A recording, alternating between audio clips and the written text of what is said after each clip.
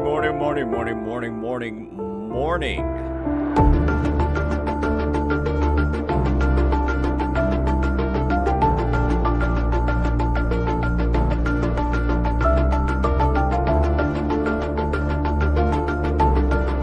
Saint, I enjoyed the new Woo-Wah quest, but I heard the next Archon quest is going into Non-Cry as a big hitter. We might have some competition.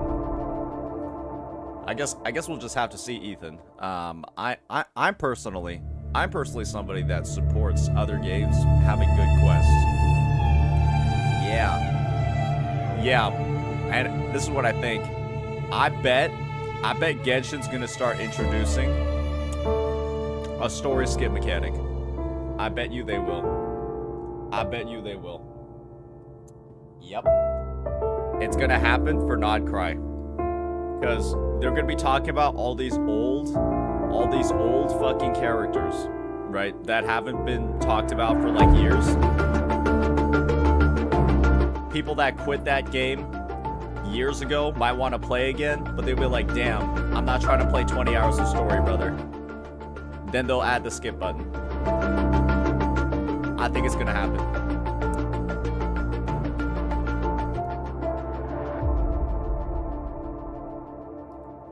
But yeah. Anyways, I was given glue for the VA stuff. It's in that one Discord channel if you're still interested in that drama. The Yuzuha one. I'm pretty sure we all saw like the tweets, right? One of them is like her saying, I don't know what this is, and the second was like her saying, yeah, this looked like a cool sunset.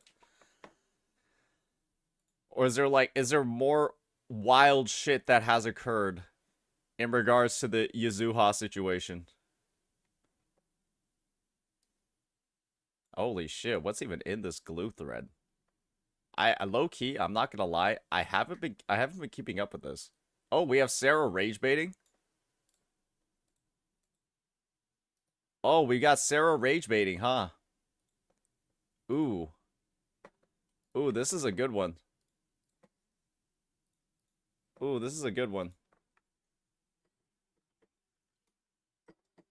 W Sarah, W rage bait. W Sarah, W rage bait, everybody. Yezuri. Techie doubled down, and then Paper Bag Boy came in.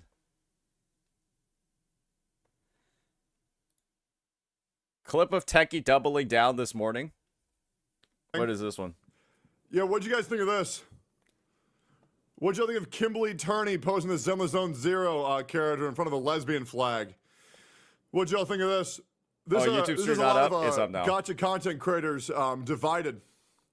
Here we go. It's so stupid. Yeah, I'm gonna be real. I got sent a clip of Saint Tontas saying that I would change my opinion if I saw this voice actor saying that she didn't know.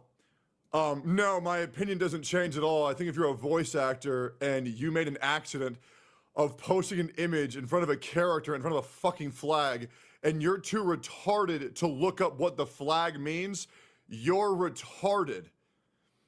It's really that easy. And if it's not a big deal to post a character in front of flags, all right, then I hope all the next VAs post an image of Zany in front of the Nazi flag. If you like, come on, guys. Let's be. Okay. I'm going to be honest. I'm going to be honest. I'm all for equating stuff to other things when it makes sense, but I will say it's a bit of a stretch. I do think it's a bit of a stretch to go from a lesbian flag to the Nazi flag. And I guess it's like I guess it's like my take is if we wanted more people to agree with us on this matter, we can't use that extreme of a comparison. Because like one of them is, you know, did lesbians kill millions of people? Like, probably not. Not as far as I'm aware. I think if there was, I think if there was like a, use an extreme comparison too by comparing Hoyo to Hitler. This is the thing. Hoyo, we compare Hoyo to Hitler. I don't know if I've ever done that, but if somebody is doing that, they're doing it knowingly, jokingly, because A, right, Hoyo actually does do bad fucking things. Not like obviously to the degree of Hitler, right? But they still do actually bad things that like fuck over the players pretty much all the time. And so I guess it's just like there's some degree of bad in there. Obviously, it's like a joke and people can tell. But like for this, it's like, I mean, she just posted a cute little message, man. And the thing is, it's like, I don't know enough about culture in another region. I don't know enough about culture in Japan to be able to like know for sure. Yeah, she should have known. She should have known. Again, and this is the same thing I told Techie the other day, is I'm always in the boat of ignorance over malice. And I guess he's technically in the boat of ignorance over malice, but I guess he's very upset that she didn't do like the research beforehand. I personally don't think it's that big of a deal. Yeah, it's a good old Hanlon's razor, as you all might be familiar. Yeah, when people do something that can be perceived as malicious, most of the time it's because they're retarded, essentially. And they did what they did because they were being retarded instead of like actually trying to be a bad person. It's I think it's a pretty commonplace thing. Yeah, you find out most of the time malicious things are done because somebody was just not very knowledgeable about what or why they were doing certain things. So, yeah, that's that. Again, right? Again, I personally think Techie just has a I personally think Techie has a bit of a short fuse when it comes to anything related to voice actors. like I said before, because at the end of the day, right?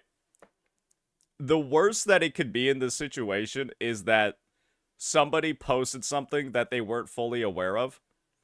And my take actually is, for the Yuzuha thing, low-key, I don't even know, like, you could look at that and also not assume that it's a flag either. Right? It's just like a sunset, which is what I think the VA said. I think the VA said it just looked like a sunset. So personally, I'm in the boat of like, it was such a zoomed in image, and like, you know, depending on how much you keep up with stuff, you might know better. But I'm not going to assume that somebody's like, I'm gonna use this opportunity. Somebody congratulating me about my character to start implicitly presenting my LGBT agenda. It's like that could be true, but it's also like the more reasonable explanation is that like they just had no fucking clue what that background actually meant, and they just thought it was a pretty sunset. And so, yeah, right. Obviously, you can do like your theory crafting. You can do your theory crafting about what her true intentions are, and I'm just like, well, it is what it is. It is what, like, nobody can be proven wrong in this scenario. Some inspiration for your videos? What is this? Kuro ruined. Black screen, white text video entitled incoming. Hey, somebody should make a black screen, white text compilation for Wuwa 2.5. Somebody needs to do that. Make a black screen, white text compilation for Wuwa 2.5. I bet you it'll pop off. I bet you it'll pop off. Be like, damn, that's actually kind of cinema, brother. Damn, that's kind of cinema. Alrighty. Enough of that. I don't think we have too much other stuff going on in the background, because we do got some actual. What is John Seaman up to right now? Of course, of course, of course, of course, Mr. John Seaman is farming. Hey, good farm, man. Good farm, brother.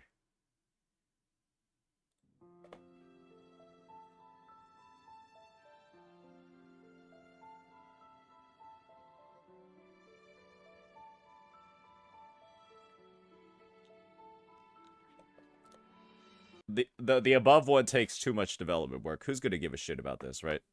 Hey, fuck it. Fuck it. Give him another black screen with white text, brother. Who cares? Who cares?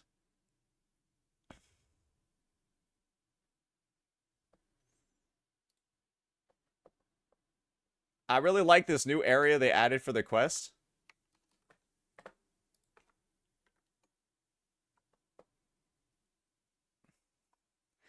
How is this possible? Why am I in Britain? Hey, they stole that joke from me. Hey, I'm the first person that made that joke. Just kidding. I probably wasn't. Probably every streamer that has knowledge about Honkai Star Rail's Fate collab said that they were in Britain. They were from Finon's homeland when they got teleported here. I'm pretty sure every single person that has cursory knowledge of HSR said the same exact thing. Which is ironic because it's like an opposite color palette. It's like fucking like Britain's all like orange and shit and it's purple here. Yeah, Brand did that. I'm pretty sure every single person said the exact same thing. It was like a uniform thought in every content creator's head when they saw like a fucking village. They were like, "Oh, it's Britain, motherfucker. It's Britain."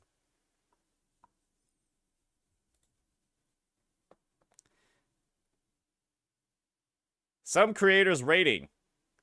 Some creators' rating of the 2.5 story so far. Nicholas Light, 9 out of 10. Cap Sean, Cabnets, 9 out of 10. Saint, 9 to 10 out of 10. Brand, 9.5 to 10. Ethan, 9.5 to 10. Tectone, 7.8 to 8. He skipped half of it. Glaive Keo, cried and depressed. Jedazod, 7. Wait, what? Where does his rating of 7 come from? Wait, who? Wait, wait. We called it a 7? Why? Wait, why did he call it a 7? Was he just being edgy?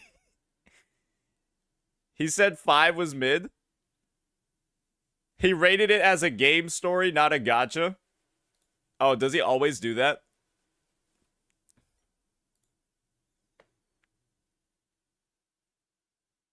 Does he always rate every single gacha story as a game story? So if that's the case, I would assume this is the biggest rating he's ever given. Right? If this is the biggest rating he's ever given, then that does change things. Right? Because that would just mean like 7 would be a 10, right? And then everything else would be like a 3, 4, 5. So it's like the opposite of Mr. Pokey here. Where for Jedazod, instead of you know how for Pokey you reduce the score, you bump it down. For Jedazod, you actually bump his score up. You add 2 instead of subtracting 2, and that's like the gacha inflated rating.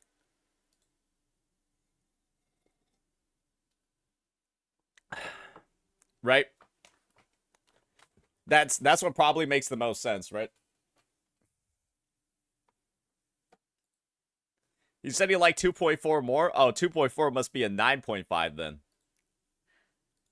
Yeah, it's actually like a 7.5. I mean, that's what I would assume, right? Unless like it's some crazy shit where it's like Wuthering Waste 2.1 was actually like a fucking Wuthering Waste 2.1 was actually like a 8 or 11.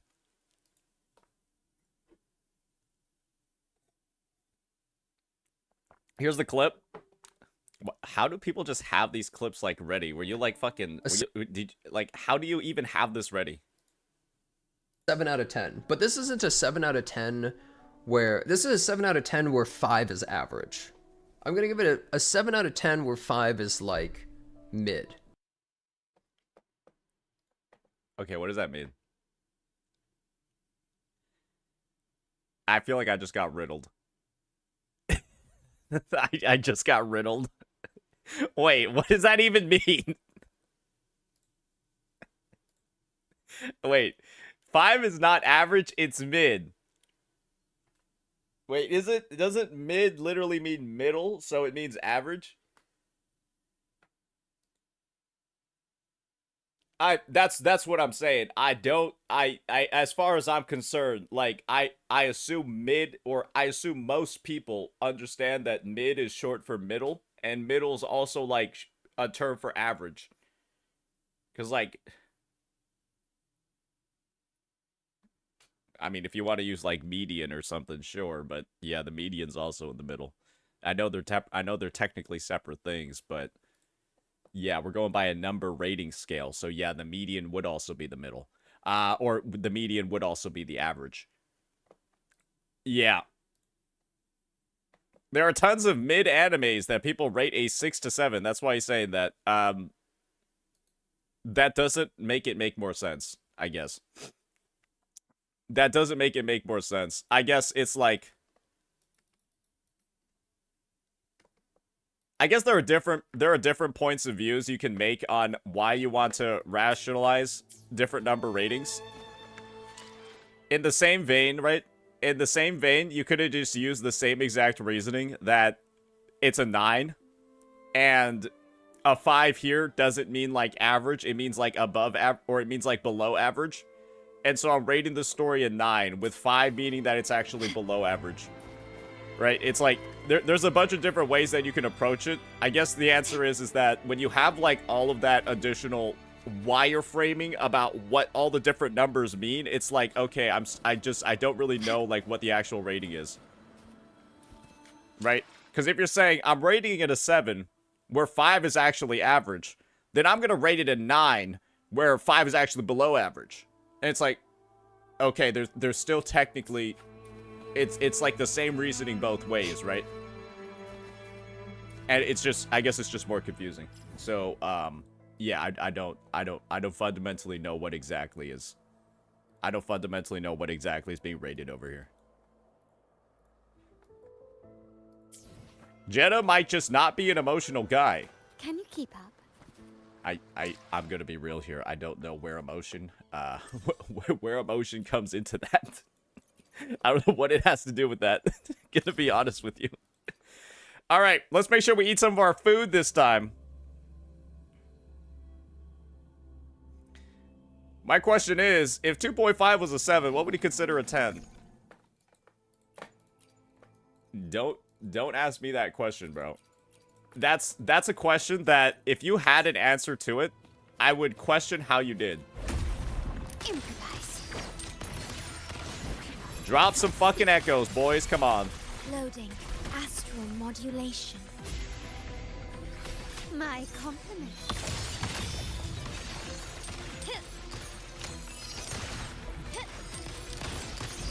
I think this is the clearest way to indicate whatever Jenna was trying to say. It's a 7. It's a 7 out of 10 if we're talking about all game stories. If we're talking about gacha stories, it's like an 8 or 9. Leave it to me. Perish loading. Iron graft. Right? Would that would probably be like the most sensical way to get down to it, right? Capture the spark. Yeah, I don't think you needed much more explanation than that. My compliment. Except, I guess he just communicated that very, very horribly. Victory favors me. Yeah, I guess he just communicated that really badly, and that's led to some people misconstruing what he's potentially saying. It is what it is.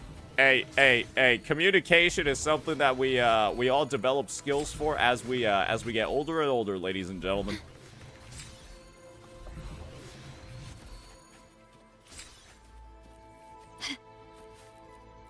I feel like I got less echoes this time. I'm not even joking. I feel like I popped the food and I literally got less echoes.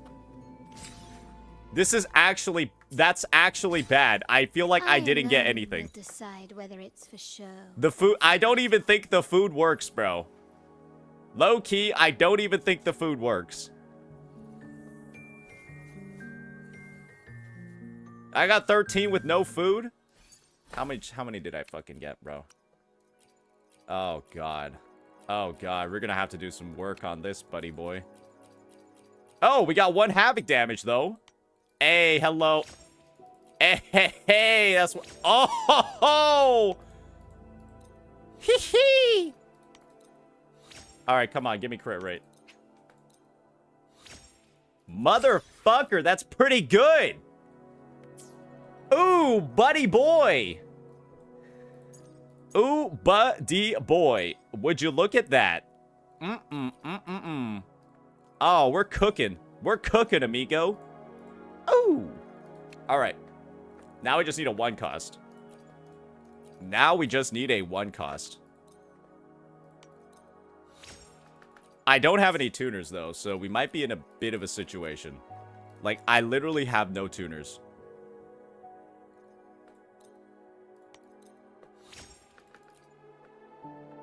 Oh, dear.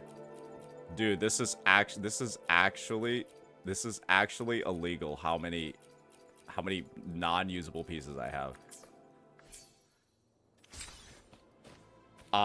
Well, we got a crazy good 4 cost, or we got a crazy good 3 cost, but okay, how did I just get all my dailies done from doing like 1 of those? Where are my tuners at? Yo, Kuro Games, I need some more tuners, brother. I need some more tuners. Did you do the echo management settings? I have not. I have not. And the thing is, I don't want to do them yet. I don't want to do the echo management settings just yet. Because I want to be able to, like, actually hold on to the pieces. Right? Like, I want to do, like, I'm about to fucking do some this. I'm about to modify these motherfuckers. Hey, wanted to say LD Shop added the gold to my wallet. Hey, yep, I sent the info over to them yesterday, so it's looking good there. Lazy? Guys, this isn't lazy. It's literally not possible for me to farm any more of these. Like, it is actually, I literally cannot farm any more of these. That's it. Brother, where are the goods? Where are the goods? Yeah, where am I gonna use them if not now? Oh, surely this piece just rolls like double crit right here. Okay, it just rolled every single damage type instead. That's not good. You can get echoes by farming them in the open world. Nobody's gonna do that. What, farming in the open world in the big 2025? The fuck?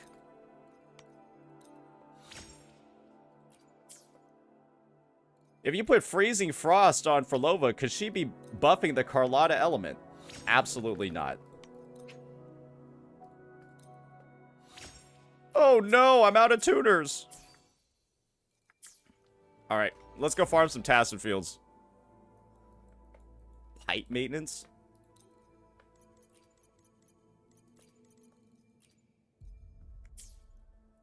Pause. How do you make it so that when you level up, you auto-consume the tuner? It's in the drop-down where you can select to level by 5. You know what? You know what I need to do? I need to put an actual set on my Jenna. She's literally been, like, naked for the entire, like, past 2 days, but I've still been using her because she doesn't need to deal any damage. If you didn't see it, read my last message. Surrender. Okay, Kleiner. Hope it's a good one.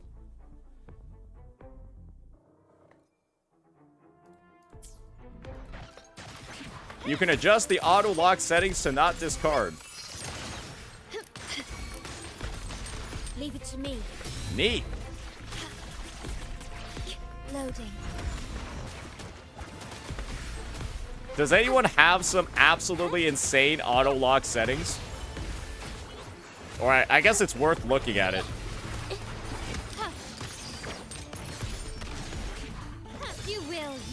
I am too lazy to use my 5,000 tuners.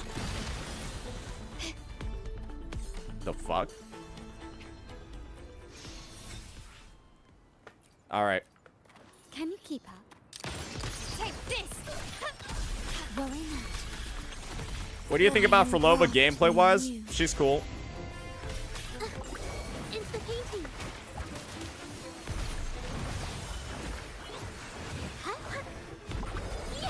My compliments. She's cool. I would say her gameplay is, Brilliant. it's pretty simple. I don't think it's anything like too wild.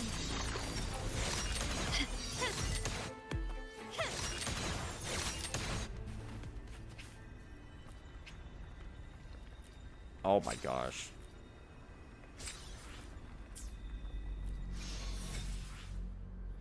There's anomaly, buildup, inflation, and ZZZ. Oath from the heart. Bro's a terrorist because he used 2 astrite refreshes. Modulation. Did you just call me a terrorist for using 2 astrite refreshes?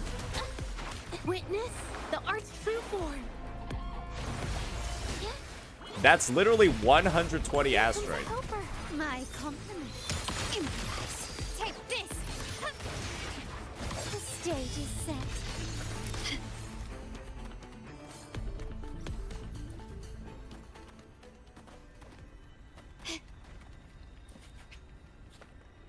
Ooh, guys, somebody that followed today just wrote this. Tectone is in private chat calling you a little pussy bitch for your comments on the flag commentary. Oh yeah, I definitely trust somebody. I definitely trust somebody that went ahead and followed today just to type this. Oh yeah. Oh yeah, I'm convinced, brother. I'm convinced, brother. Techie's in your DMs, bro. Yep, he's definitely in your DMs, bro.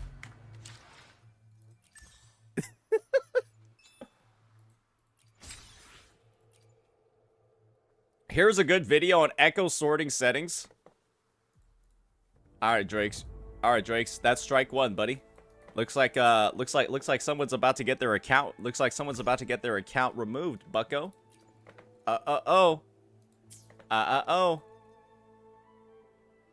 Crazy because Techie literally said today y'all have been good. No, we've been great. Yeah. You know how Techie said, right? What's it called? He said during that clip that he reached out. I was just like, yeah, we have like a difference of opinions over here. He's just, you know, he's really caught up on people, you know, having responsibility and VAs being more professional. And I was just like, you know what? Yeah, she fucked up. Yeah, she fucked up, but it's like, you know, I think it's just because she was being a little retarded, not because she's a bad person. And it's like, I have a very big leash. I personally have a very big leash for people that are retarded, if that makes sense. Where it's like, yeah, we've all been there and done that. We've done some dumb shit that makes us look kind of bad, but most people aren't like actually bad people.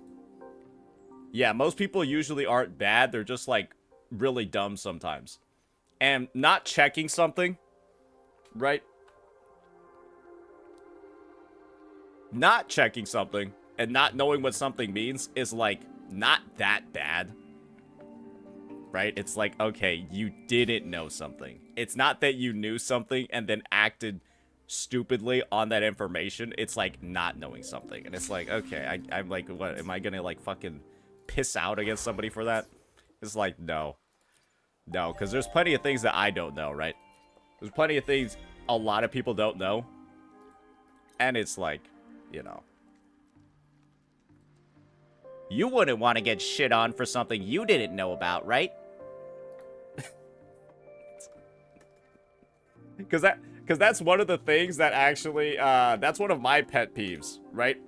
Is if somebody gets mad at me because I didn't know something that they thought that I should have known, but I, like, you know, wasn't in a situation that I felt I should have known it, then I'll get, like, mad at them.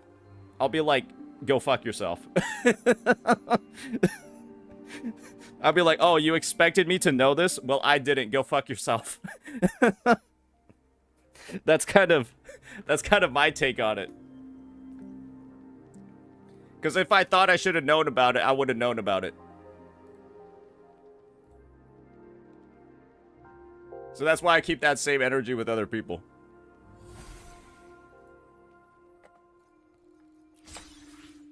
All right, I may or may not have consulted my financial advisor to spend $20 on the battle pass, but I think it was worth it because there's some looks like we just got some more juice, boys. Yeah, we just got some more juice. Hey, uh-oh. React to this peak. Can you talk with my mother? Ward, why are you asking me to talk to your mom? Do you need a new daddy? Is that what's going on over here? Because I don't know why you would ask anybody that. I alone will. That's honestly a wild thing. That's honestly a wild thing to ask somebody to do. Hey, streamer, can you go talk to my mom? I alone will decide whether it's for show or for battle. Okay, like, what does she look like? That's like probably the second question that I have. First question is why?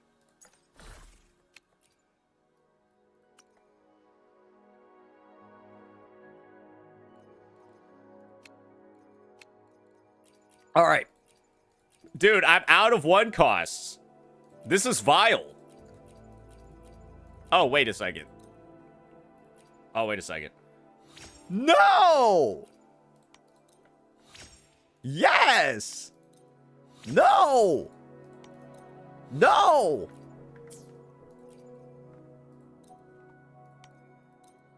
Yes!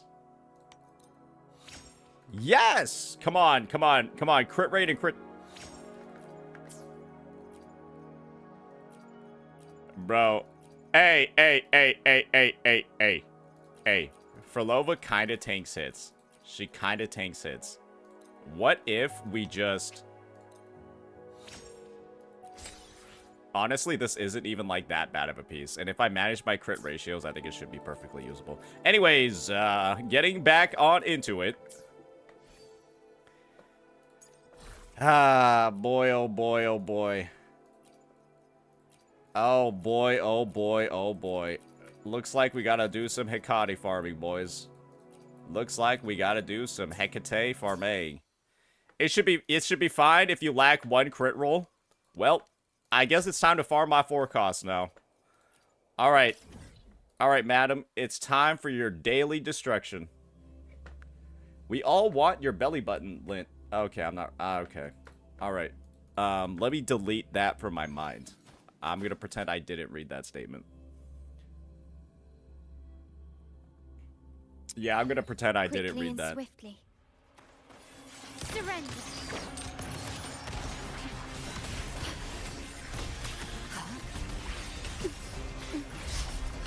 Loading.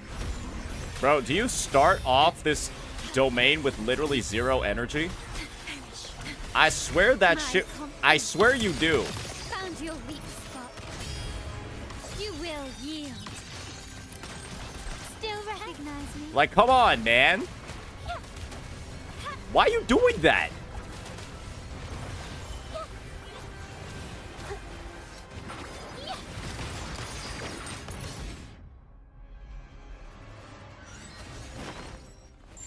All nightmare fights are like that. She just got... No, all nightmare fights are in the fucking overworld. And so there would be no way for your, like, your shit to be gone. Wait, what are we saying, bro? Loading. Have you reacted to this already? Okay, what is this? When Wuthering Waves player sees a Genshin Impact update. Ooh, I have not. I have not. We might take a look at that. Physical damage detected. Astral modulation. Saeki has a CCZ video. Ooh, what'd he put in it?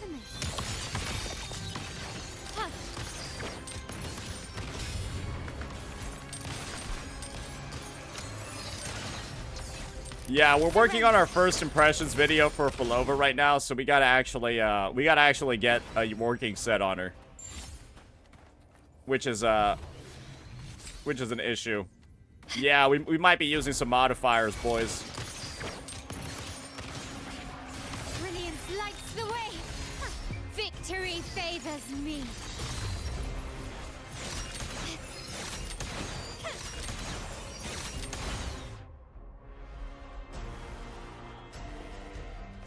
Everything about Phrolova is peak, the best character released.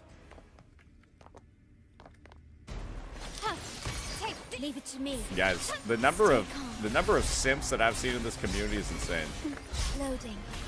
My I'm like, oh my god. Ugh, she's so evil. Oh, I love her. You will yield. Improvise. Okay.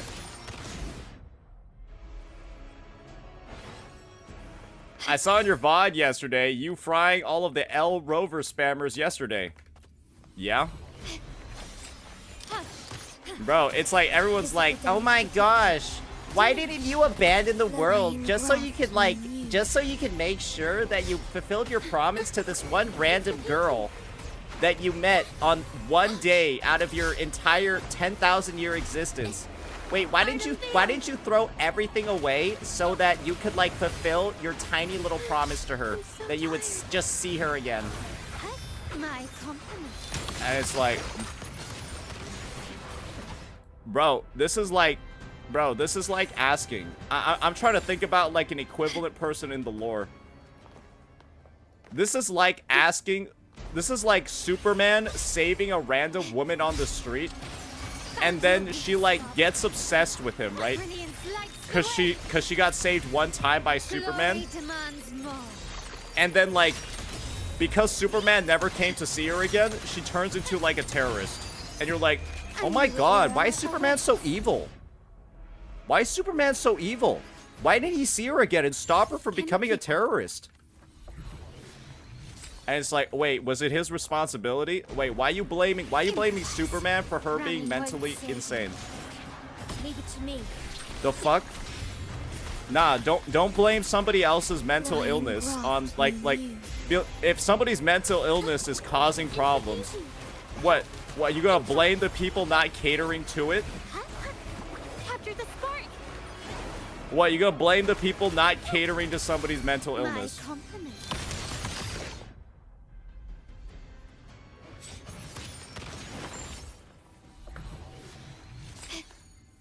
Like, no, I'm good, bro.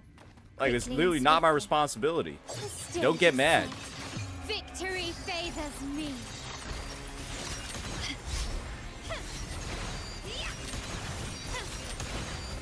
In the name of the Montellis.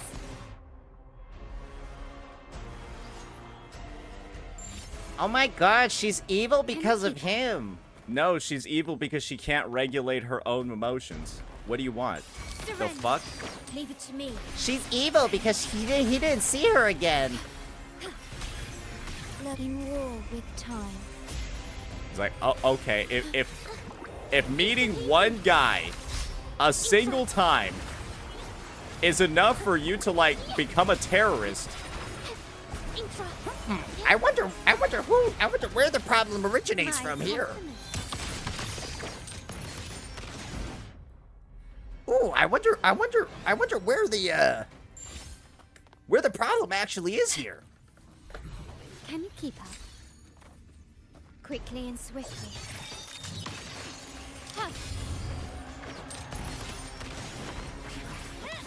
People try to justify genocide and soul manipulation because of one bad friendship. Guys, it wasn't even a friendship. It was one conversation. Physical damage detected.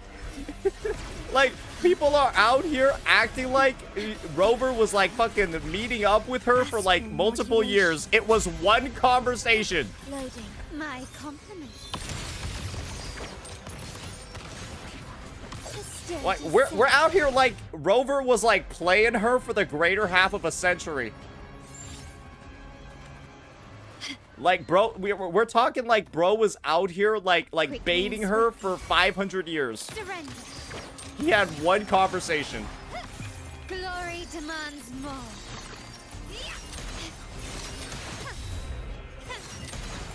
Arikado, why are you writing in Arabic? Masterpiece complete. I'm sorry, that's probably not Arabic. Why are you writing in whatever that is?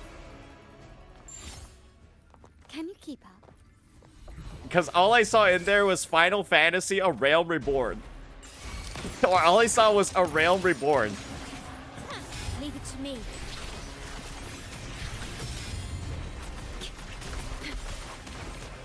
He's trying to curse me. Capture the spark.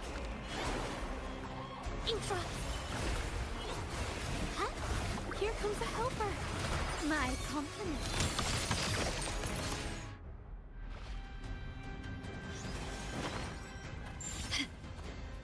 Lesson is, don't start a conversation unless you're interested. Wait, what? Oh, wait, did you just say don't ever talk to a woman unless you're interested in dating them? Ramming won't I save. don't think that's technically the right thing to do Victory either. favors me. That doesn't sound right either. A new era awaits.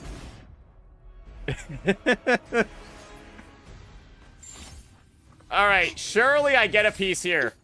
I'm just gonna modify right now. We've been doing this for like 30 years. We've been doing this for literally like 30 years. Saint hating on Phrolova. Guys, I'm not hating on Phrolova. I think her character's fine. I think that Phrolova is cuckoo for Cocoa Puffs. Right? Once again, this is like somebody's pastor, right? Imagine somebody is going to like church, right? And then they have one conversation with the pastor there. And then the pastor says to them, okay, I'll reach out to you again so we can follow up on this. And then the pastor never does because they're busy being a fucking pastor. And then like the teenage girl gets super upset because the pastor never reached out back to her. And then she goes to join ISIS. Are you guys gonna blame the pastor for that girl joining ISIS? That's what you guys are doing right now. I mean, it's like, I swear, you guys like need like additional framing on this situation.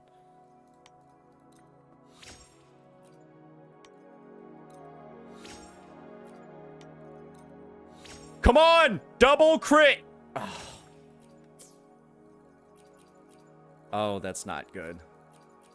Oh, that's not good. Oh, why did I farm so many?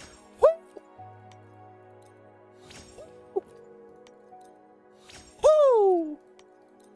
Come on, crit. Oh, no. Surely I've got another crit damage one. Nope, I don't. All right, time to data bank these. Time to data bank this bad. Wait, there's a level 26?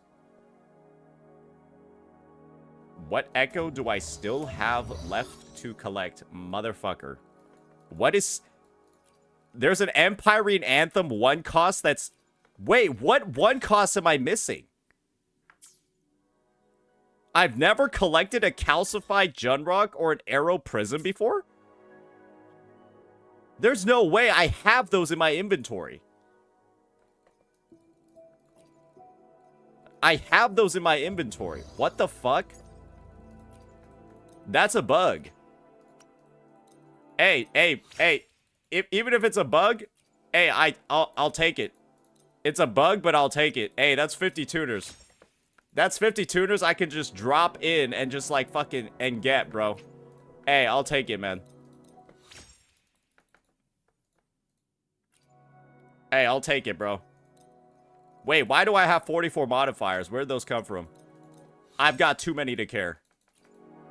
Hey, just convert all of them. Convert all of them. Because a crit rate one, I guess I won't do the crit rate ones because they look kind of scary.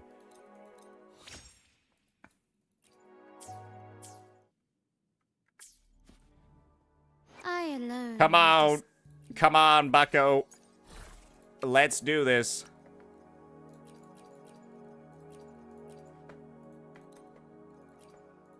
My last 55 tune. Oh, that's a good one. Attack roll. Liberations. Okay, I don't want to level this anymore. All right, let's go find out where that final piece is. Let's find out where this final piece is. Echo management? Oh, dear. Auto discard settings. Okay. That looks a little complicated. We'll get to that later.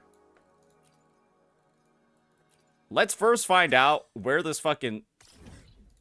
There's no way I don't have these calcified Jundrogs yet. There's literally no way I don't. I swear to God.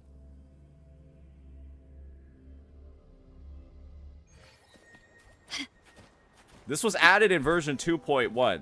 I have every other Echo. I have Echoes released after 2.1. How are you telling me that I don't have this one yet? Surrender. Oh, okay. I guess they were missing. Can you keep up? Well, okay. I guess I hadn't technically collected one yet. All right. All right. That's news to me. That is actually surprising news to me. I'm a bit taken aback by that.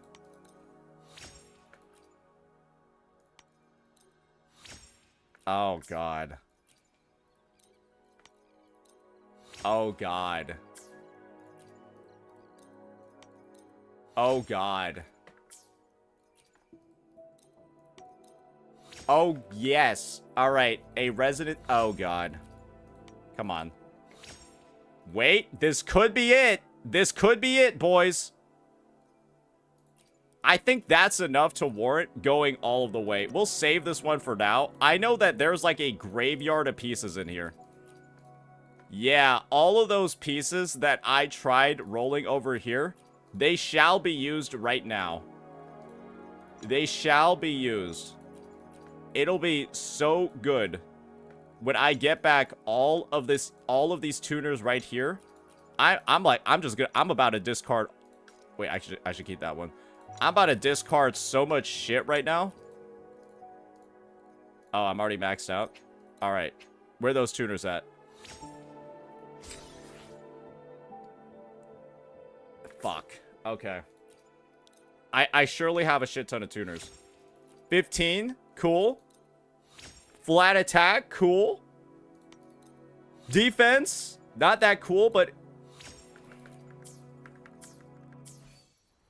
bro, I'm just right now, I'm trying. I'm trying so hard right now. Let's start throwing some pieces away. That's a piece of dog shit. I don't even know why I still have it. This is a piece of dog shit. I don't know why I still have it. That's bad. I need to farm a new Lorelei. Actually, no, I'll keep that one for now. This is terrible. I need to keep that. That's good. That's good, too. That's also good. Oh, that's really good. Why are those pieces not locked? Those pieces should definitely be locked at some point. Why do I have, like, so many, like, god tier pieces just, like, sitting here on the side, literally not doing anything? Wait, this is actually nuts. Wait, do I have 3 attack? What have I been doing with some of these pieces? They're kind of just, like, sitting here, and they're, like, actually, like, pretty decent.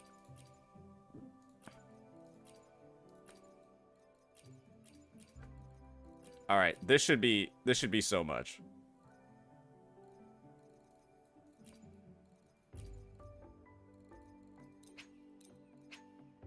$198. That's what I'm talking about, brother. Hey, $198. That's what I'm talking about. Hey.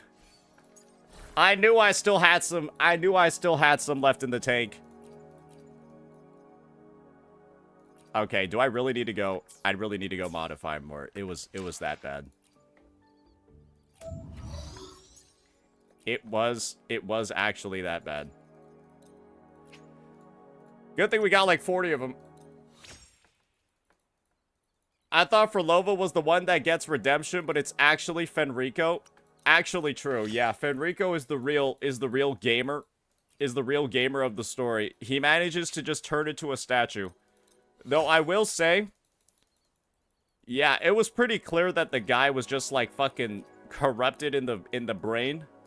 I never thought he was like actually bad. He just seemed like very disillusioned.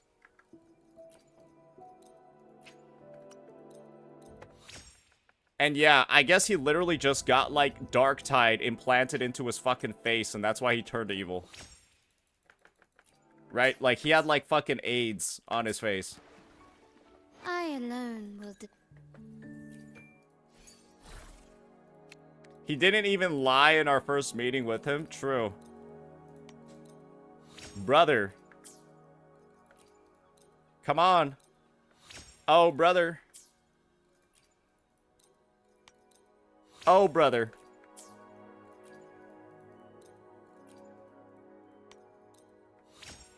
I'll take a 30 flat attack. I won't take a Resonance Liberation roll, though. Am I already done? Oh, man. I just want, like, the smallest double crit on the planet. I promise. I promise. It doesn't need to be high. The smallest double crit on the planet. It does not need to be high. Please.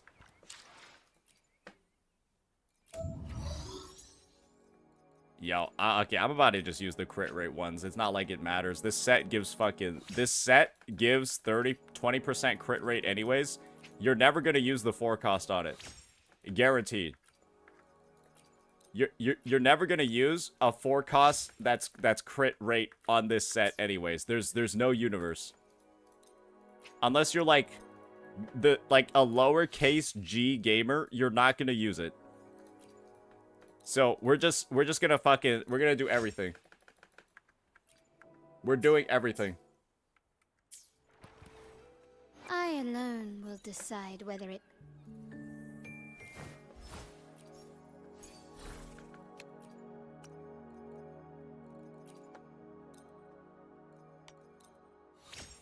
I'll take 40 flat. I'll take a whopping 15% critical damage. Come on, just give me... I'm really that desperate for a double crit. Oh, man! I wanna... Okay, that's a contender as well. That's not like a terrible piece. Brother.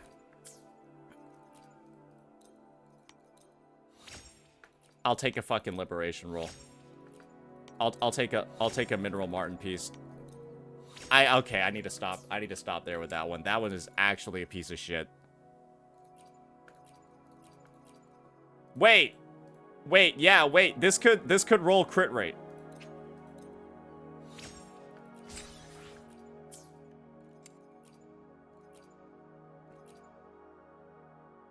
This one is usable as well.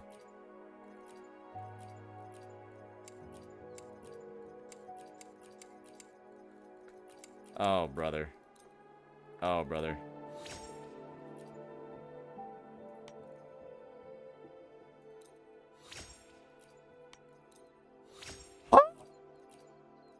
God!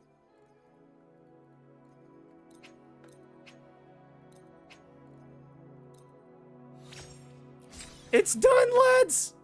Wait, that's actually good! Holy! Wait, that's actually good!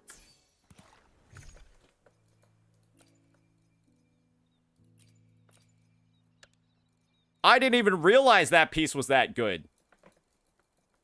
Wait, that's low-key fucking... Oh, that's some wild shit, brother. Hopefully no wasted stats. Just kind of one low roll, but then that crit roll is really high. Wait, did I just accidentally throw away that piece? No, I did it. Okay. All right. 1 HP roll.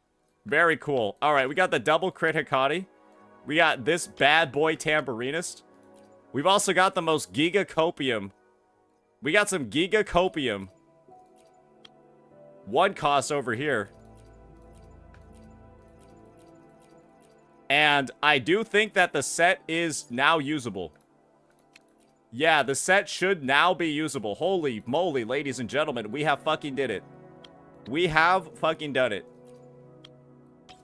And now we got the Midnight Veil ready to go.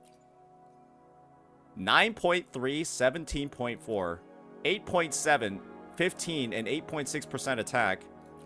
I mean, I guess it's this one, right? What are our stats looking like? How? Not bad at all. Not bad. So, if I were to go ahead and... Wait, so is she at 90% crit?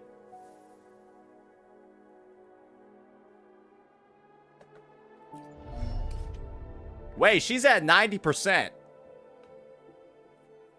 Wait, that's almost too high anyways. So, that's 90% while missing a roll?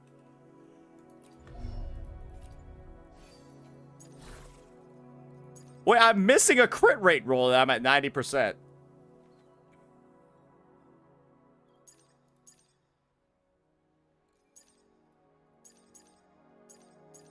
The crit damage is just a little low, but I do have some big crit rate rolls. That might make some sense. All right, what's her attack? Damn, 2.35. 2.35k attack on Double Havoc. Not gonna lie, 2.35k on Double Havoc is kind of insane. No? That's kind of high on Double Havoc, right? Is that that's one attack sub, flat attack, another attack sub, and we're just missing one over here. Holy, okay. Well, now I know what to improve on.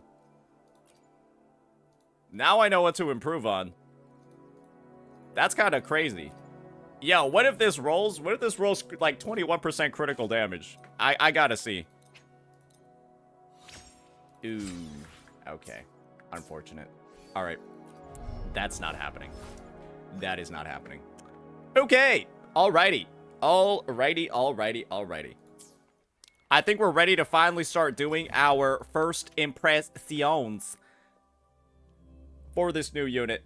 Let's go ahead. Let's start getting right on into it. Yeah, it's been a bit of a delay getting this whole team, this whole shebang up and running. But we have finally done it, ladies and gentlemen. We're finally ready to go. So let me just make sure that all the teammates are in their right spots. And we've got all the different... That's crazy. 90% is crazy. We got all the different setups. And let's get going from there.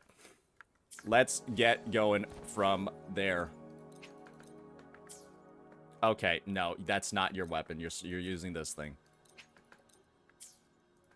And no, you're not using the training rectifier. You're using this thing. Alrighty. Fast as fuck farm. Let me go get some water real fast. And then we will BRB and get right on into the testing. Yeah. Hey, those are some pretty good overworld stats, amigo, if I do say so myself. That's looking pretty good, actually.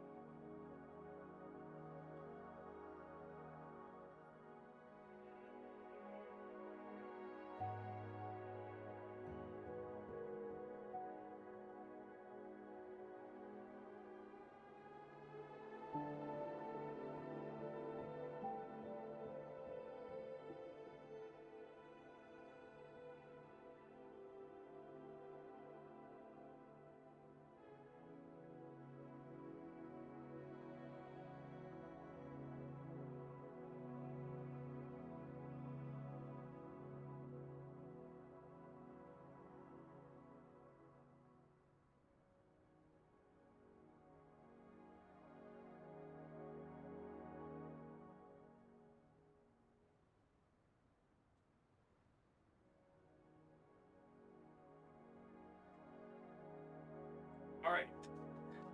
We are back. Let's get right on into it.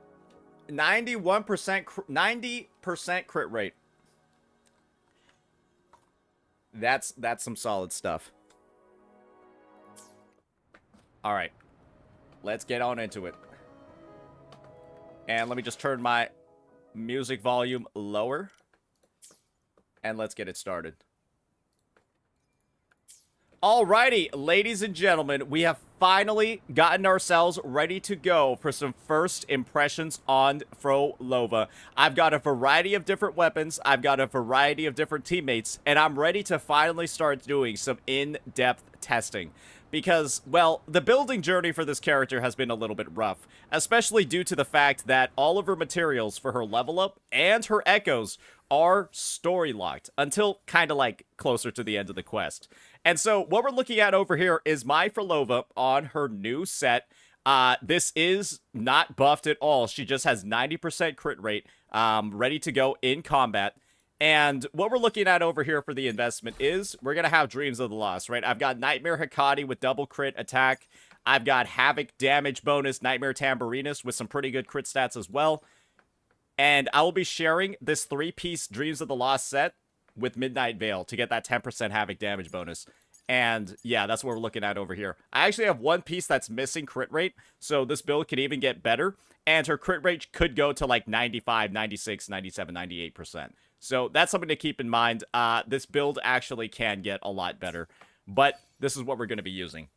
One thing that I want to note is that we also are going to be using her with an alternative String Master, right? And one of the unfortunate parts about this alternative is that if I do equip it, yeah, that's what her stats are looking like.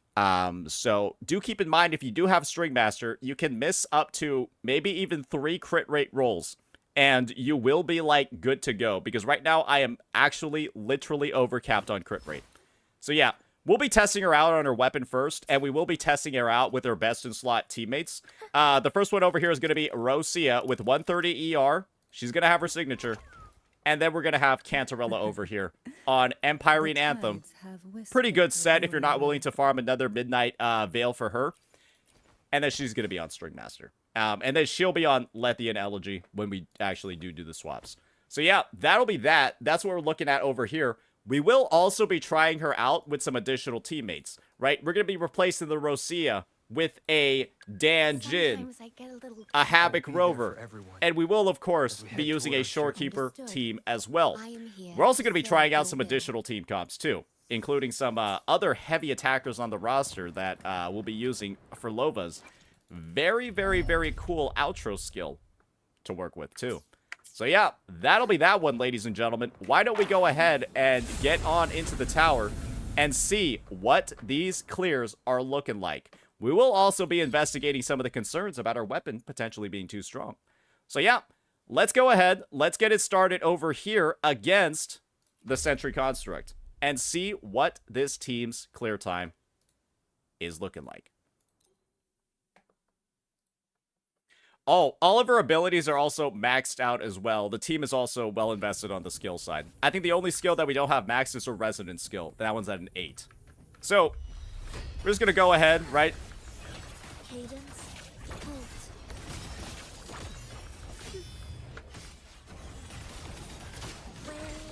Get that combo off. Make sure to use her Echo skill too. I was supposed to use that earlier in the rotation, but it is what it is. Right? Uh-oh, I messed up. I accidentally canceled Deliberation the second we came in. Editor, we'll retry that one. Alright, so when you're playing this team, you're going to start off with Phrolova as the first unit in the lineup. Then you're going to go to Rosia, and then you're going to go to Cantarella. And so when you start off this team's rotation, you just go ahead, you do your 3 basics, right? You get your skill. You get another one in. And unfortunately, right, what you just saw over here was me missing the attack. If that third hit doesn't land, or if that hit on our basic attack doesn't land, you don't get the charge, but you'll still be able to use your enhanced abilities. So what I need to do is ensure that all of these hits are actually connecting, right? And that's what it looks like when all those connect. And I was able to actually get it all off. And now we're ready to go. Then now we just go to Rosia, do her basic attack, do some bounces, then use her Liberation, then Echo skill, right?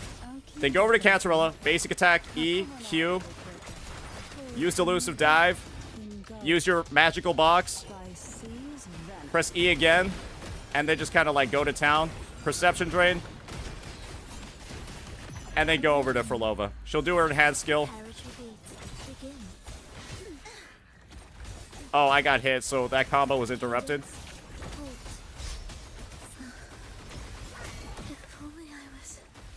Oh, and apparently we just got stagnated in the guy's laser beam.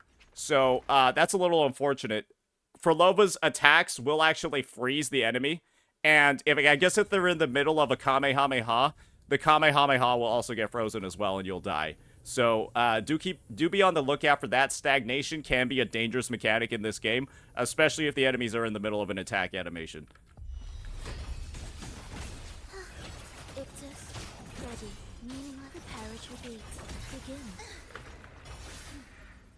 Yeah, okay.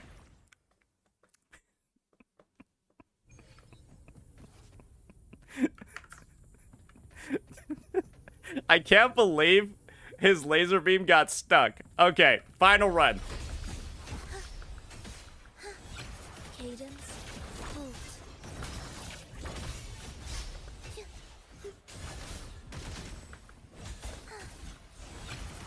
Symphony of life. Witness.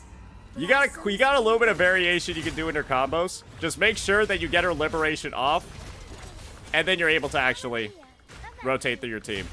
As you can see, Rosia's not doing the most damage overall. Okay, that was like bugged. That, I swear that was bugged. She was like floating, bro.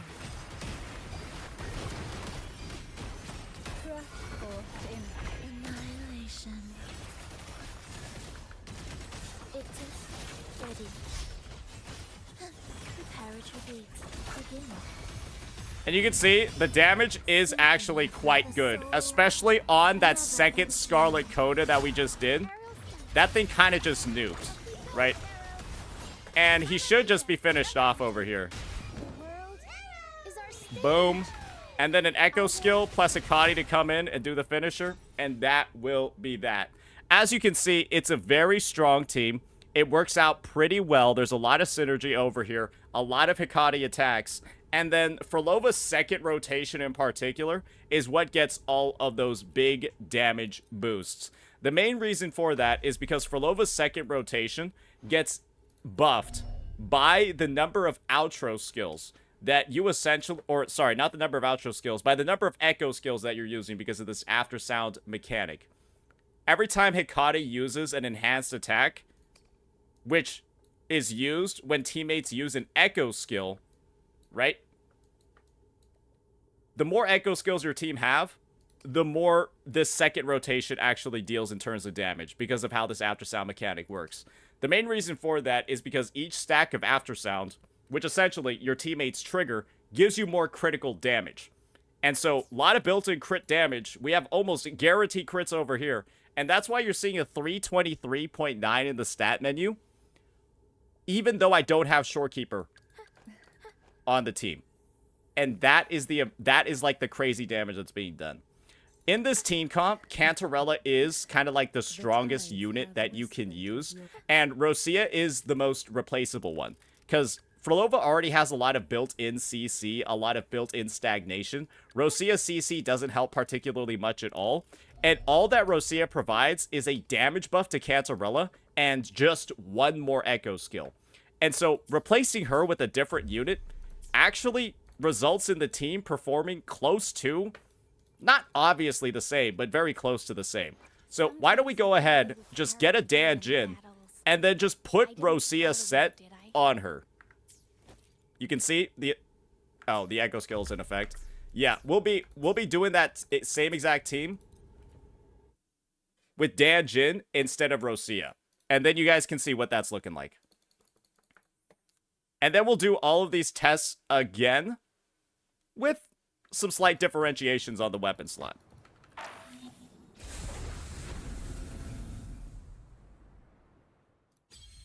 Alrighty. So now let's get Dan Jin up in here. Sometimes I get a little carried away in battles. I didn't start Get with that it, did I? content missing? Oh, that sounded like what? Was I missing a fucking DLC? All right, let's check this team out. Let's check this team out.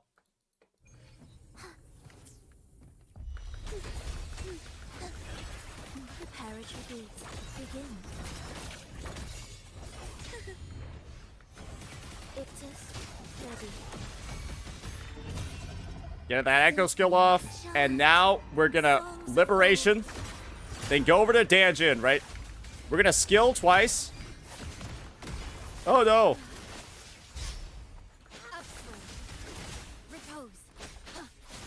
I kind of messed up my Danjin combo. I meant to do her third skill thing, but it was getting a little bit scary, so I decided not to.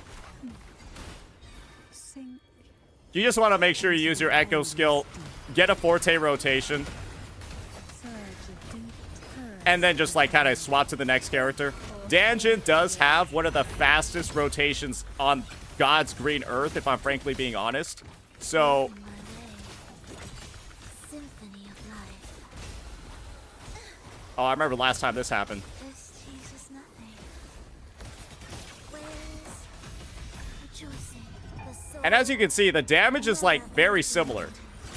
Like the performance over here is almost exactly the same.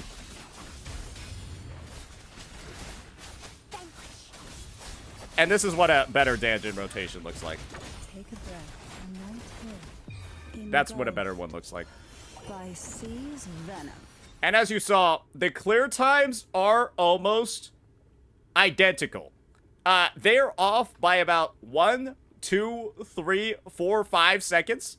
Danjin rotates a lot faster than Rosia, right? She does a little bit less damage when played in the sub DPS lineup, but I honestly couldn't even see a difference between the two in terms of how they achieved results overall. Yes, the overall team's damage per rotation is lower when you're using Danjin, but Danjin is going to be way more accessible. And, I mean, way more cheap. Because I'm running her on EOG, the same exact set, and Danjin is a 4-star character. So, I mean, if you got these two, go for it. And it's also like, damn, this really kind of shows how low value Rosia is. How low value Rosia is as a unit when the times are this comparable. Now, since we've got that done, let's go do our final rundown. And that is going to be with Shorekeeper. And so there are two ways to actually play this team. You can run... It's going to be a weird rotation.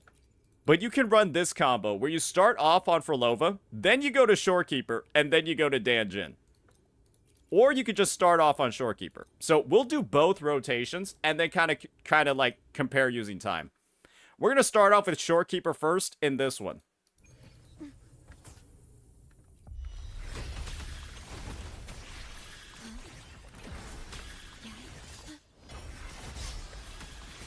I engraft you. All right. Join me in accompaniment. We wither together. Heed the echoes. Why am I not able to use my Scarlet Coda? Wait, I've got all my Forte stacks. I was just doing her regular heavy attack.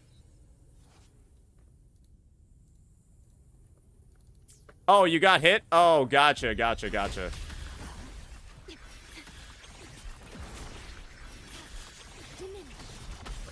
Okay, well, that's not gonna happen this time. But yeah, this is with Shorekeeper first. An intriguing concerto. Cadence, halt. Symphony of life. The soul never entombed. All right, and now we got Danjin. Judgment.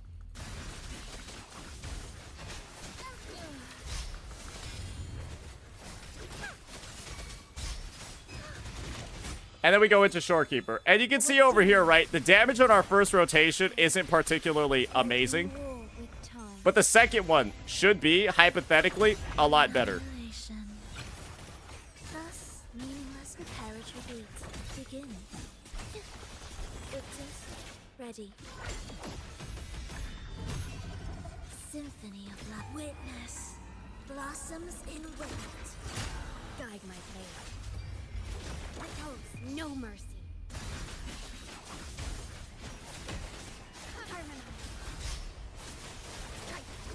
Ah! Refuse. And as you can see over here, this team is a little bit not as strong.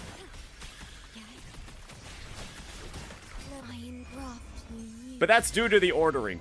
Going into Phrolova second, right, isn't going to give us the best overall results. There's actually a better way to pilot this team. And it all actually depends on how the team's outro skills are getting ordered. So let's try out this next one. And that's actually going to be starting off with Phrolova first.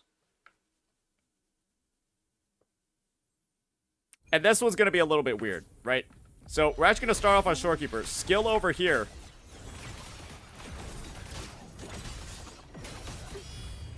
And then go on to Phrolova, right? Absolute symphony of life. The soul. And then go on to Shorekeeper next. And so we're going to intro skill onto Shorekeeper. I know it looks weird. I know it looks weird. And then go over to Danjin. No mercy. Do the double skill into Liberation. And then do her combo. And then Liberation, right? And then actually go to Phrolova. Cadence. Halt.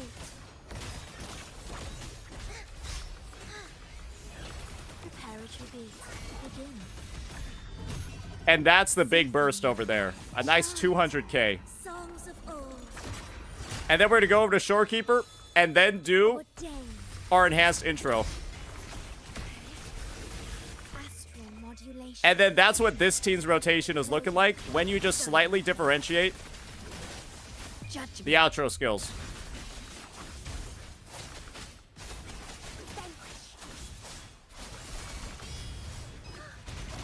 Ensemble. Cadence. Halt. Ictus. Ready. And that'll wrap it up. So you can see over here, there's actually a bunch of different ways to rotate through this team. Try one out. You could even do a lineup with Shorekeeper into Danjin into Phrolova. That is like kind of how flexibly she plays. With the same team, you could actually run different rotations, and like the performance is slightly similar because you're getting different buffs each time. In some rotations, you're building up after sound faster. In other rotations, you're delaying it, but then getting buffs from like a Stellar Realm during your rotation. And so it's kind of like you can mix and match how it's all going down, and it gives you a bunch of different results. So she is, in a lot of ways, one of the most flexible DPS characters.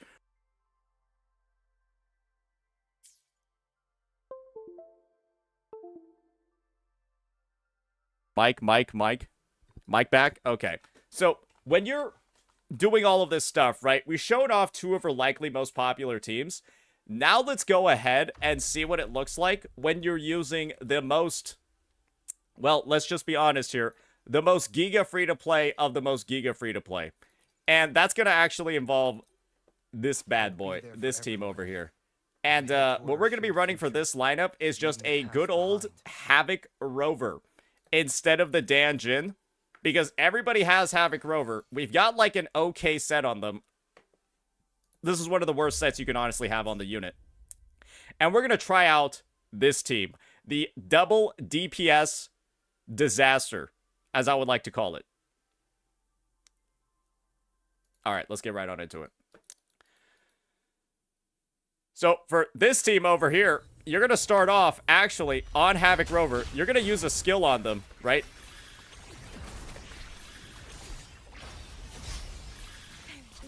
And then you're going to go on to Shorekeeper, right? Then you're going to go into Phrolova.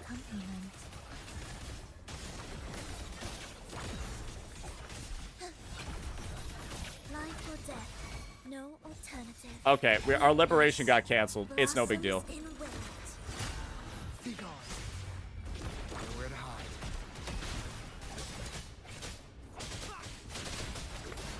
And then you just go out to Rover, do a bunch of basic attacks, get their Concerto up to max, and then outro skill over to... Wait, was I supposed to outro skill to Phrolova? Honestly.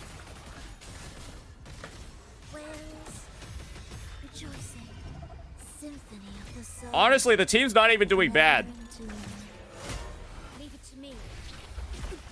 We kind of did completely fuck up the rotation here, but it's like... The team is actually doing really good. Yeah, I don't even know who I'm rotating on anymore. The rotation completely fell apart. But the time is still, like, solid. Witness blossoms in wind. So, yeah, I mean, let's do it again, but this time properly. Let's do it again, but this time, let's do it properly. Okay.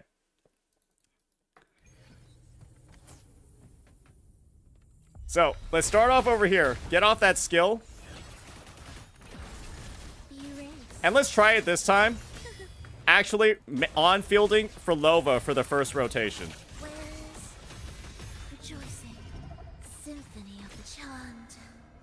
And then we'll just go ahead. We'll go on over to Shorekeeper, right?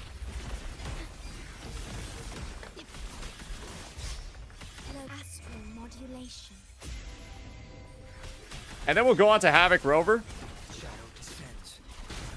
1, 2, 3, 4, 5. Skill, cancel.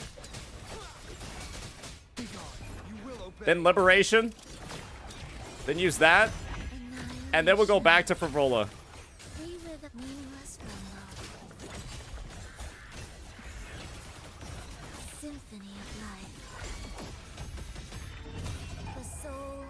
And I mean, hey, that is looking pretty damn good.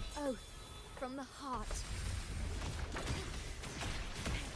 I mean, I call her Provolone too. Endure and defy.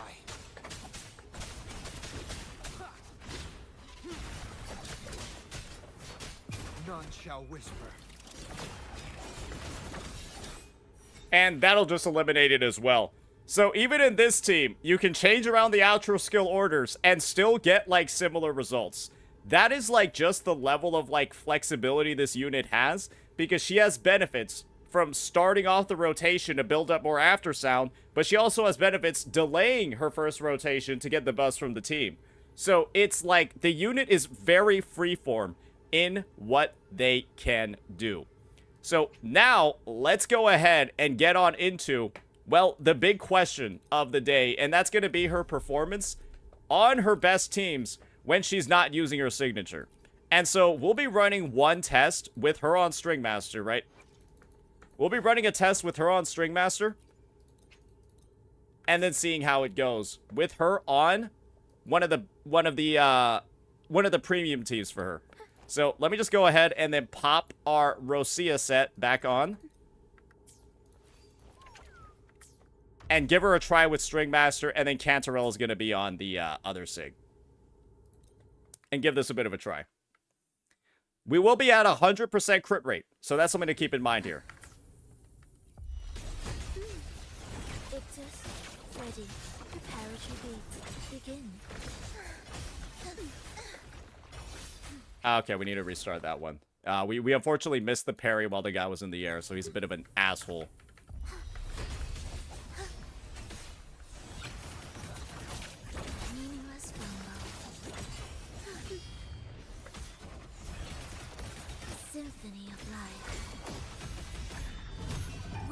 And you can see the damage is not as high, for sure, right? But you don't notice it as much until you're on the rotation of your other teammates. Because the Echo Skill amplification is where a lot of it is at.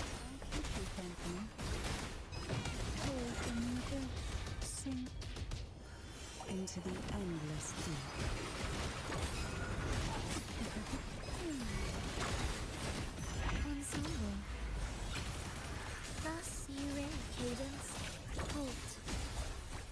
Oh no!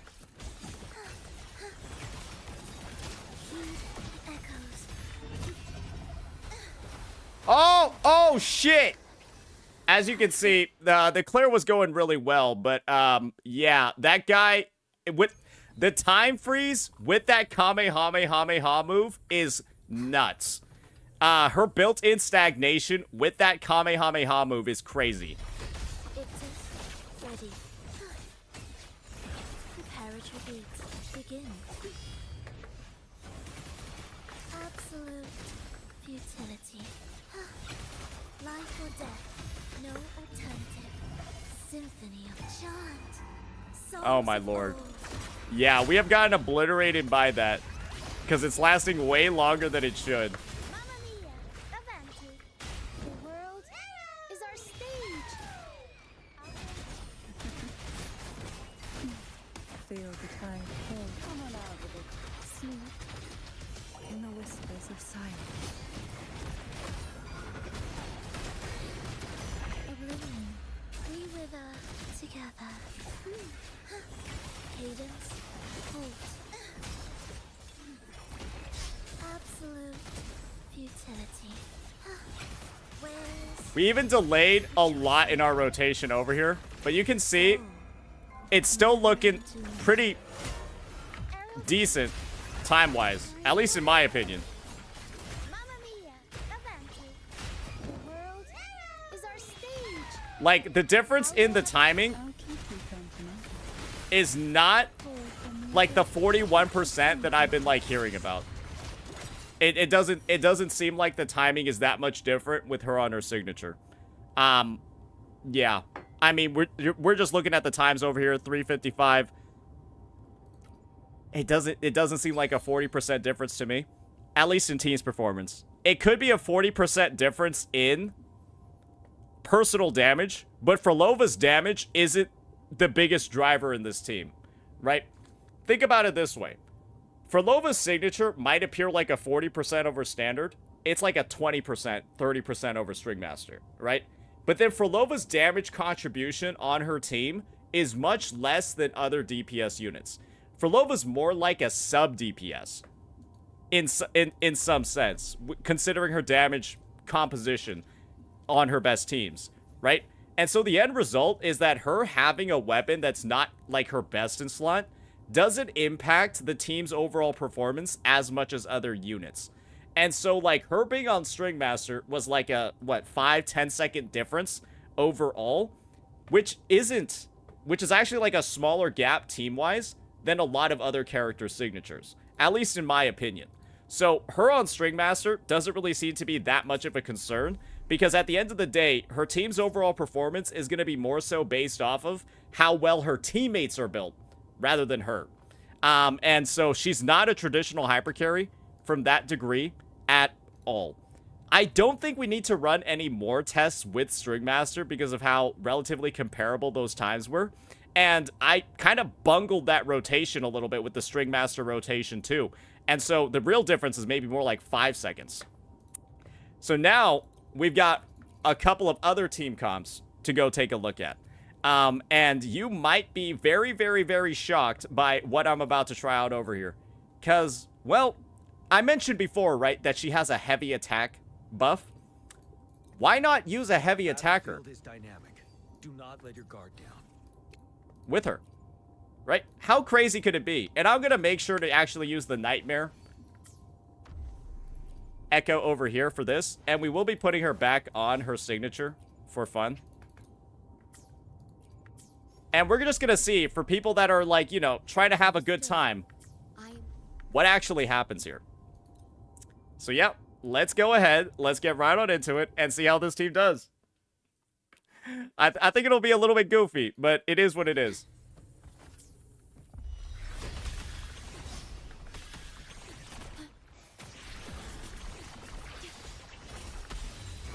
Alright, we fucking popped that boy like a pimple. Join me in accompaniment.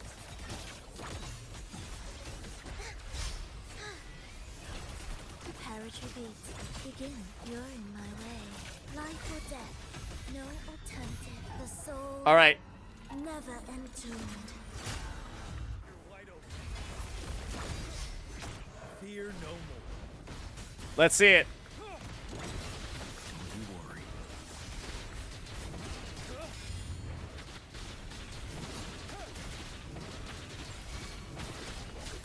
Seven.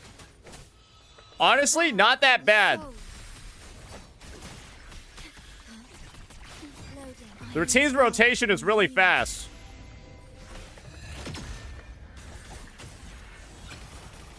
You're in what territory be? Oh, I didn't even get my Shorekeeper Liberation off. Join me in accompaniment.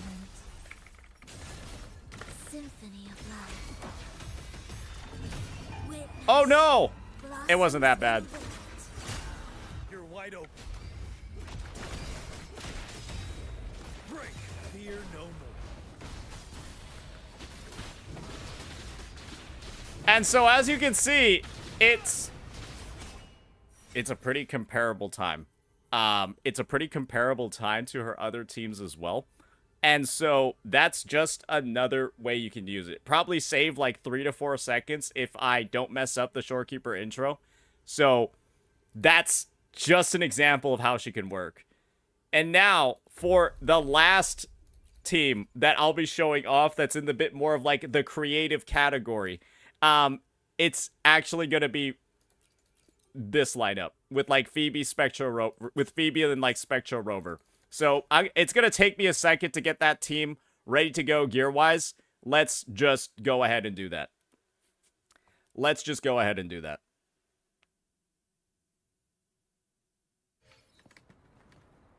All right. So for this team over here, we're going to make sure that our Phoebe's on a absolutely baller Eternal Radiance set. That's looking good over here. And let's make sure that our Spectro Rover is also on Eternal Radiance as well. And so we will be, this is going to be like a pretty high level Spectro Frazzle team comp. I'm going to be using a lot of like, you know, I'm going to be using some good builds up in here. Where is it? The real Peeb and Zoni. Spectro. There we go. Yeah, this build is kind of cooking.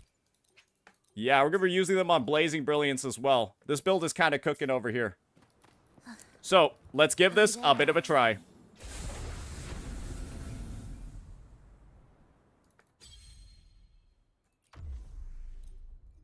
And so this lineup is going to be Phrolova, Spectro Rover, and Phoebe. I know, this is a little bit crazy. Let's give it a try.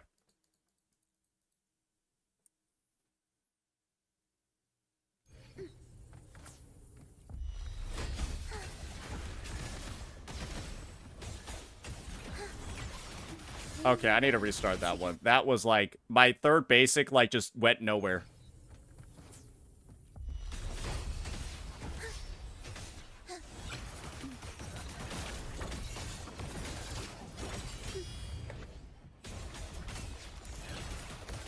Symphony of life. And we're now gonna Liberation after that boom hits.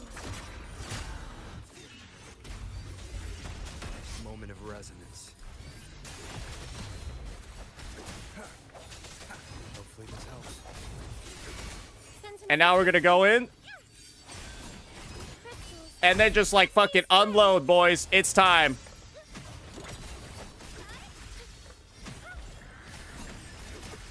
We got the Spectro Frazzle stacks as well. Oh dear. Throw in a swap cancel for fun.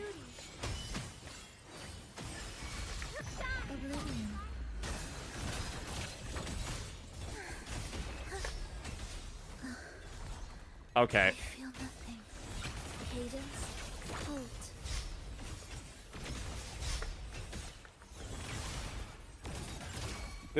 This second rotation is taking a little bit longer. Swift and resolute.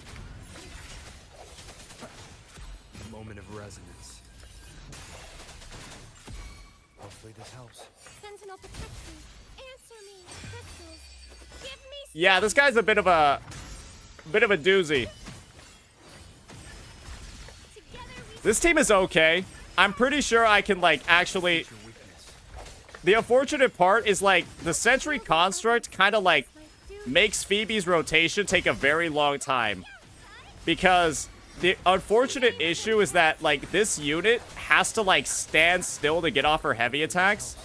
And against the boss like this that attacks a fuck ton. I did ult with Phrolova. Oh, shit.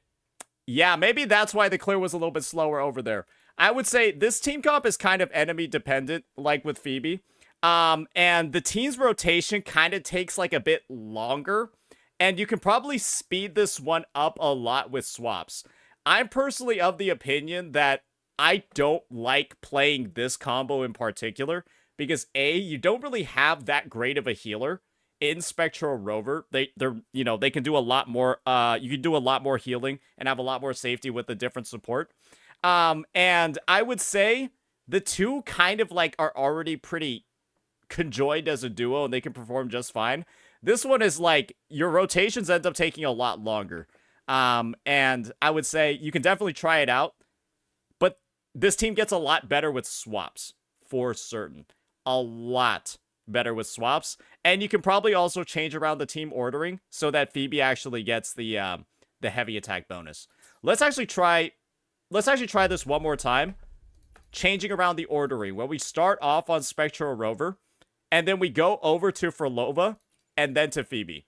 Maybe this one will be better, but I'm just worried about the uptime on the Spectral Frazzle stacks. But who knows? Maybe it'll be really good.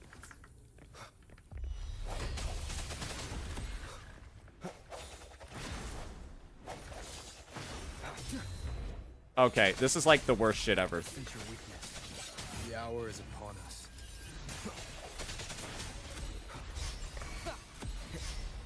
No hesitation. Join mine accompaniment. Symphony of life. Cadence, holt. Chant, songs of old. What is this camera angle? How did I just intro skill in there?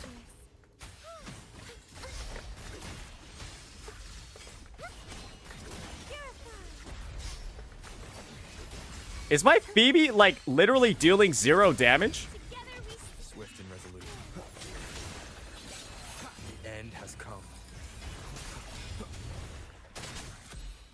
Hopefully this helps. Annihilation. Cadence, holt. Where's rejoicing the soul? Never entomb. Sentinel protect me. Answer me. Huh. It feels like there's like a build issue somewhere. Because, yeah, this Phoebe's heavy attack is doing absolutely almost nothing. Also, isn't this guy supposed to, like, break? Swift and resolute. Strike in shadows. Moment of resonance. When you hit him from behind, isn't he supposed to break? Yeah, that team is like, I expected that one to do a little bit better. Yeah, maybe there's like a build issue or something going on over there. Yeah, maybe there's a build issue or something going on over here. Oh, that's why. Oh, that's why. Okay. I see. I see. Okay. Spectra, we got a piece stolen from us.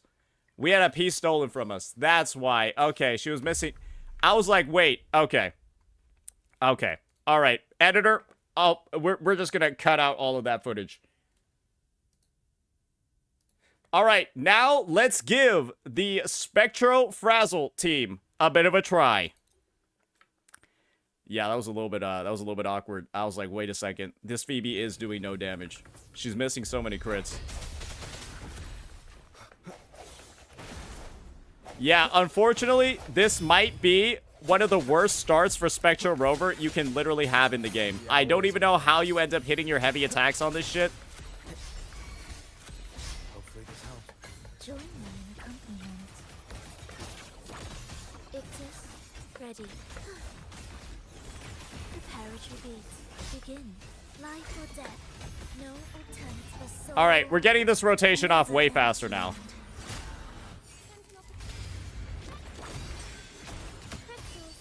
Give me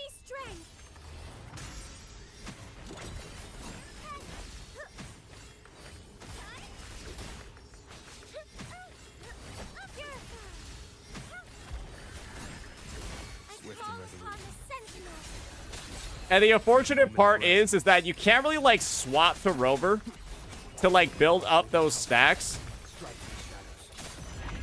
But you might be able to do it during, like, Phrolova's rotation.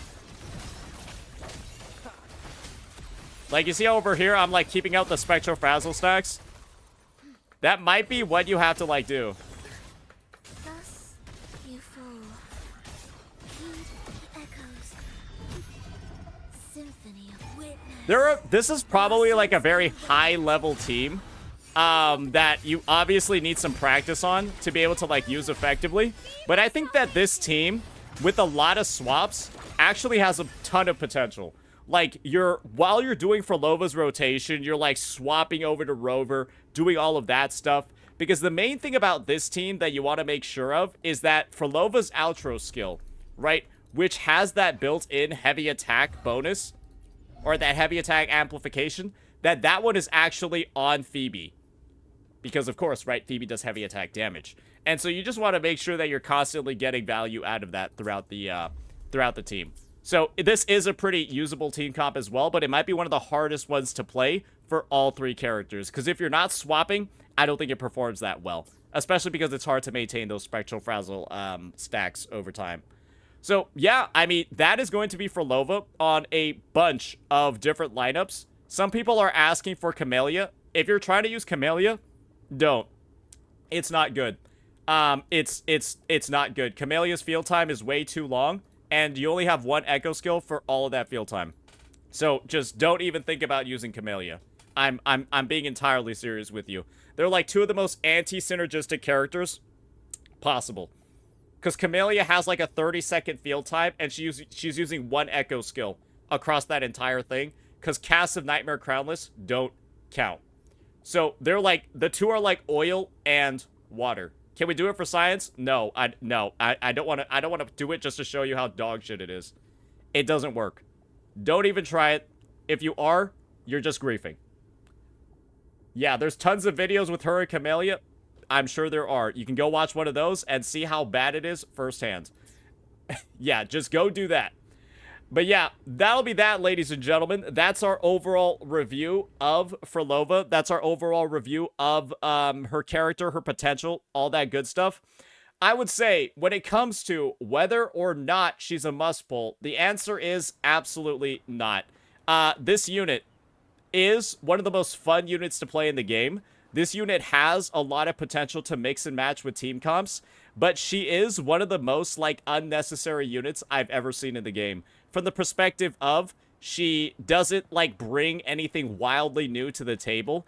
She doesn't, like, enable a bunch of team comps. What she does is she works well with a lot of existing characters, gives them a lot more use cases, elevates some of them in the meta, and then you can play, like, some offshoot teams, right? Where you're pairing her with, like, a Gion, or you're pairing her with, like, a Phoebe, or, I guess, if you want to try her with Zani, you can try that too, but I don't know why you would want to do that.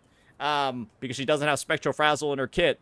And so it's like, whenever a new heavy attacker comes out, she'll be able to be used with them because of her ability to buff that outro damage specifically. But overall, I would say it's just, if you're a person who's pulled a lot of characters already, you have a lot of, you have almost everybody on the roster, she'll be a nice add. But if you're a newer player and you're looking for the most value possible, it's not here. Yeah, you should honestly avoid this banner like the plague, because her full potential, once again, is like, it's one of the most expensive teams to get up and running, much like a Lupa, much like a Brant team, all that good stuff. However, I will say, I do think the debate about her weapon does appear to be a little bit overblown. In practice, using her with Stringmaster and using her without isn't that big of a deal, because this unit, I would say, is around 40 to 50% of the team's damage. In other hypercarry teams, the unit is like Gion, for example. Gion and Jinsei, right, are like 70 to 75, 80% of their team's damage. And so a wider gap in their signature performance is actually a lot more relevant for these units. But Phrolova is a much smaller portion of her team's overall damage compared to those other characters that we just saw. And so there being a bigger gap in her signature, while it does look, like, let me just pull it up over here. While this does look like wild at first glance, Wait, where is it? While it does look wild at first glance, what we're seeing over here, in actual practice and in like actual application, this isn't anything, right? It's not really anything because you have to look at the whole slice of the pie in comparison. And with String Master, the results have been perfectly good. So yeah, that's that, ladies and gentlemen. That's going to be our overview. Once again, her weapon, while it might appear crazy, String Master is a good alternative, but her as a whole, as a character, absolutely not even close to a must-pull. So yeah, that'll be that. Let me know what you all think. Peace. All right, W Farm. W Farm. Alrighty, let's get that uploaded for the editors because they've got to get working on this one a little bit quickly.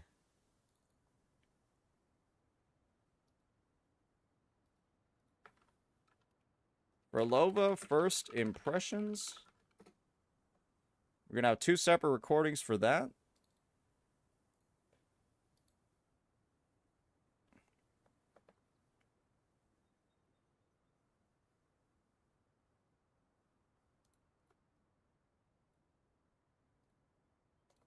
And let me just make sure I am not griefing my editor because we fucked up that Spectrofrazzle team. The Korean just went nowhere. It's time. Amazing brilliance as well. So let's give this a bit of a try. 32-35.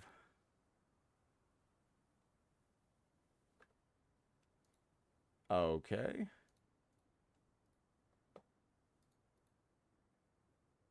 Okay. Phrolova first impressions. Cut first clip at 32-35 and go to second clip. Feel free to edit out the failed clears.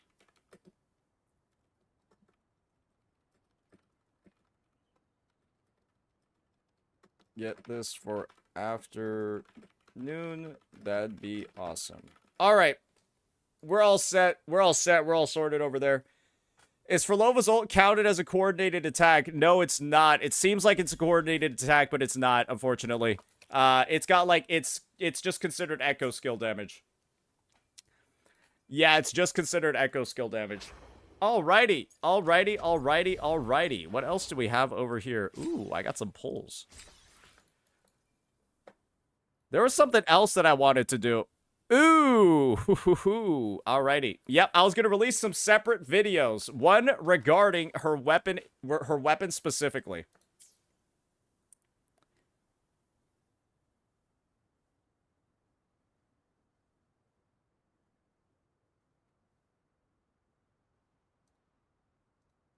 Alrighty.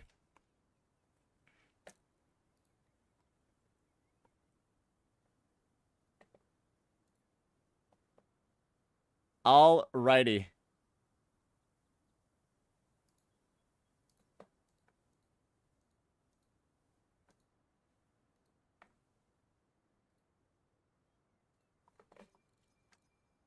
Let me go quickly see this databank thing real fast. Seed drip marketing. I saw it. I don't care there.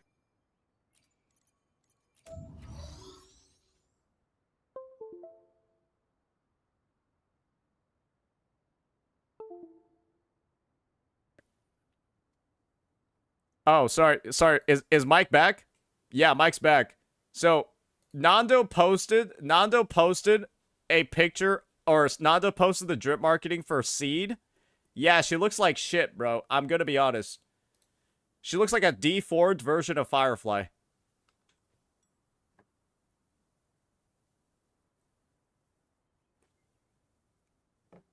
She's like Firefly 0.5. Literally Firefly 0.5.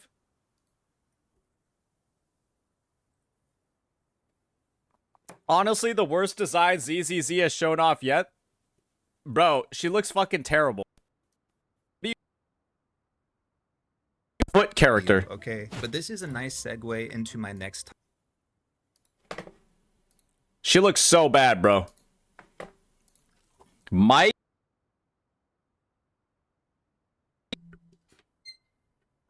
All right. Should I just end stream then? Yeah, maybe I just end stream then. I've got enough videos.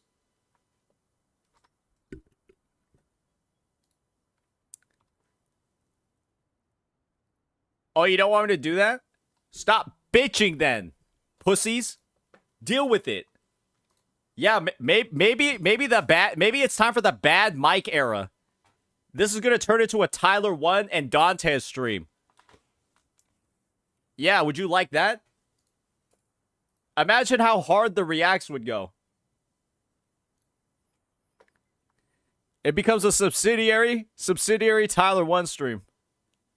Blessed to hear the worst Mike in Gacha Gaming. Guys. I wrote this in Gateo's chat and he permanently banned me. This is all I wrote in Gateo's chat and I got permanently banned. Wasn't this like legitimately hilarious? Like, bro, like, why would you permaban somebody for writing that? Actual pusa move. Straight up pusa move. All right, does Pridewind have like their own damage calculations for Wuwa and like how much damage teams do? Because I just want to like have like some sort of like reference. You know what? We could just kind of look at the personal damage that people are dealing, right? Yeah, I think that's enough. What's Phrolova's damage in one rotation? All right, let's get like a DPS up here for comparison. I need some glue for this one. So, where is our good old girl Camellia? Where is she at?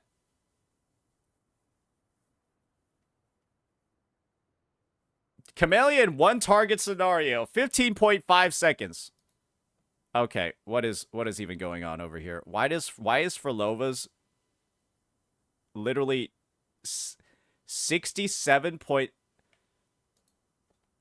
Are these numbers even? Do these numbers even make sense?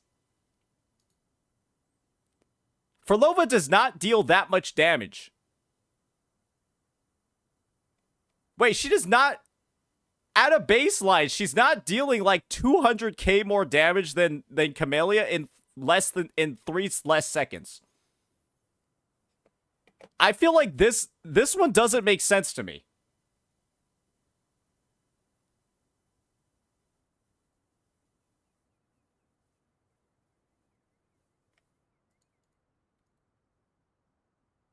Wait, why is her her damage feels like slightly overstated? Not even slightly. It feels like overstated on here. Wait, what does a Gion's calculation show? Wait, how is... I guess this is the thing, right? A Phrolova rotation is taking the same amount of time as Gion's. And I guarantee you an S5 Gion is doing more damage than an S0 Phrolova. Wait, these numbers look highly overstated. Do you have an explanation for Phrolova? Read it.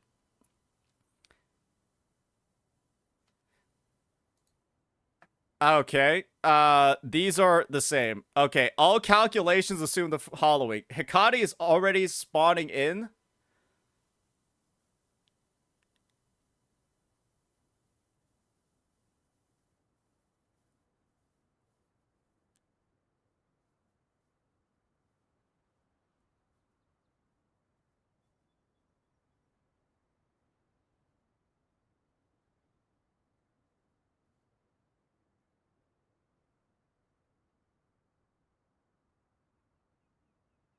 Okay, I guess this is the thing, is every other DPS appears to be in, like, the same realm, right? Everybody's over here and in their solo calcs. They're, like, all at... Okay. Okay. Jinxie's just appears higher for some... I guess Jinxie has the condition of her always being at full forte. Yeah, she probably has a condition of her being always at full forte and she requires a team, so Jinxie's a bit of a moot. Like, that, like, what's a fucking Zhang Li Yao one looking like, bro? Yeah, they're all at like 300, 400K. Kameli's at like 300, 400, and then like she's just out here at 600.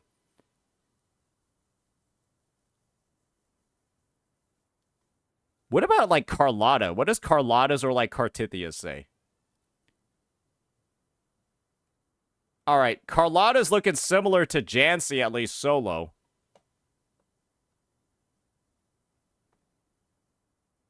What about Cartithia?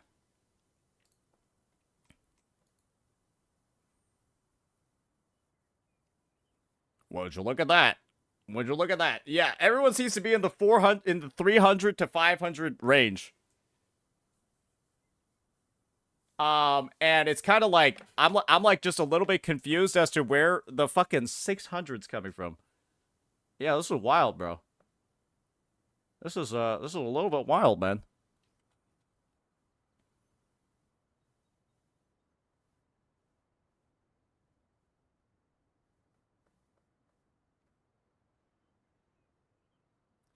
Chameleon Cartithia occupies more field time, hence diluted. Phrolova has a short field time. I mean, I can understand that. I can understand that. All right, I guess we just won't look at these calculations because they seem like a little bit very conditional. Very conditional on abusing all of her self buffs. I guess I'd rather just look at all of this and then start talking about the team in actual practice. All right, I guess we'll do that. We will do that.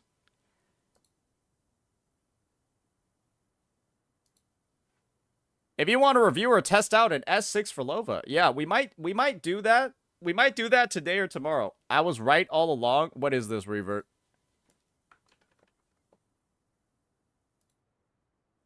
Anime OST, Saint wanted you to see this. Oh yeah, we can go over this. And again, this is gonna be my headcanon. Yep. I'm assuming Techie misfired. Nope. Because if he knew this, I don't think he would have posted. I already knew it. Yep. That's my take. Yep. I don't think Techie would have posted what he posted. Yep. If he knew about this. I 100% knew.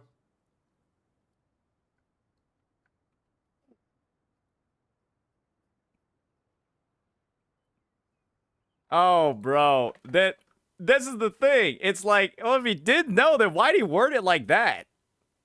Because the way he worded it was like, it almost seemed like he didn't know. I think it's from here. Like, the way he worded it was like, it almost seemed like he didn't know. Anime OST, Saint wanted you to see this. Oh yeah, we can go over this. And again, this is going to be my headcanon. Yep. I'm assuming Techie misfired. Nope. Because if he knew this, I don't think he would have posted I already what he knew posted. It. Yep. That's my take. Yep. I don't think... I mean, at the end of the day, right? Yeah, bro has it out for VAs and flags. Bro has it out. If you put VAs and flags together in a room, you had VAs, flags, and Hitler. Who do you think Tectone would choose to shoot?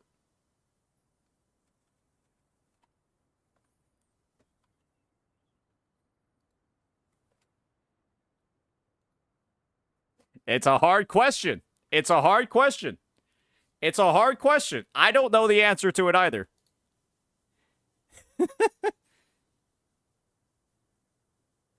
Yeah.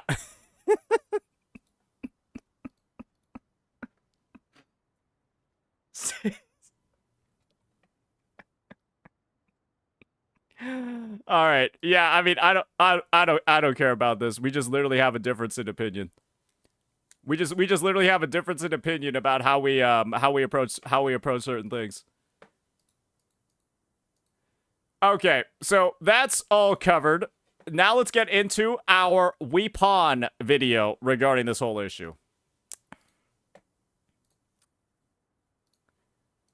Alrighty, ladies and gentlemen, I think it's time for us to have a discussion that's perhaps been a long bit overdue, especially considering the current state of Wuthering Waves. And that is the issue regarding Phrolova's signature, because there is a bit of a situation here, right? Especially when we look at comparisons of Phrolova's signature, Lethian Elegy, to options like Cosmic Ripples, right? What a lot of websites like Pride would do, which is where this is from, is they take this standard weapon, right? The one that most people are going to have access to, and then use that as a baseline for comparing it to a signature. And from the results that we're seeing over here, Cosmic Ripples, the standard 5-star rectifier, appears to be a massive 43% worse than Lethean Elegy, the newest on-banner signature weapon. And that's led to a lot of people, right, starting a discussion about this, right? Even the topic over here is like, what are our thoughts on this? I kind of understand why they did it, but I'm also sad they had to do it. And there are just so many people, right, in the responses talking about how it's a little ridiculous, it should be biz, blah, blah, blah, blaming Stringmaster, doing all of that. And what, we even got the W, this is so player friendly, sarcastic comment as well. And what I wanted to do was actually break down and start talking about some of the nuances in these calculations, and some of the nuances in the actual teams and play style of Phrolova to actually break down why this isn't quite the issue that a lot of people are saying it actually is. There are problems here, rest assured. And we'll break them down and get to the bottom of them, but it's probably not the exact issue that you're thinking too much of right now. So with that, why don't we go ahead and start getting some context over here for why Phrolova's weapon is actually so good on her. So one of the big reasons for Phrolova's weapon being such a massive difference in performance is due to how her kit is actually designed. So Phrolova's weapon has a couple of unique characteristics that separate it completely from other rectifiers. The first one is that it has a massive base attack, while pretty much every other rectifier in the game only has a base attack of like 500, using like Stringmaster as an example over here. And the weapon also has a much lower critical stat relative to those other rectifiers, where Stringmaster had a 36. This interacts directly with the fact that Phrolova's kit gives her a 120% attack increase, which is kind of a lot. It's kind of the biggest attack increase built into a kit in the game. And so that means that this base attack being higher and the crit being lower actually works out well for her, because she also has an echo set that, well, gives 20% crit rate. The second part of this echo set gives a 35% echo skill damage. And that the Hakati 4 cost also gives 20% echo skill damage. And then her weapon itself also gives a 32% echo skill damage amplification. You can kind of see what's going on over here. Phrolova wants a couple of things to maximize the potential of her kit: high base attack, and echo skill damage buffs and amplification, because a lot of her damage while she's in her liberation is echo skill damage. And unfortunately, right, this is kind of like a situation where it's not necessarily the design of her kit or the design of her signature that's causing such a wide gap in performance. It's the design of her kit and the fact that there aren't any other options in the game that do this for her.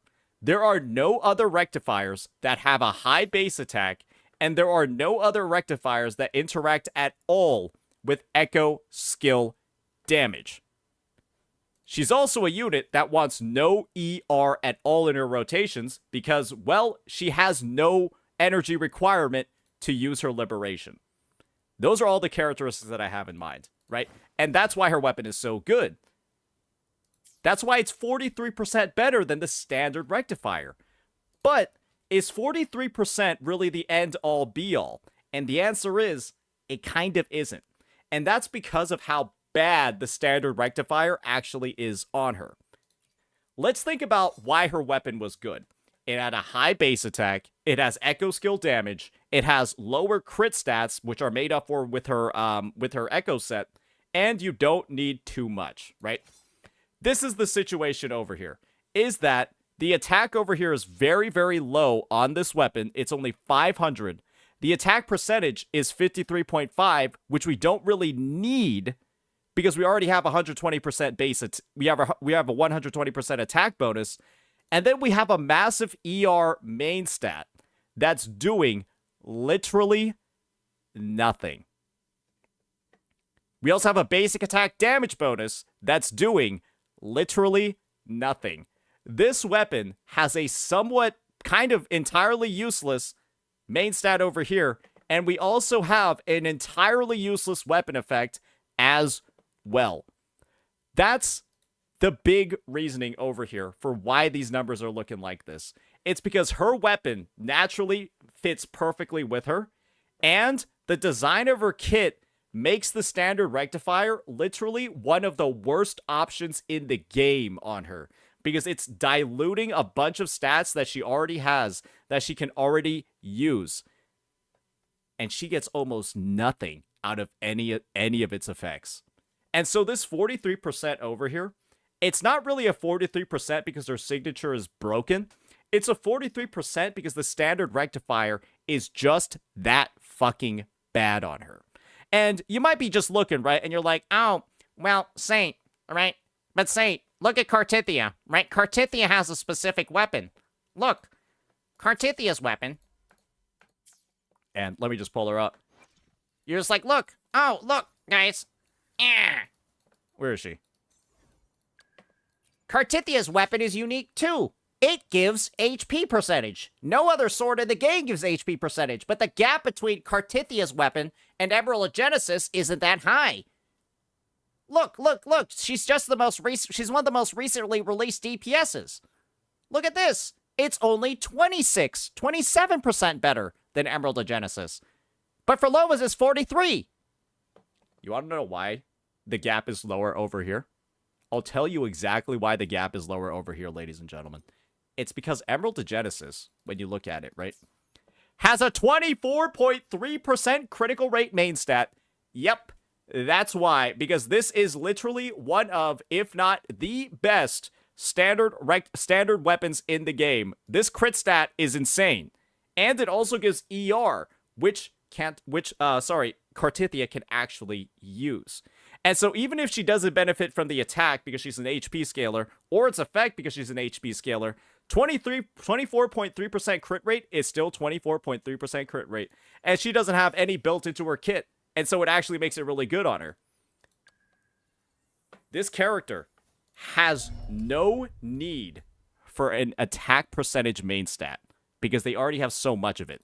And so the only saving grace of the standard rectifier, which is that whopping big attack main stat of 53.9%, does almost nothing for her. And so that's the reasoning for the gap, ladies and gentlemen. And the thing is that this gap looking massive over here, unfortunately, does make Stringmaster not look nearly as good, right? Stringmaster, in comparison to Let the Analogy, is maybe like 10 or 15% worse in actuality, but it just looks wider because of how bad Cosmic Ripples is, and everything's being compared to that. But in actual practice, right, as you're going through and you're using a team like Phrolova, Rosia, or Cantarella, the actual difference in performance between having Stringmaster and not isn't that high at all. And so, to prove it, why don't we just go ahead and give both teams a bit of a go, and then see just how wide this gap actually is. So for this team over here, we will be running Phrolova, Rosia, and Cantarella with, you know, the same exact stuff, right? She gonna be on Let the Analogy. Let's see what the next one is looking like. Or let's see what the results are looking like over here, and then of course, right, draw our comparisons. We're just gonna go in, do our combos, start off the team's rotation with her, and now go to our Rosia.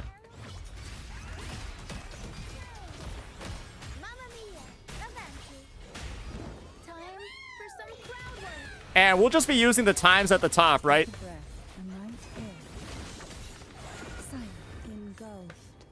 To do our comparisons.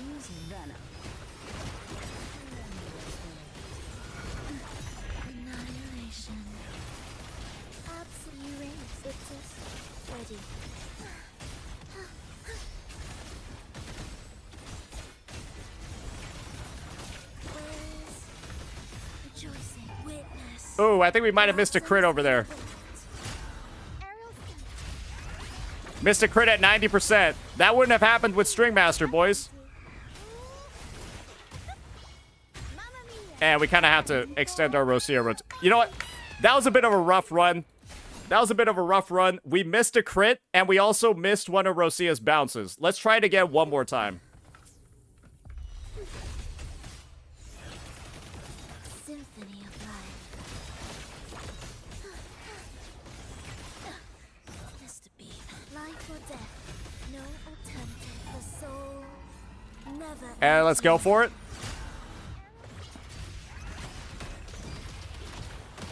Mamma mia.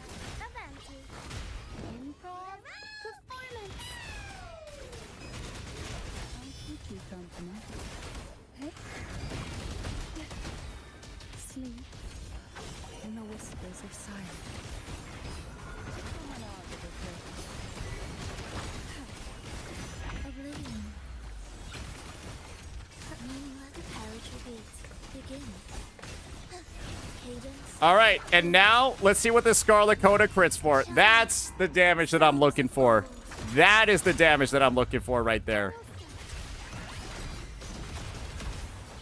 Mamma mia. Avanti. Figure out. And then we get all of our Rosia bounces as well. I'll warm up. And we should finish it off here. In the whispers of silence.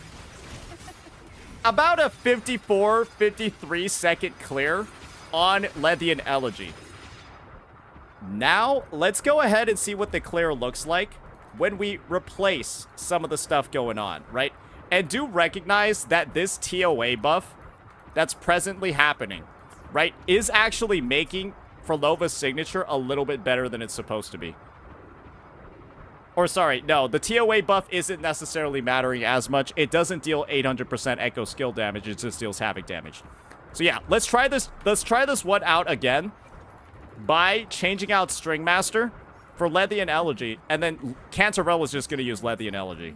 I know technically she is getting a benefit from this, but she's not really worrying at all about the resonant skill damage piece. Let's just see how the time actually, I know the best way to do this. Instead of putting Cantarella on Lethian Elegy, she'll be on Luminous Hymn. There you go. No actual bonuses at all. So let's get right on into it. And see what the time difference is looking like, and if there are any big differences overall in the actual results. We had a downgrade for both of those units. Ictus. Ready. Cadence. Hold. Okay, we got hit. Life or death. No alternative. Witness. And you can see over here, the damage is like...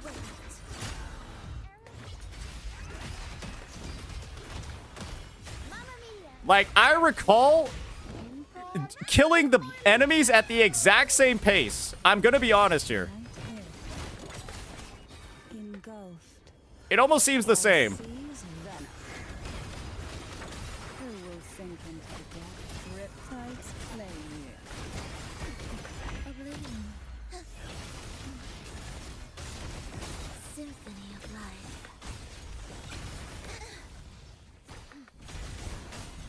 I even got an attack canceled. Echoes. The soul. I even got an attack never canceled. entombed. Aerial feet. Mamma mia. Avanti. Improv. Performance. I'll warm up. Take a breath and right here. Hold in your breath. Sink into the endless deep.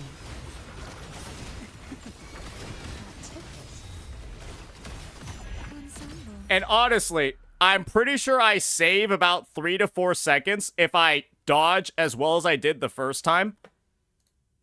I kind of messed up the rotation. I took a couple of extra attacks on some of the units.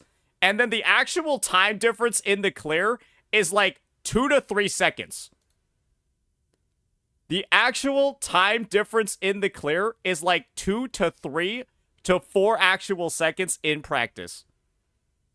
It's a 10-second difference, and I got hit 2 times on the String Master clear and 0 times on the Lethian Elegy clear. Guys, it's like and we downgraded both weapons. Cantarella's on a signature that has no effect on her, and we're on String Master. It's like the actual difference in practice is almost non-existent. And if you're slightly invested, and if you guys are slightly invested, guys, in your build, functionally there might be no difference at all. If I'm frankly being honest, it's not a 30% increase. Otherwise, we'd be clearing like 20 seconds slower. But we narrowed it down. It's like a 4 to 5 second difference. And if 4 to 5 seconds matters to you a lot in the TOA when you're already clearing it with over a minute left over, be my guest, panic, freak out about how wide these calculations look. But this is the reality of the situation over here. When you play this team, Phrolova isn't like some character that's like some Giga hyper carry, right? That goes in, deals 90% of her team's damage, and so having a really good signature means a lot for her performance. That's not how it works. In this team, this is a hybrid team where these two characters actually do deal a significant portion of the team's damage. And so that means that the gap in performance between signature weapons and options over here, Phrolova's a smaller composition of the team's damage than a Camellia is in her hypercarry team, or a Gian is in his team, or a Jinxie is in her team. She's a lower percentage of the team's overall damage. And so her and her weapon choice don't matter as much as the investment that you have in these units. And so, yeah, I would just say don't worry about it too much, what type of weapon you have on her, even if you have the standard one, because it matters more how well these other two members are built. It matters more what weapons they have. It matters more if you're able to reach 130 ER or 70% crit rate on Rosia so that you can consistently use her liberation and gain its attack buff. It matters more whether you have 130 ER on Cantarella so that you can actually have permanent uptime on her liberation. The gap is very visible if you try her solo. Yes, that is actually literally what I've been saying the whole time. Yes, but is Phrolova a character that you ever want to play solo when she literally has mechanics in her kit built around her team? When Phrolova is not the active resonator, you literally can't even use Aftersound if she's not in a team. And so arguments about her solo performance literally do not matter, at least in my opinion, because you are actually not able to use one of the biggest parts of her kit, her ability to infinitely stack critical damage, which you lose all of that potential if she's not in a team. You can definitely play her solo if you want. I'm not saying you're dumb if you do, but talking about damage comparisons in solo are pointless. You want to know why? Because sets like this exist in the game. What is Jinxie's best in slot set, guys? It's Celestial Light. What do you have to do to activate Celestial Light's effect? Use an intro skill.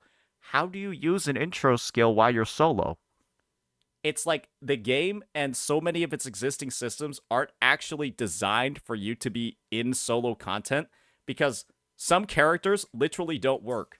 You want to know who in solo content can't even use their kit? Camellia can't even use Ephemeral when she's solo because she's required to build up Crimson Pistols. You can't even generate any without using an intro skill. It's not possible. I think the only way to do it is to like build up.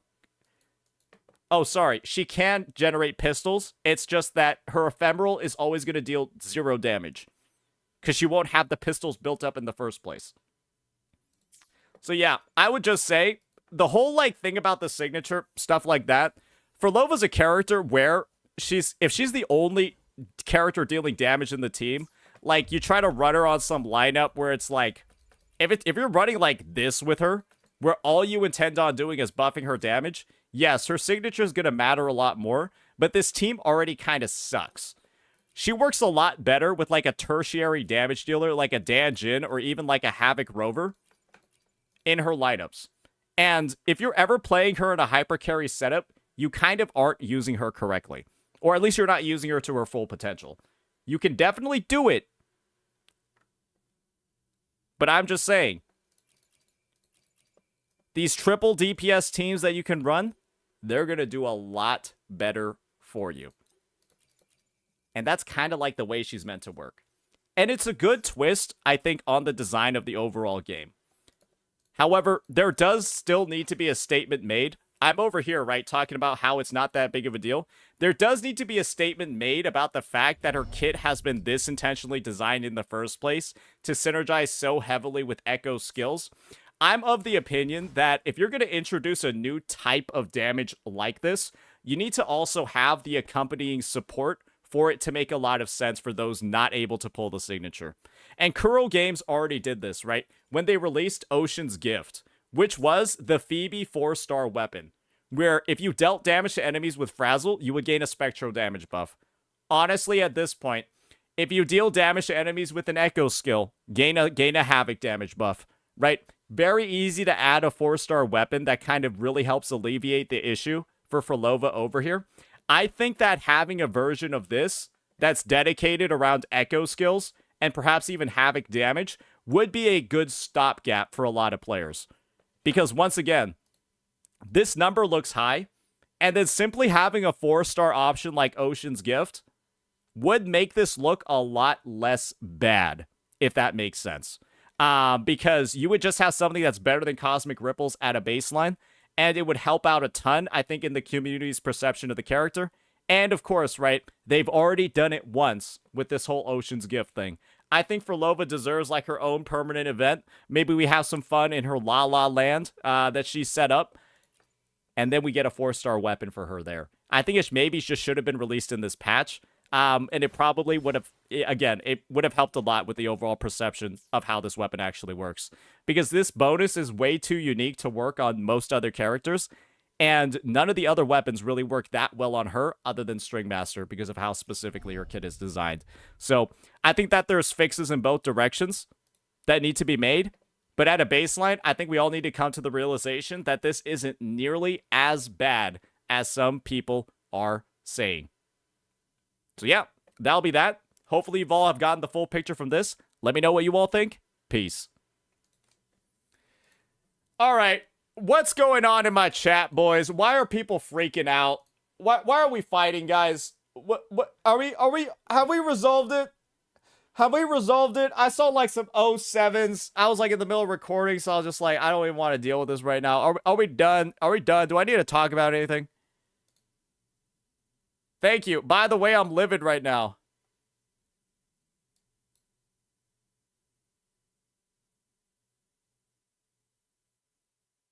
Oh, dearie me. Oh, dearie me, guys. Oh, dearie me. What happened, guys?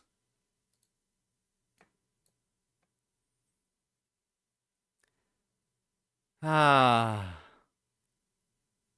Guys, why are we starting drama over fucking Excel spreadsheets?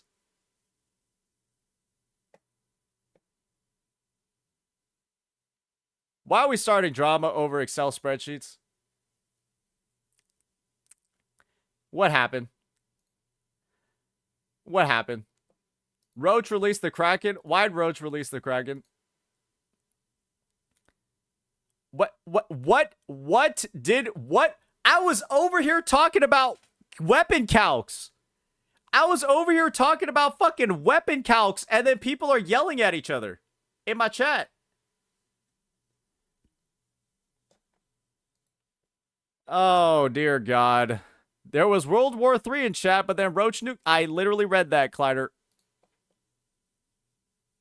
Just check Kaiser and Mai's conversation. Ratke's fault for existing. It's over. Guys, what the fuck is even going on over here?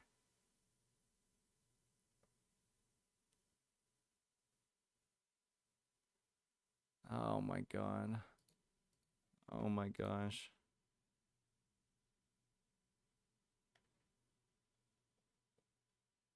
Roach didn't nuke shit. If anything, he nuked context. Okay, guys. Do I need a fucking... Alright, I feel like we're not going to be able to move past this until I go ahead and I fucking investigate. What the fuck is even going on, bro? Oh my gosh. Oh, whoopsies. I accidentally raided Kaiser. I need to go look up user Kaiser. Whoopsies. I don't know why I typed in raid. Oh boy. Alright, let's get some context over here. What happened? What happened, boys? Alright, let's see it.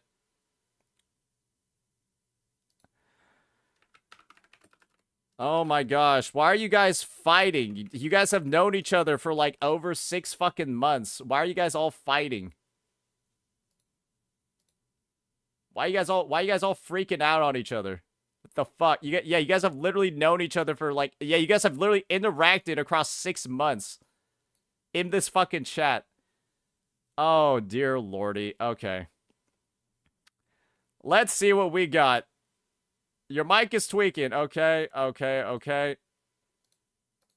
I see that Roach deleted a bunch of shit. Okay. Lol W.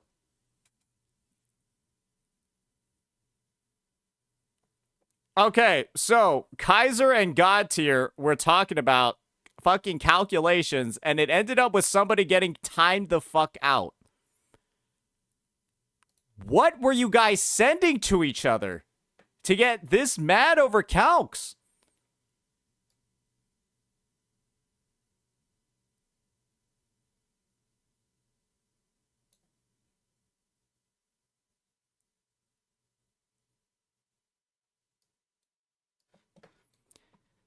Was it this? This is why Maggie calcs were so highly praised, because it showed the opening rotation, then the loop rotation. God Tier said, I get that. I get that. Just I personally don't care about anything related to Maggie. Which is fine. Right? It's a fine thing. Please be respectful about that. At least. Don't care if her calcs are on point now. Her calcs Doom posted power creep before. Or, sorry, that was afterwards. Don't care. After everything that went down with her, I don't want to know anything related to her. WW for those that care, though. Happy for them. Looks good to me. Pridwin's calcs pale in comparison to how much work is put into Maggie's calcs, which also benefits from contributions from the masses. I'm just stating facts. It would be the same even if Maggie wasn't the one who developed it. That being said, doesn't discount the fact that Maggie is indeed a rat. Oh my gosh. Oh gosh, guys. Did we just... What are we doing here? What are we doing here?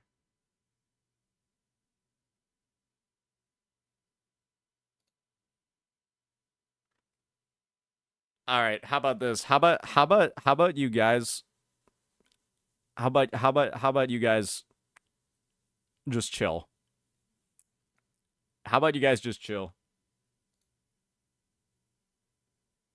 How about you guys just chill? Right? One is, it's okay not to like people, guys. It's okay not to like people. It's okay not to like CCs. It's also like, I don't know why I don't know why we're out here. Like, it looks like we're Maggie Sims. It looks like we're not. It's like, yeah, I understand that, like, you might like her sheet. But it's also like, okay, like, do we want to keep talking about it this much? Because I will say, repeatedly talking about it, because I guess this is the thing, right? Is after here, after this message, right? After this message, this is my honest take. After this message, the conversation is effectively over.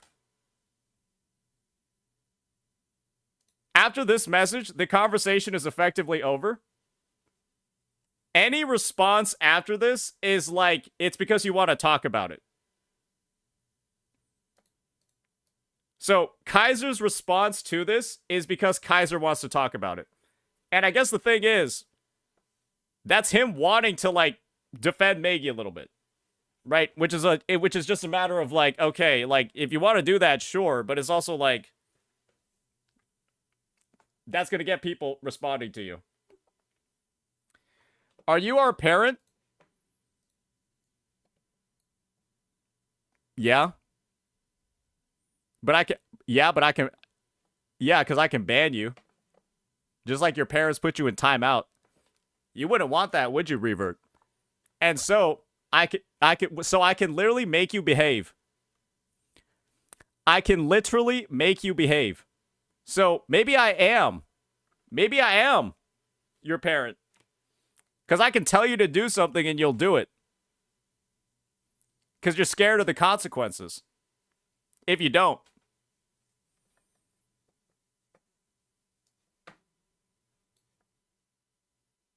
I'm scared. That's how it should be. That's how it should be.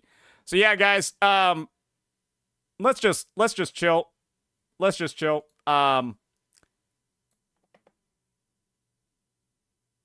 Let's just chill. And I guess the other thing is I mean, we know for certain, right? We know for certain right now that talking about Maggie is like, that's just going to lead to a discussion of a bunch of people talking shit about her. Right? And so if we're intentionally bringing up Maggie in the chat, then that's we know what we're trying to do with that, right? So I would say the blame actually does unfortunately lie with my mod in this situation with bringing up Maggie and then not dropping it. Right? That I think we can attribute the most blame over here to bringing up Maggie and then not dropping it afterwards. Right? Right? Is that a fair judgment by me after reading through all of that? Is that a fair judgment by me? What's the punishment? There is no punishment. Like, guys, it's like, what the like, just like. And this is also the other thing, Kaiser, is I don't think you thought about it very much, but these calcs actually do make sense to me. You wanna know why these calcs make sense to me? Because no other character in the game has a 120% attack buff built into their kit. And so because these are solo calculations, they just look retardedly high because Phrolova has a 120% attack buff built into using her liberation. That's why. Right? And her lack of synergy with other buffs in the game aren't as apparent in these solo calculations. And she has the crit damage buff as well, right? All those different things are occurring in the solo calcs that overinflate what they're looking like over here relative to other characters. Just brutally honestly, right? So I think it's attributable. I'm pretty sure without some of like the freakiness of her kit, it would just look in line with other characters, or probably even be lower than other characters. So yeah, that's that. We got that video going as well. Let me send that to another guy. Editor, I know you were here. I saw you in the chat. Don't worry, we've got the next Phrolova weapon video ready, bucko. Yeah, I guess you're in the chat cuz you need more stuff to do.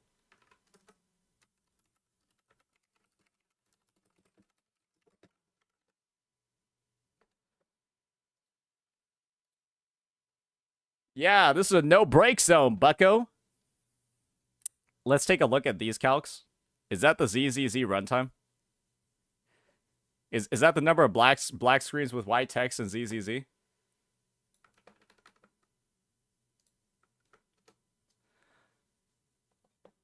Kaiser. Okay, I understand that you really like Maggie's sheet, okay? But to say something like there's just a lot of info regarding Pridewind that's left out and easily confuses people who aren't in on the math, brother, if you're not in on the math, you're not going to understand Maggie's sheet either. Like, I hope you understand that. It's like, if somebody's not aware of what's going on Pridewind's calcs, they will have no clue what Maggie's calcs are showing.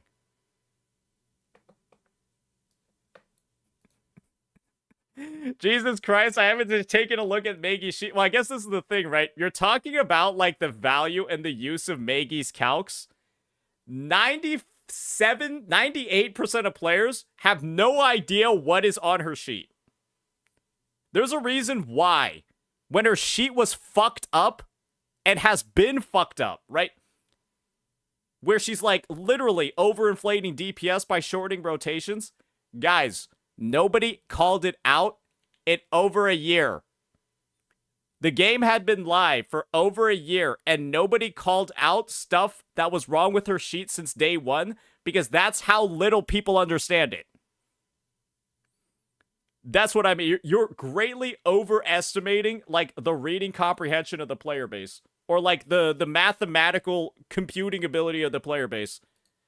It was just like, yeah, oh yeah, this attack that takes 4 seconds could easily be done in 1. Yeah, I believe that. That's in the past, man. Well, I mean, that's the thing, right? That's the thing. So it's like, that, I guess that's like the additional context in there that I feel like has been lost with some time, is that, I mean, yeah, the sheets had some fucked up stuff in it. People were just using it for fun, not understanding what was in there. And it'd been going on for like a year. That's how, like, not actually applicable stuff like a sheet that complicated actually is. Gacha players can't read, my guy, let alone understand math. Yeah, that's true. Well, they can look at numbers. But yeah, once again, guys, it's just, it's no big deal. It's no big deal. Those have been updated since yesterday or something. Where's my ZZZ HP inflation charts or WUBA? Guys, I'm gonna be honest. Kaiser, wasn't this most recent floor the most HP inflated of them all? And then the only reason for this so-called HP inflation is because there's actually a fuck ton of mobs? Right, that's pretty much it, right? It's HP inflation because it's a bunch of 1 costs that you can kill in 1 attack. It's a bunch of 1 costs you can kill in 1 attack. Okay, so it's not even real. It's not even real because I'm gonna be honest, the clear time on this felt incredibly easy. Like it feel like this one low key is easier than almost all the other TOA floors combined. It's just a matter of, are you managing to hit 3 of the closely spawned enemies together? It's the same clear time as floor 1 with more HP. Yeah, that's typically how stuff like that works. Okay, alright. Alrighty. Cool. I got a 1 minute 33 second clear with H Rover. It's also just the Mech Abomination. Guys, the Mech Abomination is the biggest joke of a fucking boss I've ever seen.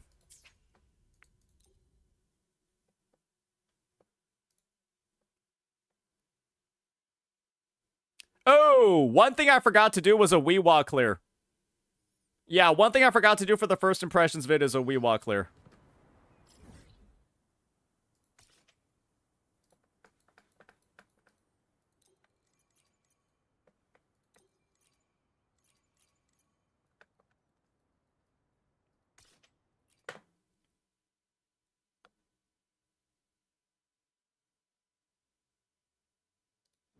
And before we forget it, because the game mode is unfortunately kind of forgettable with how easy it is, let's give her a bit of a test run in Whimpering Wastes.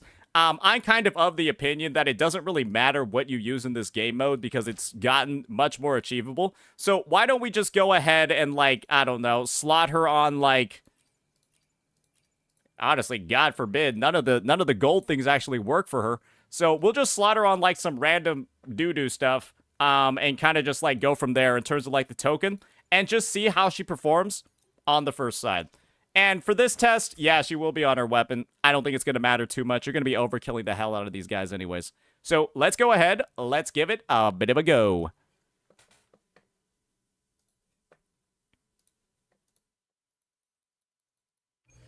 And she will be going against a lot of resistant enemies, so do keep that in mind.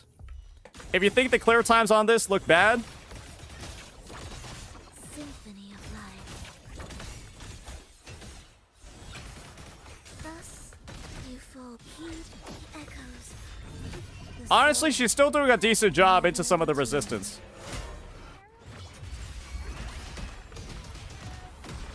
Mamma mia! Event!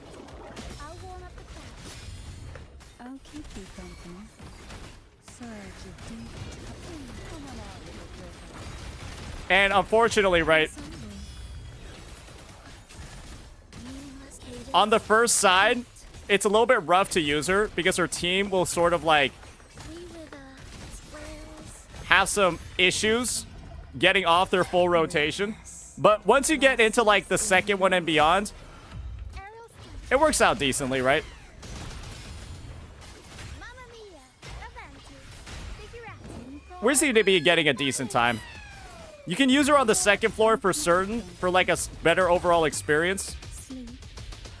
But honestly, because of how much like built-in CC and stuff is in this team, I don't think you'll have very many issues at all. Annihilation.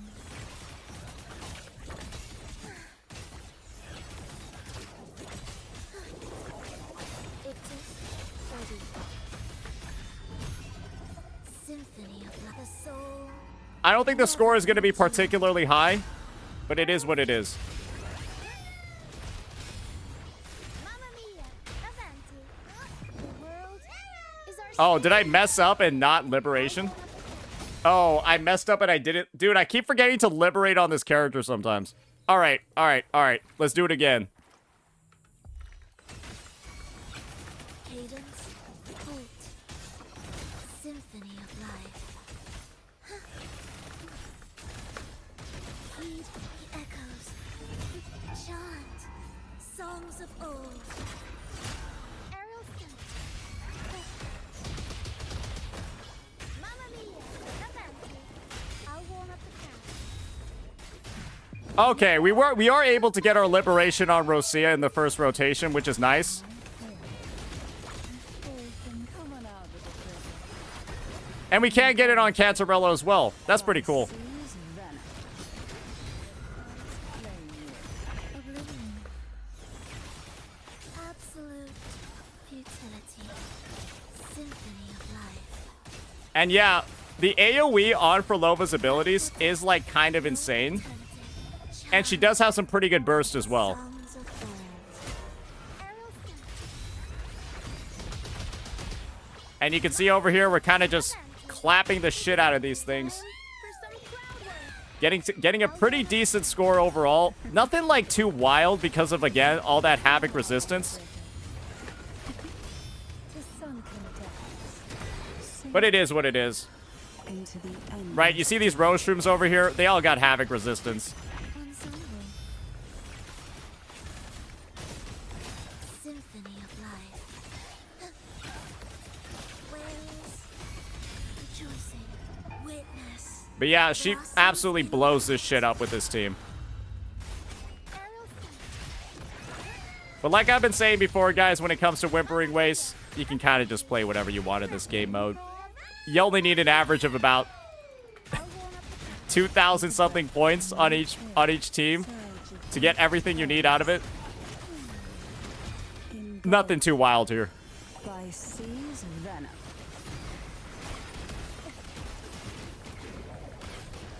This one being all Roshrooms is kind of brutal though. Erase. Symphony of life. Heed the echoes. Oh, that was nice though, how delayed some of her explosions are to ensure that you can, you know, one-shot some of the waves. Yeah, I would say this much of a score, 3.4, almost 4K, into this much resistance is kind of wild. Yeah, so many of those enemies are Havoc resistant. She is, in my opinion, a top-tier Weewa character. To almost get 4K on like maybe my second or third time ever playing the team. Yeah, I think it's real. I think she's pretty damn good. And no, we won't be running this team. But yeah, that'll be that for the Weewa demo. Now let's go back.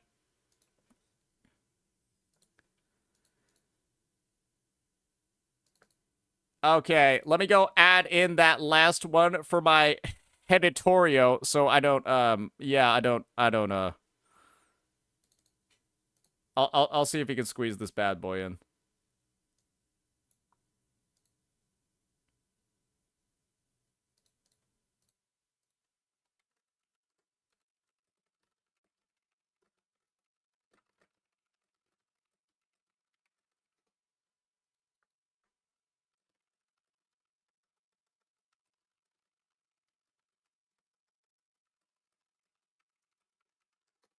Okay, cool. We got that covered. So yeah, she absolutely booty wipes whimpering waist.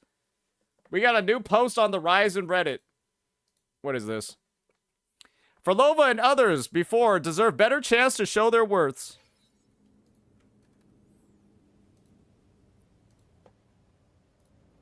Let me see here. What I observed is that for every new patches since Controversial 2.3, where it's barely 1 or 2 days in, top popular posts will be like criticism ones with the same old reasons. For example, for a new character, a specific team is required. Otherwise, it's unfriendly with other characters. Signature is always a must pull, or else they are unplayable or mid. Nobody has a decent Phrolova build yet. Blah, blah, blah. All of that. Yeah. I mean, don't worry. Guys. Keep Doom posting. Please. I'm telling you, please keep Doom posting. Don't stop doing it, because then, if it gets popular, I can make a video on it. Keep Doom posting everything in the game. Especially Doom post if it's wrong. Especially Doom post if it's misinformation. Because then I get an even better video where I get to prove it's not real. Keep doing it. Don't stop. I beg you.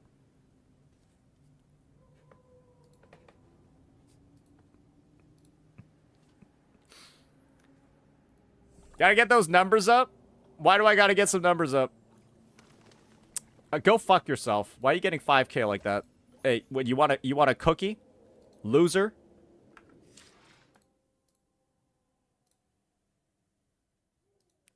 Sorry, that was a little mean.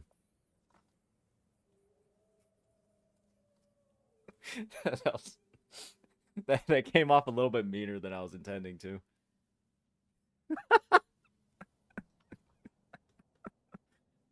$5K is a very impressive score.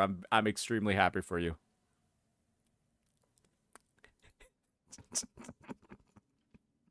Wait, it was Shamiji? Oh, it was Shamji. Never mind. Everything I said still holds. Fuck off. All right. We've got quite a few things to look at right now. Oh man. You know what though? You know what? Are there any good vids that have come out? Because we might get back into some more gameplay if there's not, but I just wanted to do a quick vibe check just because there might be some crazy stuff that's come out. Oh, I put the wrong link. Oh, okay, editor. I will go fix that light speed. I'll go fix that light speed. Oh, that's not good.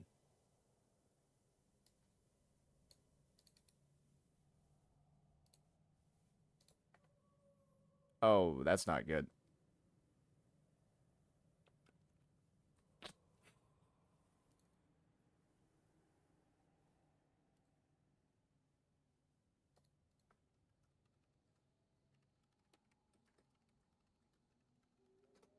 Okay. No new vids? People are making the vids right now. Oh, the Cosmos one. Oh, the Cosmos one. You're right. You're right.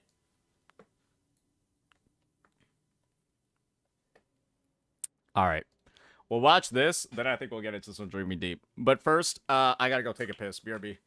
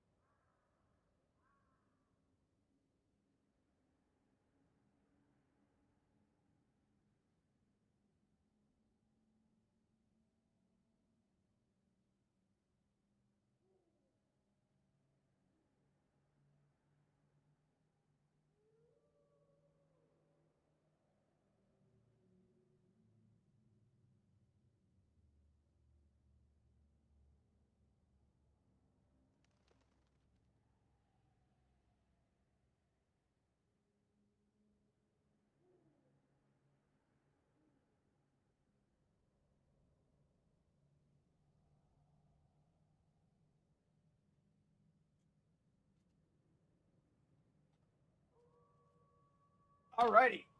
Okay, let's get right on into it, ladies and gents.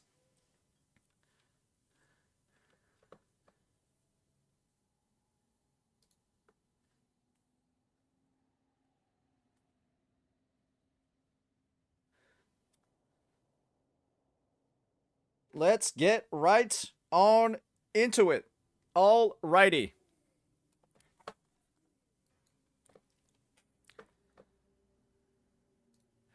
Alrighty, ladies and gentlemen, it is true that Wuthering Waves 2.5 has dropped, and many are considering it to be one of the most cinema patches in the history of the game, despite all of the insane, incredible amounts of Doom posting there were for the update. People calling it filler, people calling it empty, and it actually turns out with things like Dreaming Deep updates, all of that, it's actually really damn good. And so Cosmos has gone ahead and put out a video when a Wuthering Waves player sees a Gensino Impacto update.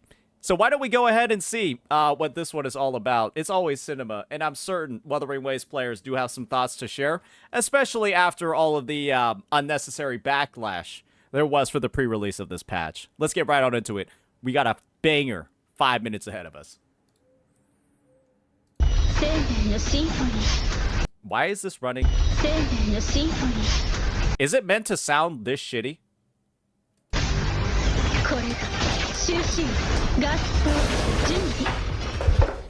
We're gonna check out this new Genshin update. We have a new star, ladies and gentlemen. I have no idea who this is, but I assume they're a big contributor. You gotta check this new Genshin update, bro. This shit gonna be wild. This shit gonna be wild. This shit gonna be wild. All right, let's see it. Bro, check this out. Wuthering Waves update just came out. Why would I? After you see this update, you gonna quit Wuthering Waves. Stop trolling. Bro, nothing's gonna make me quit. What?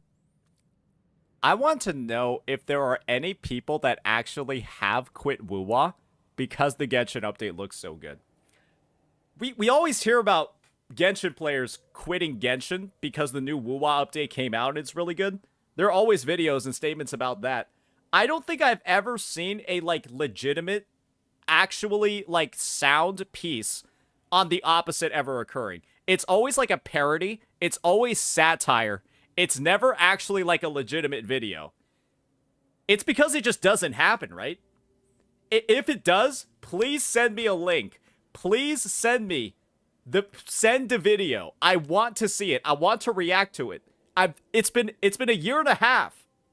Wait, what are you talking about? Bro, come and check this thing out. Bro, come and check this thing out. Alright, fine. I've only seen skits of it. Like this one. Come here. What you got? Yeah, so you playing Wuthering Waves. I know you love how the overworld looking. Septimon and Rina, whatever Rina shitta, but check.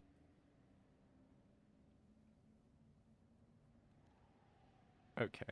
Alright, man. Bro, check this out, bro. Check this out. Dude, I don't know why.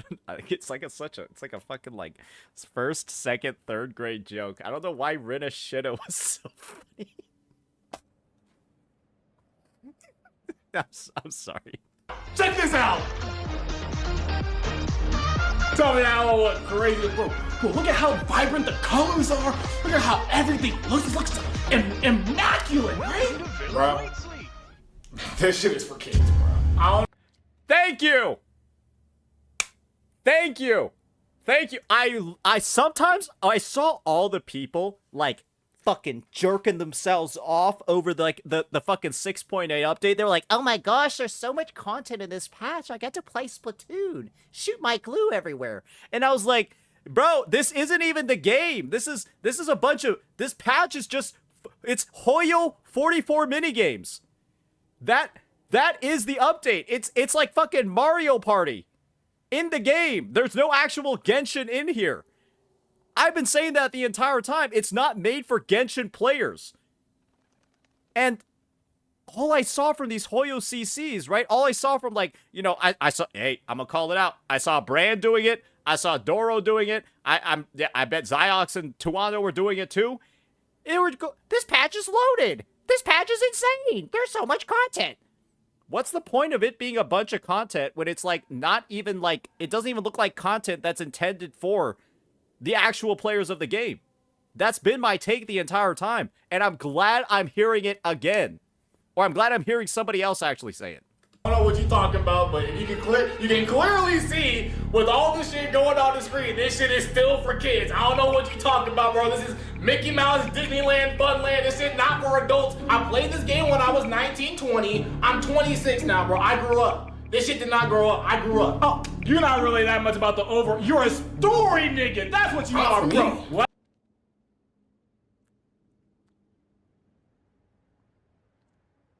He's allowed to say it. Don't worry, when you see it get to the serious part of the story, bro, that's when it's real crazy, bro. Check this The out. location of my next assignment. Nod cry. It's the wild hunt! Look out!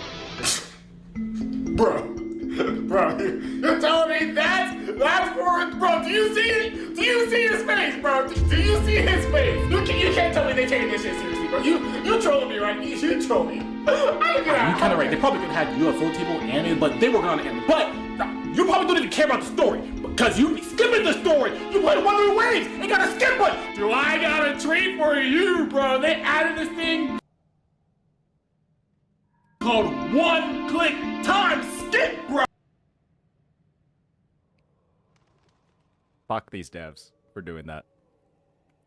Fuck these devs for, in every single one of those patch notes, looking for the most baity wording that they could possibly think of, just to ensure that they can misinform as many of their potential players looking for a fix to the game as possible. I swear to God, it's like, you know how in like anime or like fantasy movies, all of that, there are like entities that like gain power from negative emotion and negative feeling?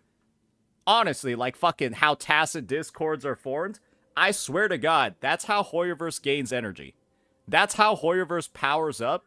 It's like harvesting negative emotions from their player base, and that's why they keep doing shit like this. I don't know any other explanation. They're just pissing their players off. Bro, what skip? Damn, the skip button? Well, it's not really you skipping the story. You skipping the time while you're doing the story. Like, you know how some quests have a specific time you have to be at to do the story, like, 10 p.m. You don't gotta go into the clock. You can just click it and it'll skip to that time. That's not the same thing. So like you literally saving time. So you're saving like double time, like time squared. You're saving time squared. Like, you're not saving the story, but you're saving time. Like more, I'm talking. Bro. All right, bro, wait, before you leave. You gotta at least check out this character. This character's gonna convince you. This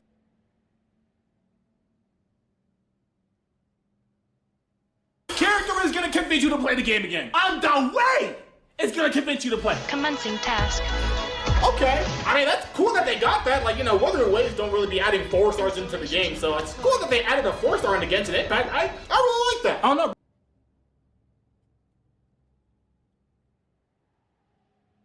Bro, does she not? Does Inefa not look like one of the shittiest units you've ever seen, bro?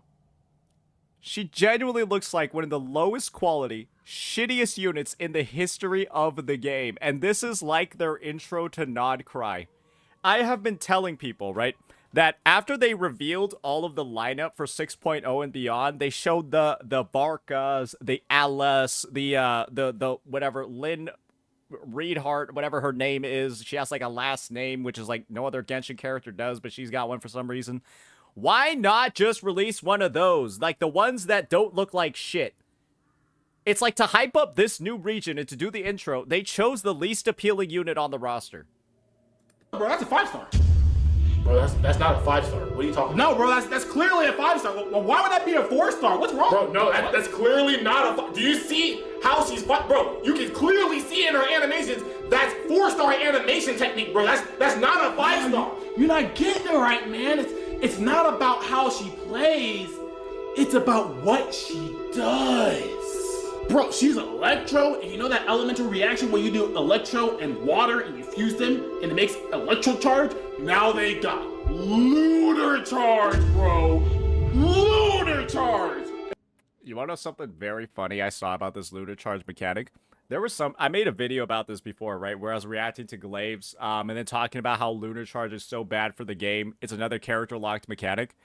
You want to know what I saw from the Genshin Impact official Twitter? I think they released some news on what the weapon's actually going to do. And Nefa's weapon. You want to see it? Where is it? You want to see that shit? Let's just zoom in real fast. Let's just zoom in real quick. This is a Neph's signature weapon. Significantly boosts attack and lunar charge damage. I wonder what we're going to be seeing in the Abyss, boys. If an enemy is affected by lunar charge, increase the damage dealt to them by 75%.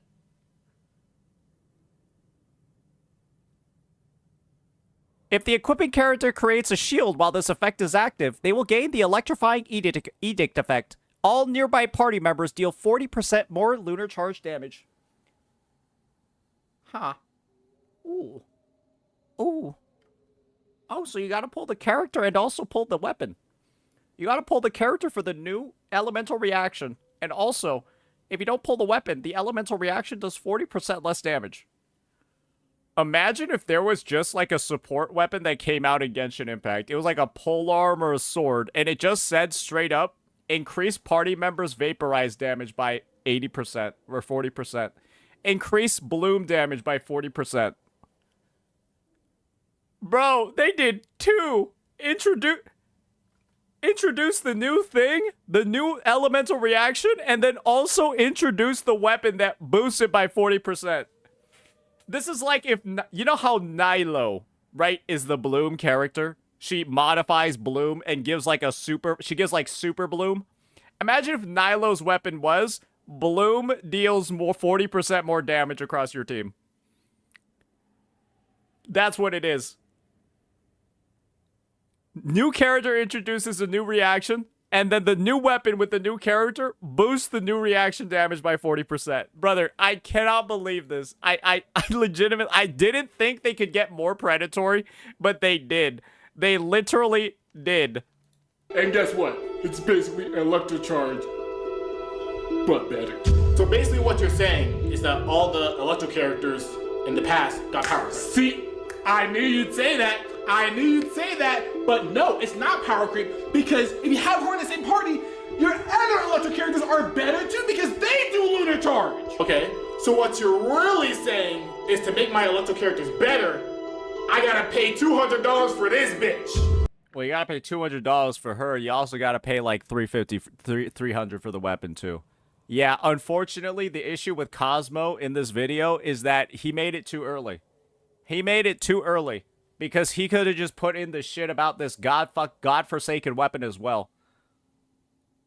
It's not just a $400 to upgrade. It's actually $500, $600, $700, $800 to make your electro characters better. Yeah, get it straight, bucko. I'm glad we could provide that context, though, because it's literally worse than what he's saying. It is actually worse. It's worse.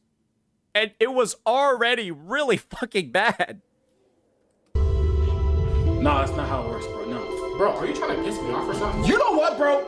You are just an indecent human being who can't understand peak. Check this out, bro. Look at the views that Genshin Impact got on his live stream. You think Wondering Waves can pass that? After you see that, then you're gonna go to the Wondering Waves live stream and look at the views that had on the live stream. You want to bet happened? The Genshin live stream was played at the local daycare. And each individual 4-year-old's view of the screen counted as a view. Yeah, it was played at daycares, kindergartens, around the globe. You see the disparity in the views? It's like 10 billion trillion times higher! You wanna know why? Because Genshin Impact was the first to do it. And you can't ever pass the Genesis, bro! Genshin Impact is basically gone. He should have kept talking for like an additional 30 seconds. He should have started talking about the Da Wei Manifesto. And just kept going for like 30 seconds after the guy left the room. That would have been cinema. God damn it, man! Failure. God damn it! Bro, these fucking Kurobots are so hard to convert, bro. We need some more Hoyo shills to line our pockets, man. Guess I gotta try the simulation again. So you saving time. You like literally. Guess I gotta try the simulation again. Oh, we're gonna get the true ending? Oh, okay, let's see the true ending. Saving time. Like actually, like you saving time. That's so dumb as fuck. That shit is so stupid. I can't believe it's happy that That shit is so stupid. they're literally spoon feeding Bro, shit. you literally saving time. Saving time. Jesus. That shit is so stupid. Oh shit. I like the blooper. I like the blooper. Okay, okay. Hey, that might be the first blooper we see. Does that mean Cosmo just gets everything in one go? Hey, put more of those in there. They're pretty goofy, man. I like that shit. All right, so yeah, awesome skit by Cosmo going ahead and, you know, I think truly breaking down really the narratives that are going around about different patches nowadays. Yes, everyone called WuWa 2.5 dog shit. Everyone called it trash. Everyone said that it was going to be absolute filler and, like, nothing really worth, like, getting into. But in reality, it is, surprisingly enough, one of the better patches. One of the best patches, at least in my opinion, that the game has actually ever had. And for, like, an in-between big update sort of patch, this is comparable, right, to, like, a Wuthering Waves 1.4, a Wuthering Waves 2.3, or a Wuthering Waves 2.1. This is probably the best of the non-big patches. Because, yes, this patch doesn't have things like holograms. It doesn't have, like, a crazy abundance of new game modes or events. But that doesn't mean that it's a bad patch. The content in there is just really fucking good. So, yeah, that'll be that. Always good to see some comeuppance, some actual deliverance against those who have been talking way too much shit. And I'm glad that we were able to address all of it today. Because I'm sure Genshin players love this. Hey, I bet you love this, you dumb motherfuckers. I bet you're having a great time reading news about this one. Hey, I hope you're ready for the rest of Nod Cry, bums. Hey, I bet we're going to be seeing a lot more effects like this very soon. I'll see y'all later. Peace out. Bro. You want to know what people in my comment section were saying? They were like, oh, it's actually balanced. Lunar Charge does less damage than regular Electro Charge. So, like, actually, it's not power creep. I wonder why, based off of your initial calculations, Lunar Charge was doing less damage. Oh, so they basically made it so that if you pull the character, their version of the reaction sucks balls. And then if you go ahead and you pull the newest character, you need to also pull their weapon to use the mechanic properly. Otherwise, it's worse than the baseline one. You know what? I think this is enough to make its own video. I think this is enough to make its own video using those comments that I got from those absolute idiots. Wait, I'm in Giga Farm mode, buddy. I am in farmation mode. Let's do it. Let's do it. I think it's gonna be some cinema. Some ciné-moi. Let's go for it. 1 second. I gotta look up.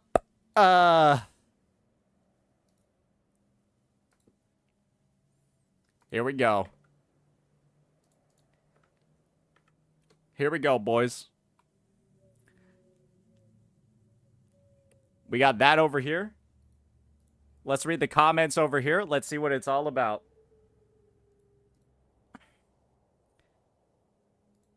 Let me just look up less damage.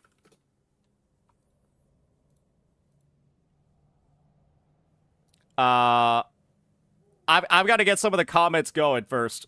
I got to make sure that they're all here.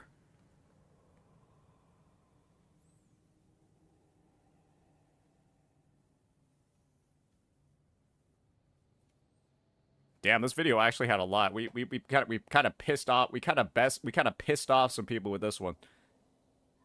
Wait, why are there so many comments?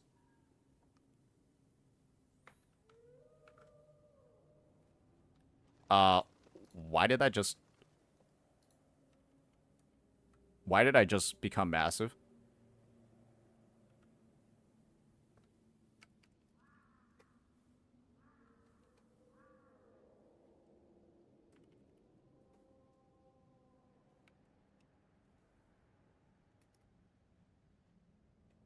Why is it not showing the shit that it's supposed... Wait, there's no way that Electro Charge only came up one time. Is it because it was loading shit? Less damage. I definitely got, like, way more comments than this.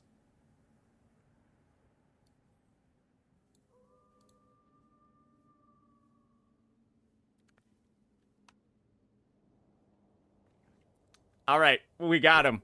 We got him. We got him.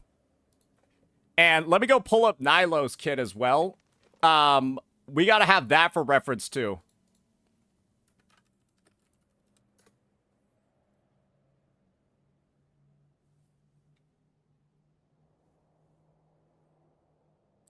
Where is her thing? All right, there we go. We got that as well. We got her special effect that causes her to do that weird bloom shit. We got that. And let's also get Nilo weapon. Key of Kajna's suit, right?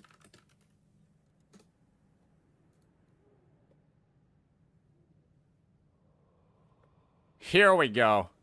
And that is Nilo's signature. Here we go.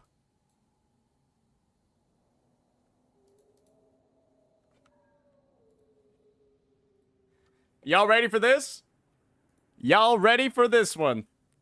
Off the cuff, farming time. All right, ladies and gentlemen, it's time for us to talk a little bit about Genshin. Oh, sorry for showing the better game.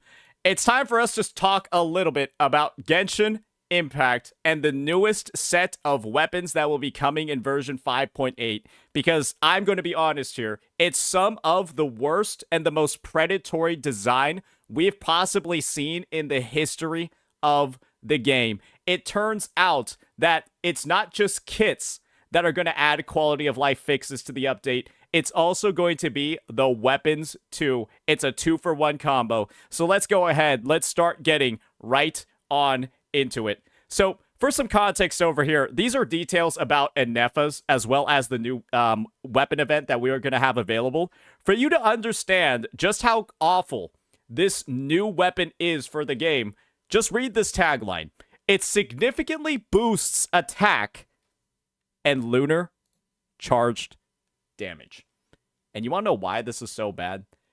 If you're all familiar with my channel, I uploaded a video a while ago talking about how Enefa's kit is a disaster, reacting to Glaive Keo's original take about how locking a mechanic like lunar charged behind 80 pulls and the character's kit is such a massive issue, right? They're shipping the fixes to the mechanic, not in the baseline game and the baseline systems, but they're paywalling it.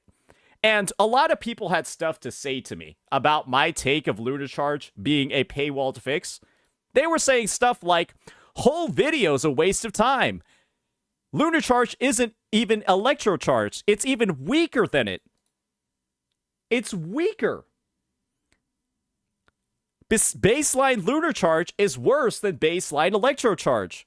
Enefa's Lunar Reaction is the reverse of Power Creep. The new reaction is weaker than the OG Electro Charge. I would agree with this if the Lunar Charge reaction was actually stronger than the original Electro Charge, but in many cases it's similar or worse. Oh. Now I see why. So what they did was they went ahead and they decided it wasn't enough for the new reaction, the actual fix to Electro Charge, to be bundled in with a limited character. They also decided that the bundled in reaction was going to be worse than the baseline Electro Charge unless you pull the weapon too. So Lunar Charge is the fix to Electro Charge, which is a bullshit, unused reaction. You need to pull the character to access Lunar Charge, and even when you pull Enefa, Lunar Charge is worse than Electro Charge unless you pull her weapon as well. Guys, this is predatoriness. This is the paywalling of game mechanics. This is the paywalling of fixes taken to a level that is absolutely absurd. You gotta get the kit to unlock it, and then to make it usable and not just worse than not using her. Another 180 pulls, ladies and gentlemen. Another 180 pulls. And you want to know what this effect reads as? All nearby party members deal 40% more lunar charge damage. It's not just her lunar charge that's getting buffed. It's the entire team. And you might as well just not even use the mechanic. Not even pull a Nefa if you're not going to pull her weapon too. Because you're taking a massive hit. You're using a reaction that's worse than the other one. Unless you go ahead and you get the weapon. And this is the thing. Hoyo has done this before. They've locked a unique elemental reaction behind a kit. And they did it with this unit. She's called Nilo. She was actually released in Sumeru, right? And she was released 2 years and 9 months ago on October 14th. And one of the big important parts about her kit is the fact that she modifies the bloom reaction for Dendro, right? What she does is she makes it so that the new Dendro blooms, they explode a lot faster. They cannot be triggered with, Hyper Bloom or Burgeon, and she's a different way to deal Dendro Hydro damage across your teams, right? This is really similar to how Lunar Charge actually exists. It takes an existing reaction, and it makes it better in one way, but adds some additional restrictions on top of it. And Nefa appears to not have any character restrictions at all to gather her new reaction, making her even, giving her even more potential to be overpowered. And Nilo doesn't even have a weapon that directly boosts it. This is Nilo's weapon. You just get an HP increase, and then when an elemental skill hits opponents, you gain an EM increase. And EM, right, is how you buff the damage of your blooms. This gives EM to the party, right? It's somewhat similar. It boosts the EM, which boosts the damage of your blooms. It essentially does the same exact thing as what this weapon does. However, the wording on this weapon ensures that you cannot, or you can use it, but you're only getting a quarter of the effect using this on other characters other than a Nefa, and it also directly buffs the reaction itself. If Nilo, when she was released, simply had a signature, right, that just said bloom damage is increased by like 40%, maybe we wouldn't be talking about this right now. But this is so on the nose and so absurdly predatory. And when Nilo was introduced for bloom, when Dendro was still new to the game, not that big of a deal. But when you're shipping something like this for a reaction that's as old as Electrocharge, that's been in there and has sucked balls since the start of the game, this is what people are looking forward to. This is what people wanted to actually make so many more units on the roster usable. And if you don't pull the weapon, this is going to be worse than what the existing interactions already are. And if you do, it's going to be better. And so the end result, ladies and gentlemen, is just, this has to be one of the worst signs I've ever seen for the future of this game. This literally is, in my opinion, it is spelling the end for Genshin's monetization as we know it.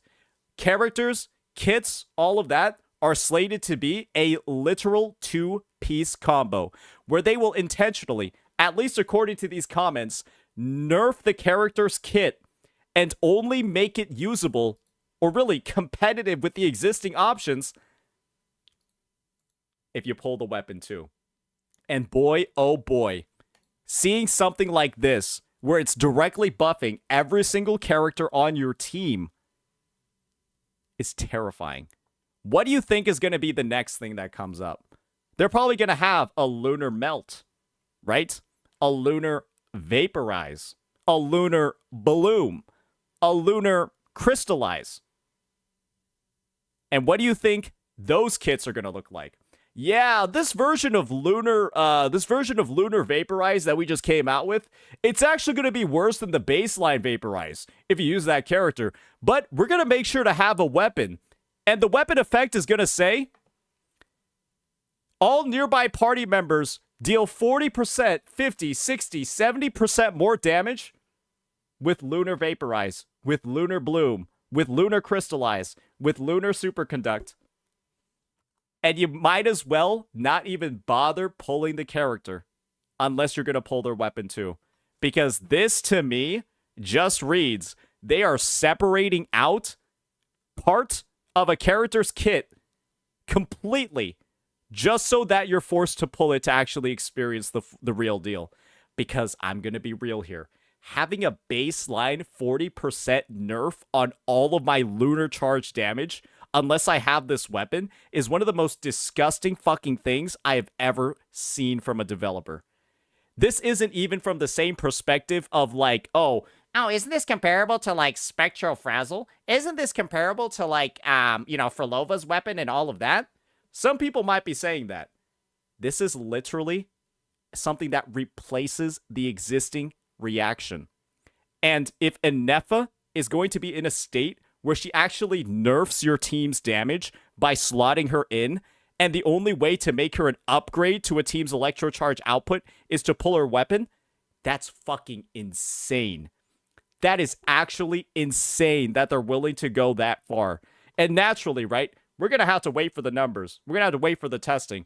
I guess these nerds over here have been like watching the Jeff videos and he just like looks at leaks and everything. So I guess we'll take their take as it is. But I am not going to be surprised to be seeing stuff like this again.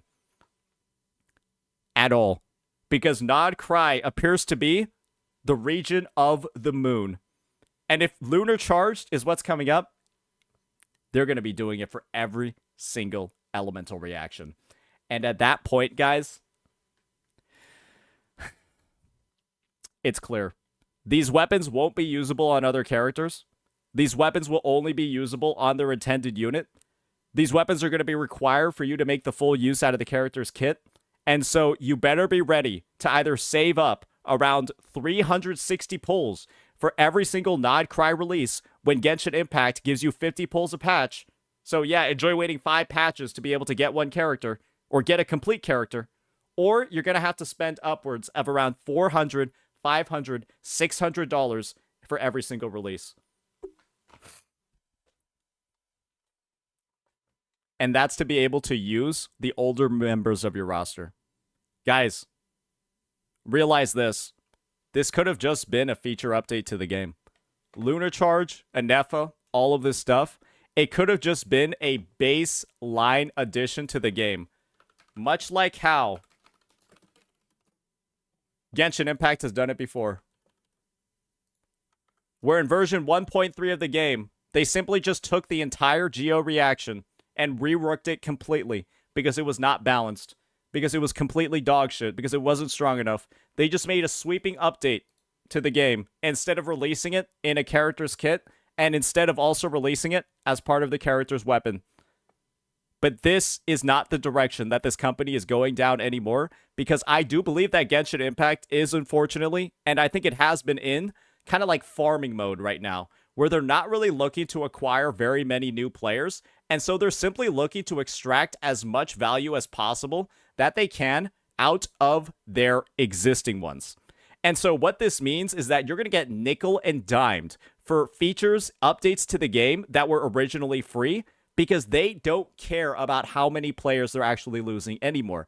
If they can get you to spend, drop another $200, $300, $400 every single update that you weren't doing before, who cares if you leave, right? They're going to try to convince as many of those spenders as possible to just keep going and going. And I think they're going to continue to push the envelope, see how predatory they can get, how much more they can separate kits from the weapons in the hopes, right, that they can maximize as much revenue as possible. Because we've never seen it this bad before. It wasn't this bad with Nilo. It wasn't this bad with her weapon. It wasn't this bad with Geo. And yet all of the stars are aligning for some of the most fucked up balance changes that this game has ever had. And I think that this is just the start of a flood that's going to come forth.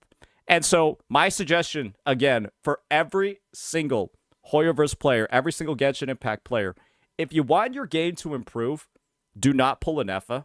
Do not pull this weapon. Do not pull a single unit who uses any of these fucking lunar mechanics. You need to make a personal boycott as a player, much like how there are many players that didn't pull any of the Natlan characters because they didn't want to support exploration quality of life, locked behind a region, and locked behind a unit. And if you don't want more character locked reactions, and then those character reactions being locked further behind a weapon for it to be usable, then you need to make sure that you avoid anything associated with this lunar charge shit.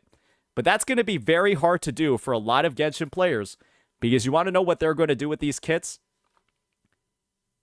They're going to make them overpowered. They're going to make these units the strongest in the game, much like how Mavuiga, Sitlali, Skirk, etc. have the most predatory designs in their kit possible, and then are also the strongest units in the game. And they're going to HP inflate in the Spiral Abyss, make the content unplayable unless you have those new damaging characters. And so the end result is, it's a combination of all these different factors, guys. They're trying to extract as much value as possible. And if you're along for the ride, you enjoy it, you're still enjoying the game, I'm not going to be the person that tells you to quit. But if you're somebody that's not willing to drop $500, $600 every single update for the character and their weapon, just to be able to play the content in the game, like Stygian Onslaught or even the new Abysses, hell, it might be worth quitting now. Quit before it gets bad. This game has been on a downhill trend ever since Fontaine, and while you might get baited by new character releases, when I see that these are the new weapons coming to the game, I don't care about Varka anymore. I don't care about Alice. I don't care about any of these tease fucking units that have been like in the cooks for like fucking 4 or 5 years. I don't care anymore. Because what the fuck is the point when they're going to ruin it with every single other thing that they're adding to this game, making it so hilariously pay to win, or honestly, pay to not have a dog shit time? It's ridiculous.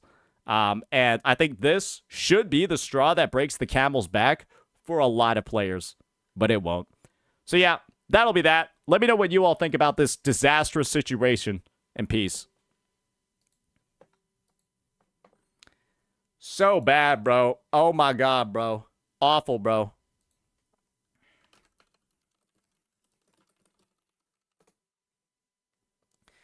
All right, that's another cool vid for the boys.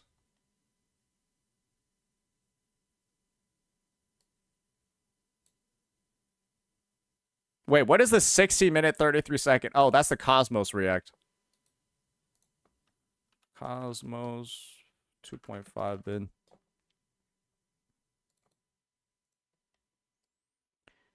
Here we go. That's that one. And then we also got our Inefa's weapon.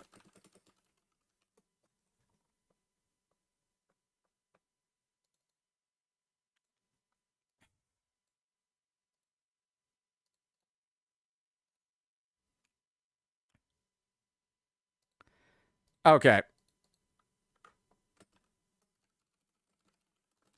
Is a disaster and Cosmos vid. Okay. Sorry, we're just we're in the middle of some heavy farm right now. Yeah, it's been a very busy past couple of days. I gotta keep track of a bunch of shit. All right. Cool. Now we back ready for some woo-wah now after that short little pit stop. Yeah. Yeah, just pumping out 2 videos. 2 videos on the break. That was a nice 45-minute segue.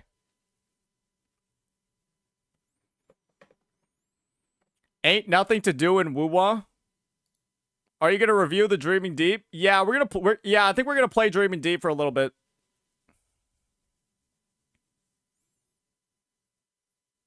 I know you play my Genshin off stream every night.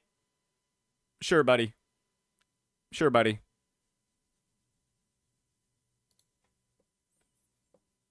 Sure, I do.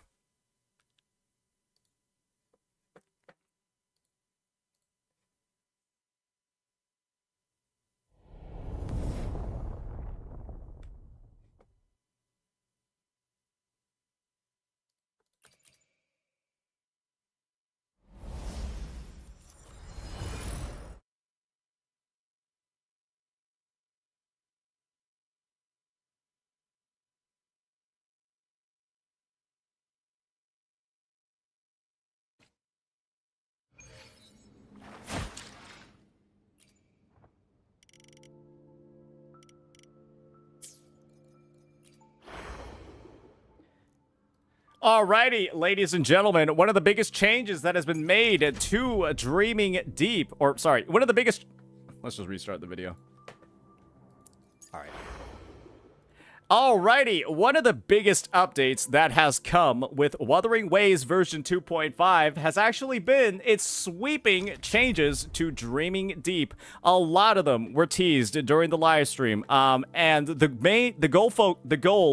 the focus of these changes was to make the game mode a little bit less of a chore to actually do. So I have not been keeping up with Dreaming Deep at all over this time, just because I heard that the runs were taking close to like an hour, and I just didn't have the time to spare for that sort of content. So why don't we go ahead and see what it is all about over here. You can kind of see I'm already like in the middle of a run.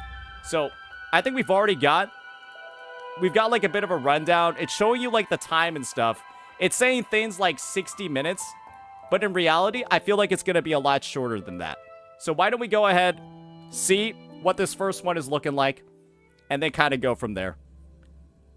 Let's just give our raw, unadulterated thoughts, knowing that we do have some prior experience with the game mode. All right. Double click to move. That seems pretty fast. All right. What happens if I just skip this? Let's just say I don't want to read. It seemed like it was going line by line. What happens, though, if you just hold it? Or I double click it? We'll test that out. Alright, we got Spectral Rover. Last time we played, I think it was like Arrow Rover. So maybe this is more geared for like some of the newer players. Okay, we got that going.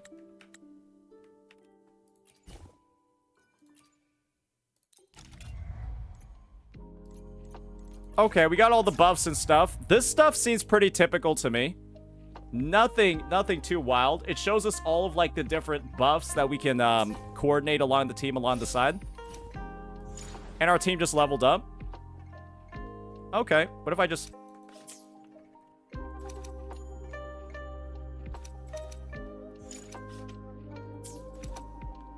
And it'll show me the level of this combat encounter. Okay, cool. It uses the rover you have chosen before going in? Oh, gotcha. Okay, so because I'm using Spectral Rover right now, that's the one it's giving me. Okay, gotcha. So because I was on Arrow when Dreaming Deep introduced, that's the one that it gave me. Alright, I just had Shisha come in for that one. Kind of neat. Our team leveled up. And I get some rewards.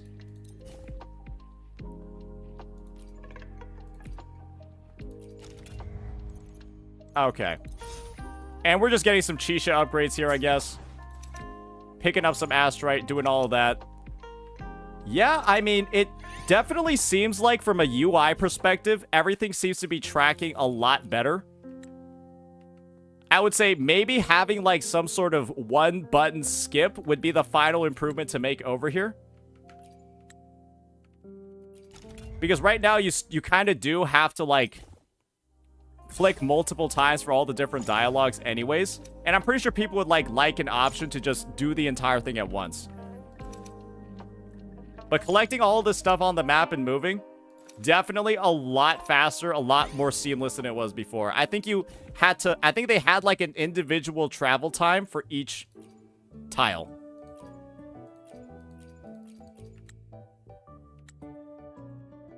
Yeah, I guess you just gotta wait for R and then the dialogue option to pop up.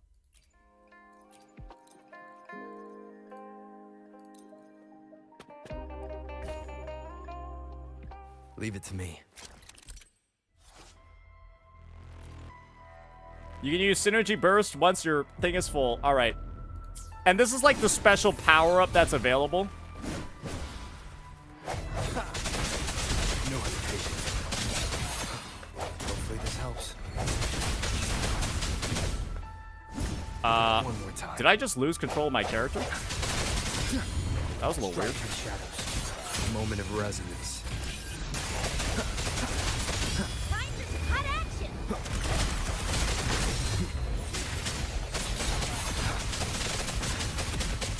just got Gian, like, throwing spears from off-field. Unstop.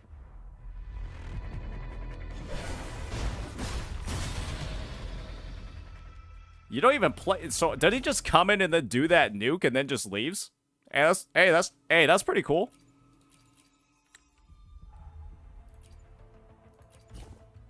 And now we got a special recruitment shop. Okay. Yeah, and you can just, like, exit out. You don't have to, like, fully do all this stuff. I mean, yeah, from what I remember, it was not nearly as smooth to do this stuff. It was not even close to as smooth before. So, it looks like there were some decent improvements made over here. But they still kind of, like...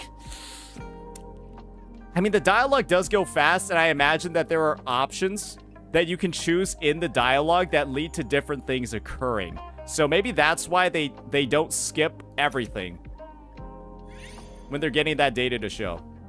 Oh, and now I can choose all these different characters.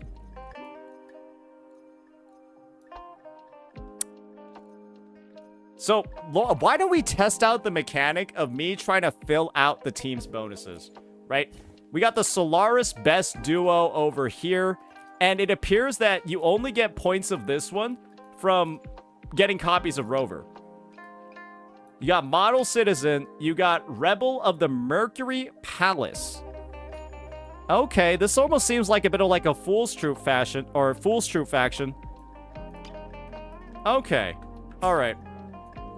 True Martial Arts. We got Gian for that one. So what if I were to pull... Or what if I just get Chakota over here? Okay, and then it shows me which ones I'm upgrading to. Ooh.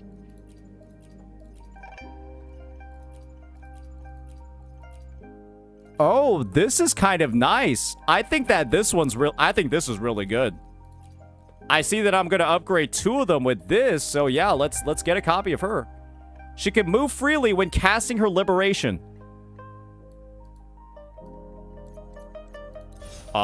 Okay. Yeah, we can try that one out. I think people forget that a lot of, like, the uniqueness that's, like, in a lot of these different fights, it's from the upgrades that you pick up. And so, now that I've done this, what if I just do a little bit of that? I kind of want to see what that upgrade looks like.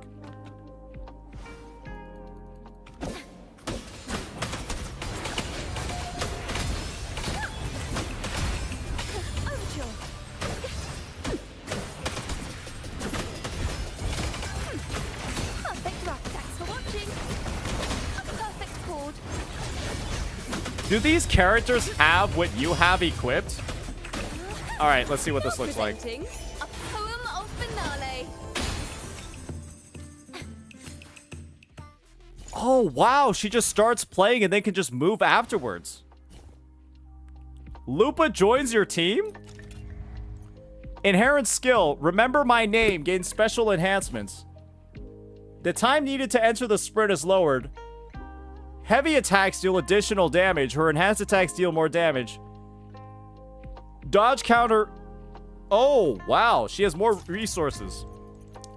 Increase attack and gain immunity to interruption while in the burning match point state.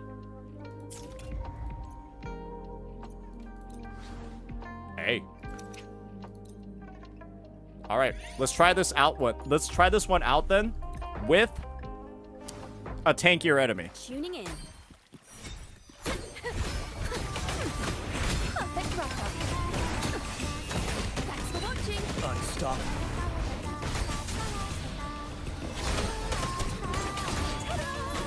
A grand overkill.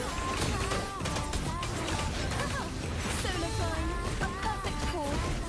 Oh, we cooked him. Yeah, we absolutely cooked him. Definitely the early difficulty enemies do seem to be, like, a little bit too easy. And I'm wondering, right, like, what kind of bonuses can we actually end up getting? If we, like, clear earlier and clear content that we're maybe not supposed to do.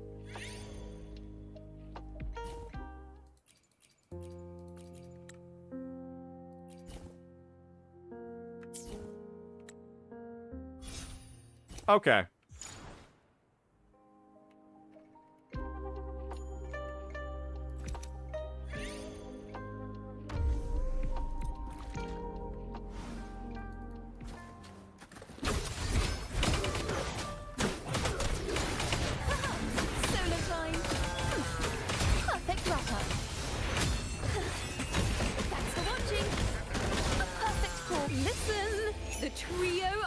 destiny.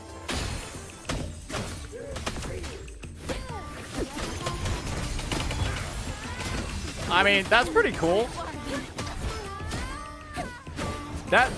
This doesn't seem to be that strong as an upgrade, but hey, it's pretty neat. It's pretty cool.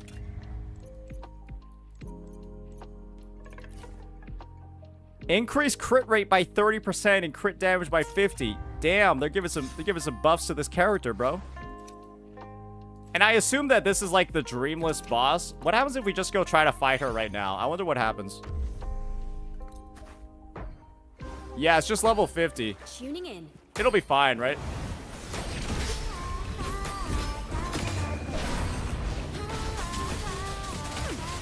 Perfect wrap-up. Thanks for watching. We don't take any damage from it. Perfect chord. Ooh, the pitch I wonder is what lowered. that secondary bar is for, though. Wonders and tragedies come together. Solo time. Now presenting a poem of finale. Fear no more.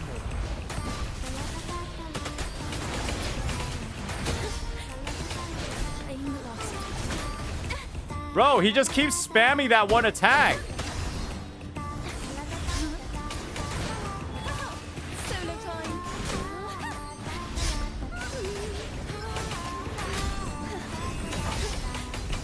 Unstoppable.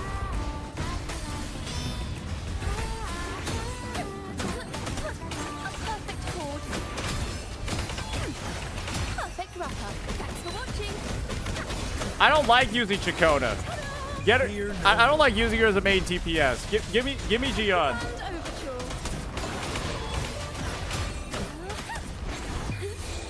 Let the show begin. Better get serious.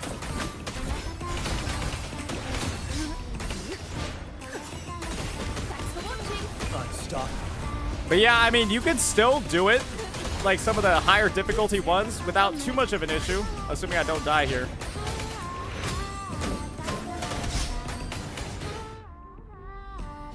Yeah, should be fine. You do have a time limit, though, but it is, like, kind of like an interesting struggle for you to have using your intentionally underbuilt team. And then trying to, like, go from there. Okay.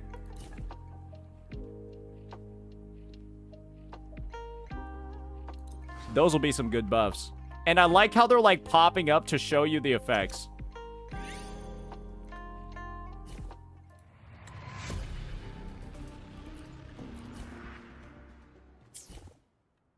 Alright, so they got, like, some story events to help you recruit characters, and then you can just straight up... I'm just bum rushing the final Dreamless boss here. Use Gion, we will be. We will be using Gion over here, because of course, right, we're fighting Dreamless. We're being the hero, so we gotta use this character. Why are these guys glowing?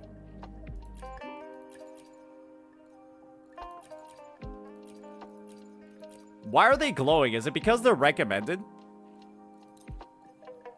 Okay, I like that. Okay, so we got the Model Citizen, True Martial Arts. Dealing damage grants a stack of martial art. Okay, we get some attack increases. But then we also get a Master Stance. We deal fusion damage. We deal spectral damage. And then we deal wind and air. Okay, so it's like it's gonna alternate. Model Citizen is gonna give us massive attack increases and like lamps and citizen wheels and shit. Okay, this one just sounds ridiculous. Let's see what it looked like. Alright, Dreamless. Time for you to get cooked, bucko. And I guess unless your characters have a bond, you don't get access to like that special synergy thing. Wait, this is not Dreamless. Let the show The fuck begin. is this? Bide the time. Fear no more. Now presenting a poem of finale. Wind Rider.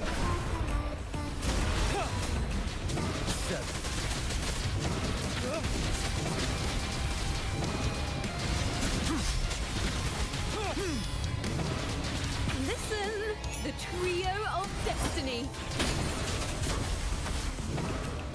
Lend me your power. Unstoppable. Finale. Wind Rider. I mean, hey, we're kind of cooking his ass. Ryan at the staircase.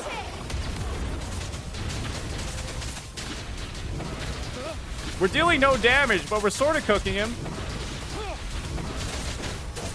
Break. Lend me your power.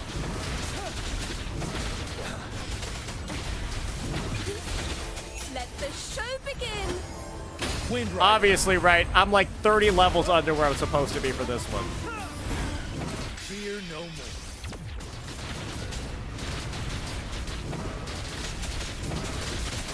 Yo, are we gonna run out of time? 7. Wind Rider. Now presenting. And ladies and gentlemen, this is why we do the side quest. What if I find this fun? This is my soul level 1 run, guys. Don't you worry. Let me play the game in the way I want to. How about that? Unstoppable. Wind Rider. There are multiple bosses? Wait, is it gonna be the same timer for like another boss that comes up? No way. No, it's just him. Listen, the trio Nah, there's no of way it's gonna be destiny. another like minute. Alright, I'm gonna have to kill Dreamless in a minute, right? That's some bullshit. I know that's not real. Lend me your power. Wind Rider.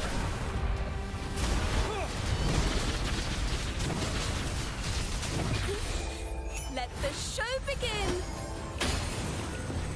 The time resets, right? The time surely resets. Break. Yeah, it resets, pussies. Oh, come on, you liars. Oh, it resets. What are you guys even talking about? You guys are all like fucking freaking out over no reason. The trio of destiny. I was about to say 3 minutes for that was nuts.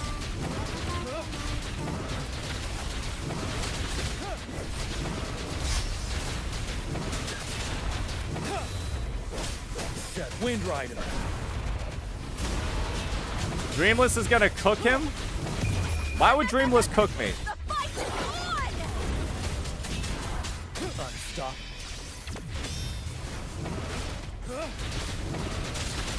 My goal is gonna be in some of my other runs, hold the loop of Brant Chang Li combo. Ryan at the staircase. Don't you worry.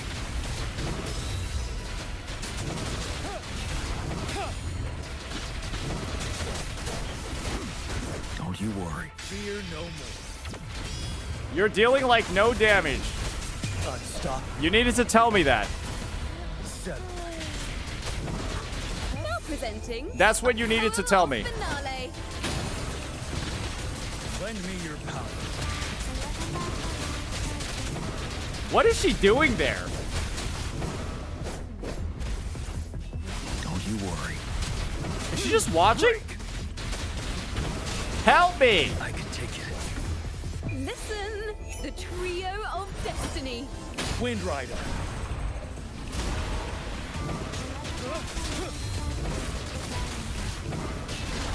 Surely this will get her to move, right?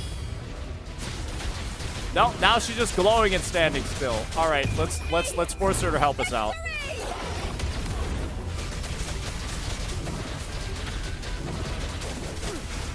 Wind Rider. I love how casting her liberation just makes her plant down her standard, and then she just emotionally supports I you. can take it. Unstoppable. Wait, she literally just emotionally supports your team. Poem of finale.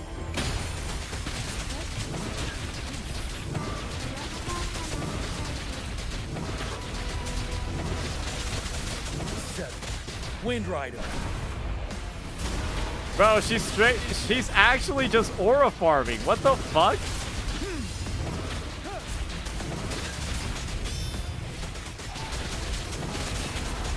Don't you worry.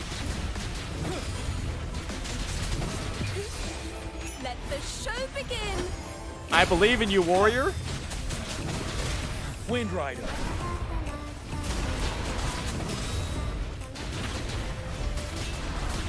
Fear no more.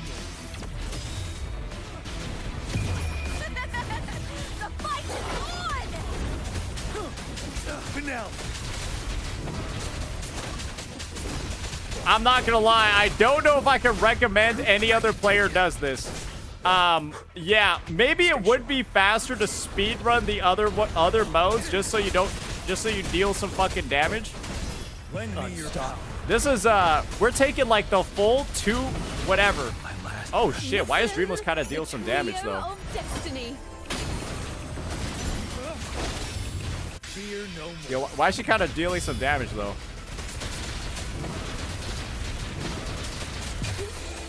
Let the Maybe because show she's begin. 65? Don't talk about your mother like that. Break. Unstop.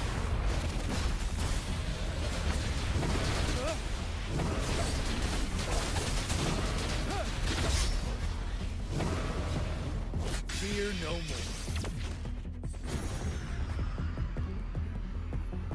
What is she doing? She's just aura farming. Presenting a poem of finale.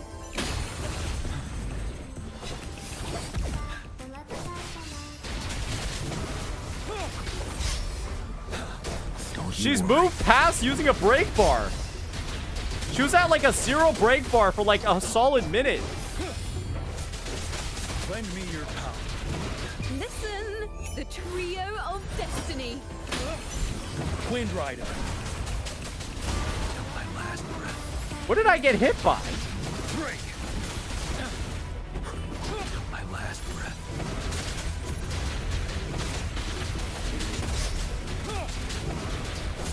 No, don't let me die here, bro.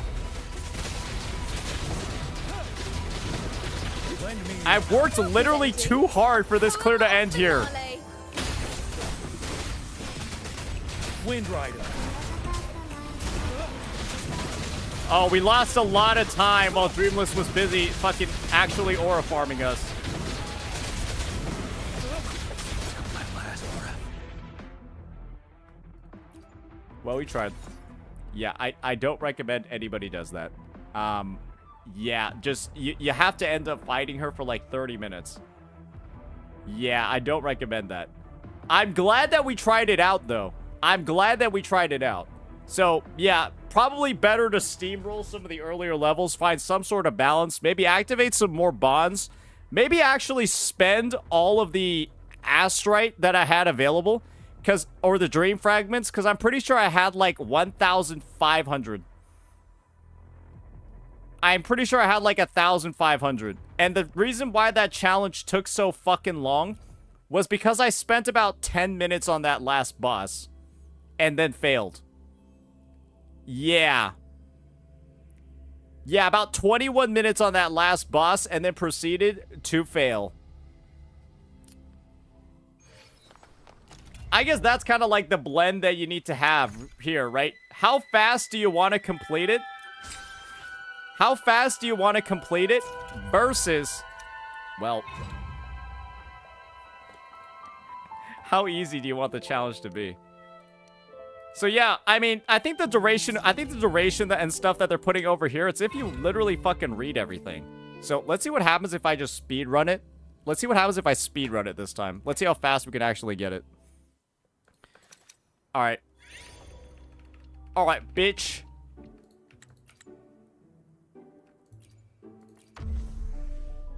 Speed running this time. Hopefully this helps.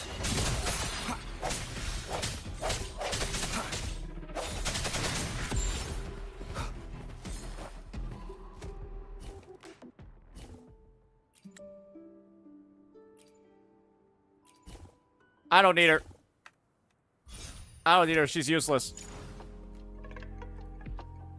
Okay, and now because the map is revealed, I know exactly what's blocking me and stuff. Okay, cool. It doesn't look like the tiles reset either.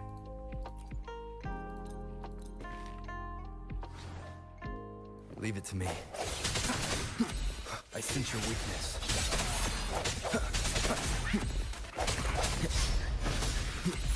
Hopefully this helps. Nice. Change to Havoc Rover? I'd literally rather not. I would literally rather not use Havoc Rover. The Spectro actually feels better to play.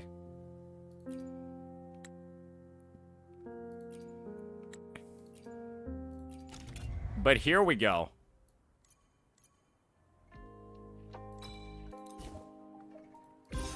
Yeah, that's the real unit I'm looking for on my team.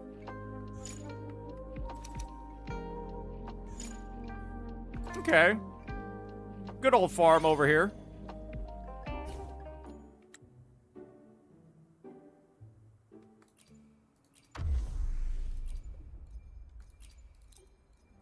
Get that bum off my team. All right, here we go. Here we go. We got the true gamer over here. Stay sharp.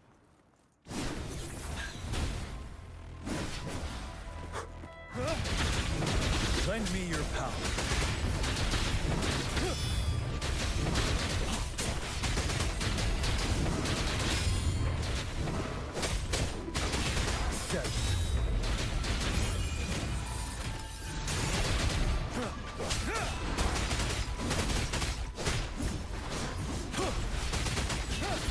Lend me your power.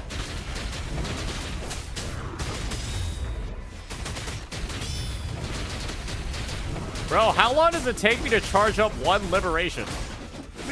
Moment of resonance.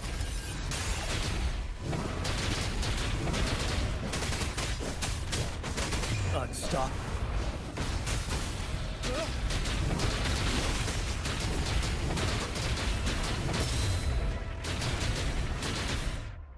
All right, we got him. Yeah, it's the first couple of fights that are a little bit rough, it seems like. No bonds activated, none of that good stuff, nothing to spend your money on. Because God forbid I pull any of those disgusting 4-star units.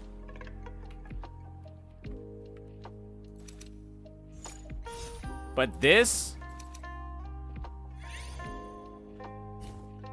But these units? Oh yeah, I'm gonna pull some of these, bucko. Looks like they got a nice little randomized setup. Let's see what other upgrades we can give Gian. Resonance Liberation requires less energy. Probably do that one. Yeah. Okay, now we got some big buffs going.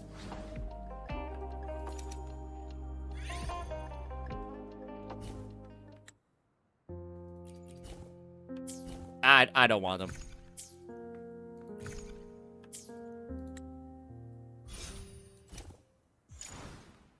I would say it seems like these books, these blue books, seem to be some of the most like cost-efficient things you can upgrade.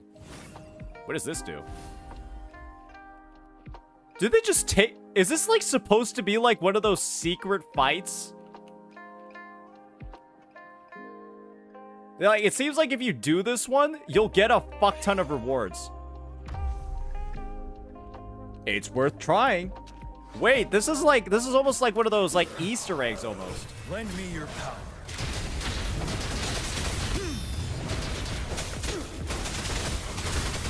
I don't think we'll be able to complete this.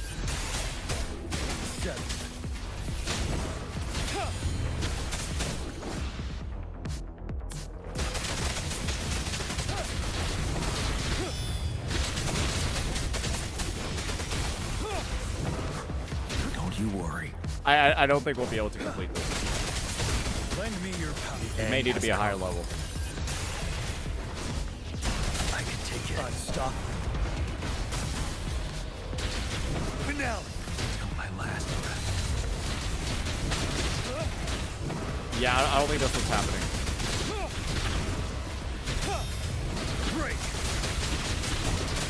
The hour is upon us.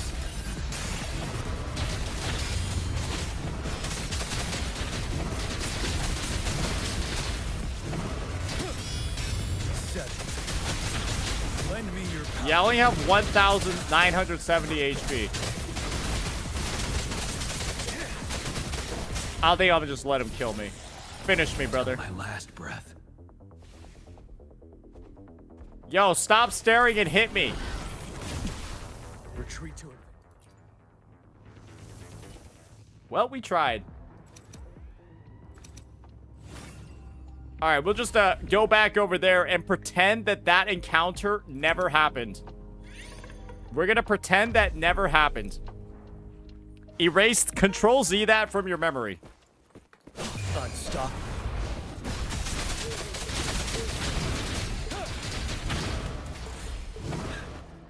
All right. Boom! All right, we're flying. Finale.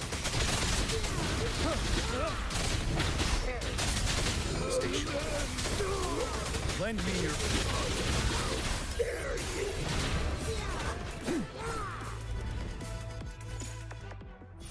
Wait, that music was kind of bumping. All right. Shisha joins your team. Okay, well, I guess she joined my team, and I couldn't even tell her not to. Okay. After Glacial Resonators cast their liberation, for each Resonator using gauntlets or broad blades...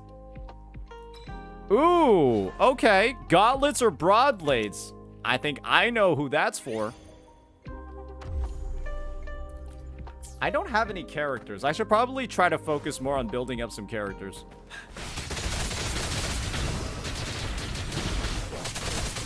Break.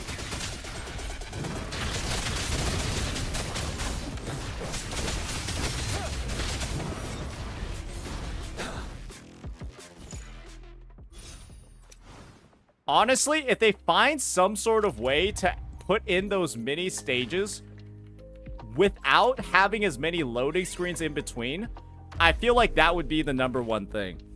I think right now it's the fact, or I guess that's not really a loading screen. It's like more of like a seamless transition. I think would be like really, really good. Back. Don't you... Wind Rider. Because I'm not gonna lie, like right now I'm having a pretty decent amount of fun. Like, I'm kind of just like, okay, how am I gonna build up this roster, build up, like get all these bonuses, work with all these power-ups? I feel like some people that might be just trying to, like, you know... Yeah, maybe we do a Lupa team. Okay, and that, like, gave me all my battery reel and shit like that. Okay. Okay, not too bad, not too shabby. Oh, I'm fucking zooming.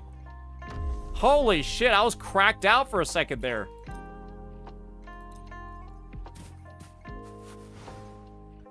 Stay sharp. 7.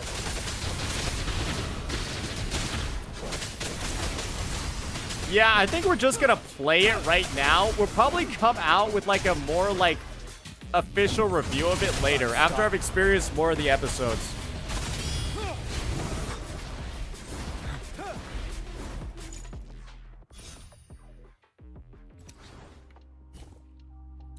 All right, get this bitch off my team. Actually, he's not bad to have in there to activate the broad blade bonus. Restore 24 film rolls. Increase the team's level. Yeah, let's do that. Okay. That only gave me 2 level. That only gave me 1 level, though. All right, what happens if I go down? Okay, I see. So they got a 50 and a 55 and stuff like that. I bet I can challenge the level 55 floor now. I bet I will cook this fraud. I bet he's fucking done, bro. He'll be easy, bro. We don't have a bond. I don't have a bond active on this team, though. That's a little unfortunate. But it is what it is. We'll give it a try. Lend me your power.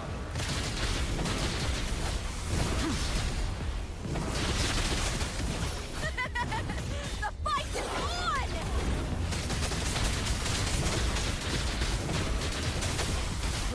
Wind Rider. We do damage. We do damage.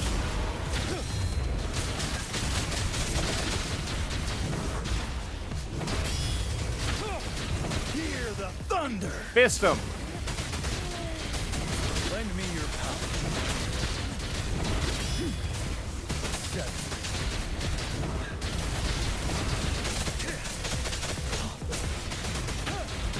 Wind Rider. Yeah, I mean, the damage seems to be just fine.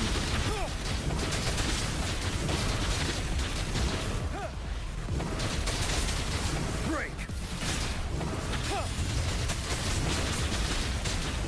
Lend me your power.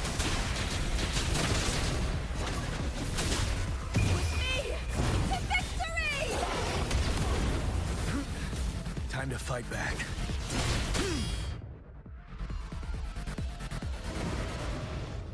Got him. Why is Lupa just sitting there? She's like she's literally emotional support, bro. Okay, and that just gave me, hey, we got our Chacona, huh?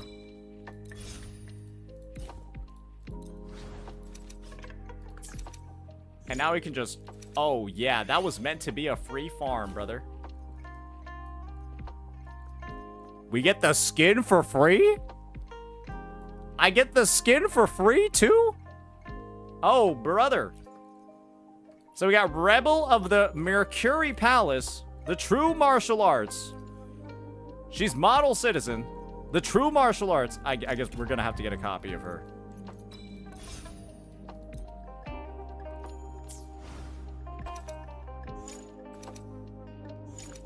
Gotta get all the asteroid. And then all of this as well. When arrow or spectral resonators hit the target, arrow erosion immediately deals damage.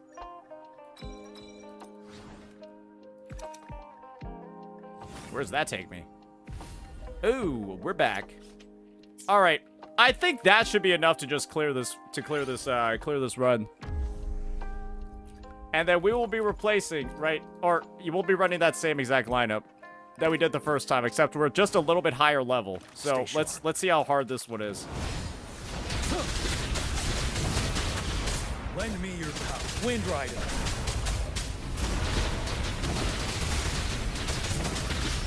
Do you know what I can do with all of the extra dream fragments I have? I have way too many.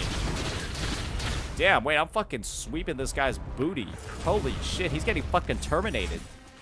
I'm like, I don't even feel like I'm over leveled. I'm like, what am I, level fucking 40? I just turned 51 from that.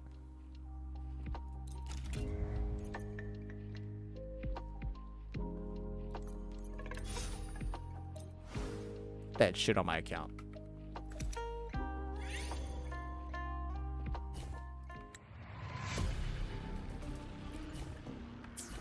Okay, so I have 2,700 fragments right now. Can I do anything with them? Is there like a shop that I can go to? Is there like a shop that I can go to like spend them? Or is it like I can't actually spend them right now? The recruitment shop, where?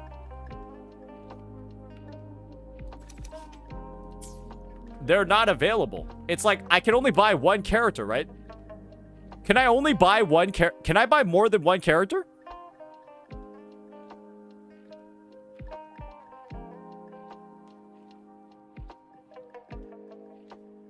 I can buy more than one? Well, I guess this is what the gameplay looks like when you buy only one character. You can still clear all the content very easily. So, I guess you could be even faster than this. I just tremendously fucked up. Yeah, apparently you can buy the entire shop. Stay sharp. Break. Now presenting a poem of finale. Was there an auto clear to the battles as well? It's like if you're above the level, you can auto clear it. Is that what people said?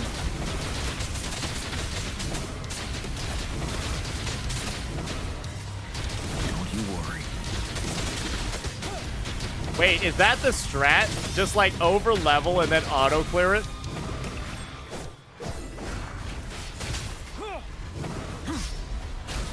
I want to see how long this one was, because we definitely had like a bit of a break where we had to like redo one of the fights. Unstoppable. Rider.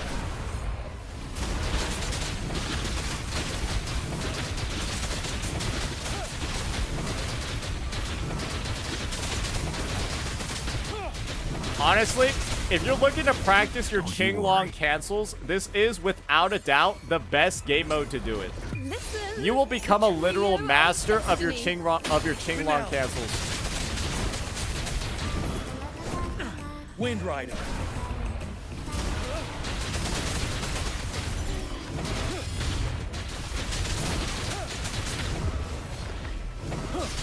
I can take it. 7. Lend me. Well, that was a lot faster. Why are you taking so long? I one-shot these bosses because I have 2,700 memory fragments. That's why. That's literally why. Yeah, my team level was also 55. And that took me 16 minutes and 36 seconds. Right? Probably take out another 3 from that run because I was busy fighting that boss. That was around 12 minutes and we know, it was still relatively low difficulty. So yeah, pretty neat, pretty cool. Is this supposed to be Chisa? Who is this supposed to be? This girl in the beret. Why do you have so many fragments? I was just telling you. I did not know how to claim some of the rewards. Unlock 2 endings. Okay, we already got one of them. And then film theory is where you can get the levels. Okay, we got 100 of these. Okay. Successful dodge restores HP. Nah, I'm good. I don't need that. Healing? That's for pussies. Okay, I gotta get that upgrade. 2 extra refreshes at the recruitment shop. I feel like all these upgrades are actually really nice. You get some coins for doing that.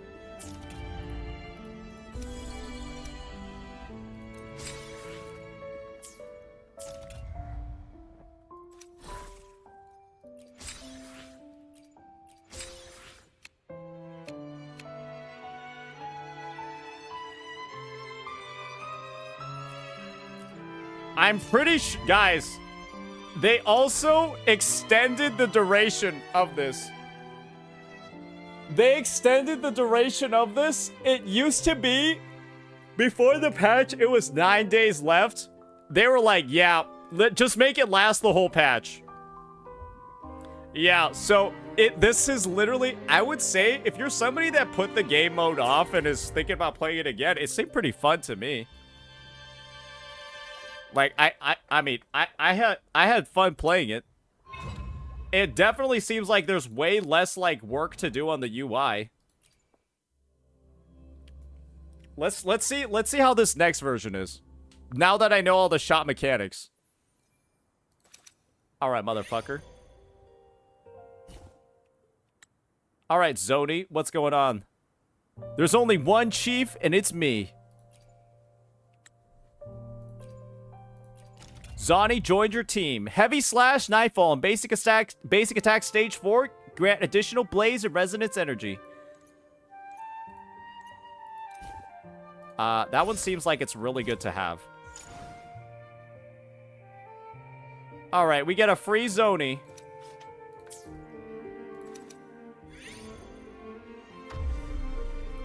Get this shit off my team. Let's see what we got. Efficiency above all. Come at me.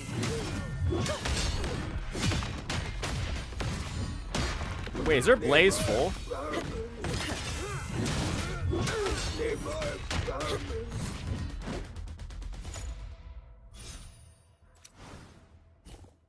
You know what? I feel like the level up thing doesn't need to show us a separate window. It does not.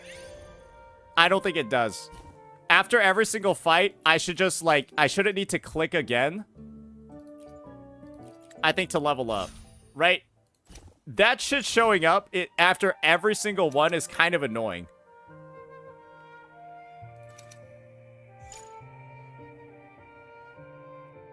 Okay, got the asteroid.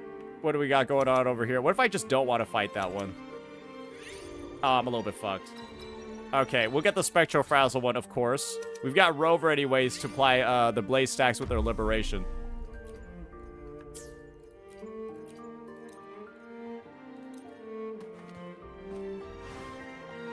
and some way to go in without having to set the team. Come on, me. The hour is upon us. Because what I'm noticing right now is that I'm having a lot of fun in the fights, but then there's like this friction before and after a fight that I kind of wish like wasn't there.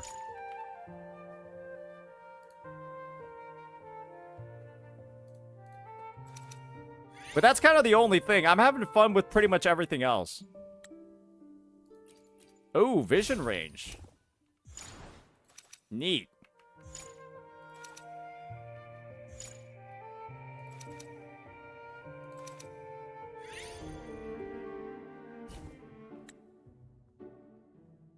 Win the battle. What if I don't care? Oh, I got a level anyways. Yeah, fuck off, Mortify. Bum ass.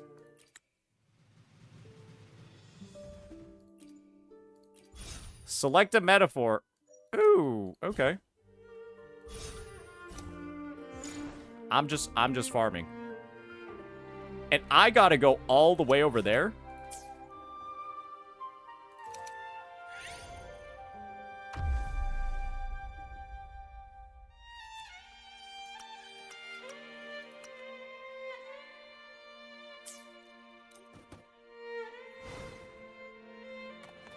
Fine.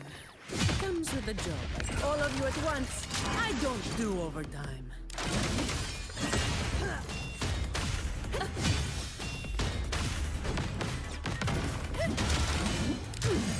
Reduced to dust. Interesting.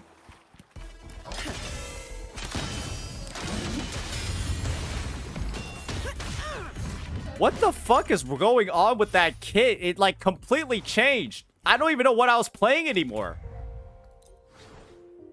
Was I playing Zani? What the fuck was that?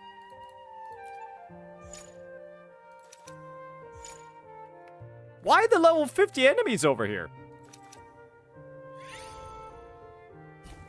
All right, we gotta get ourselves a little bit of we want Zani teammates. And Zani is an ordinary commuter. Nope. Nope. Nope. Nope. I mean, is Gian actually the one that makes the most sense?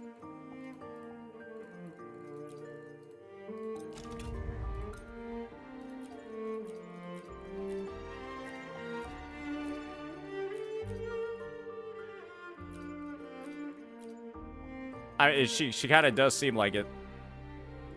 Refresh the shop? Okay. Oh, there we go.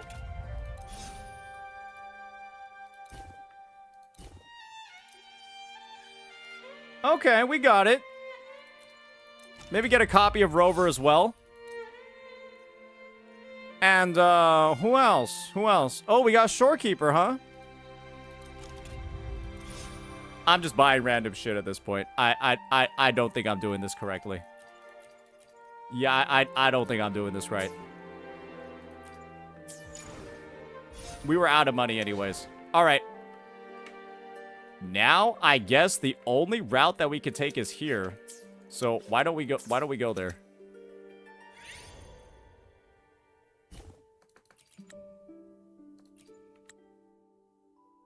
The Sea Pianist, the elfin red-haired girl.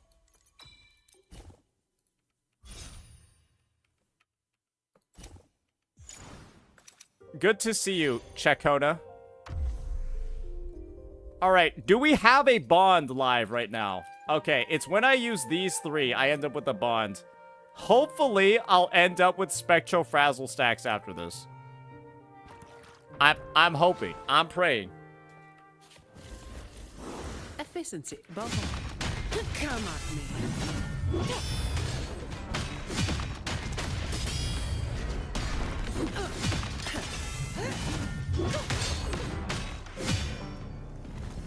All of you at once. Is my Zani not having anything equipped?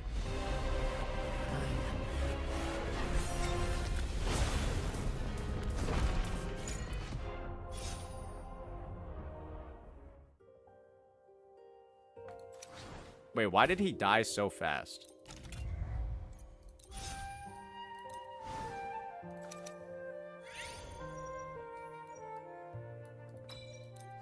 Do I need to, like, put gear on my characters? Because, like, low-key, my Zani doesn't have, like, her echo skill and stuff. Like, she doesn't have her shit. Anything I can help you with? She doesn't have an echo skill equipped. What do I do with that?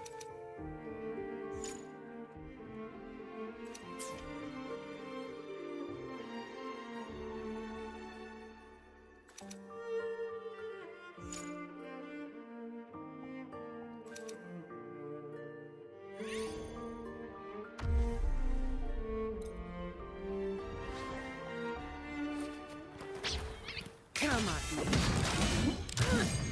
Reduce to dust. Wait, she's just straight up, like, in Inferno mode forever, bro.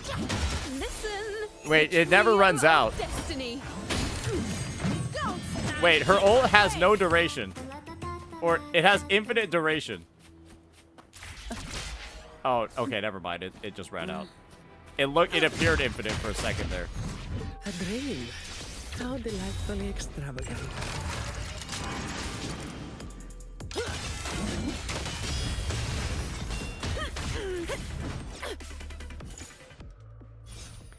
Damn, she kind of swinging.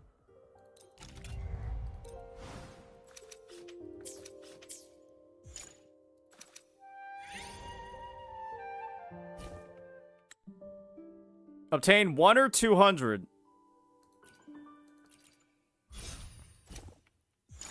That's a little interesting.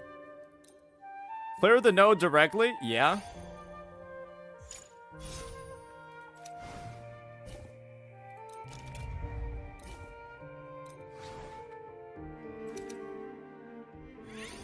Okay.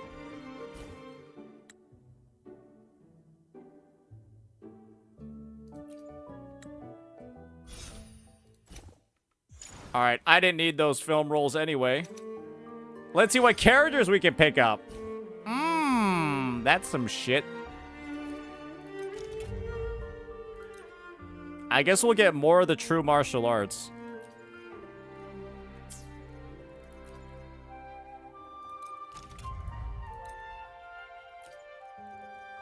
And we got Jang Lee. Oh, we got Phrolova in here. She just showed up.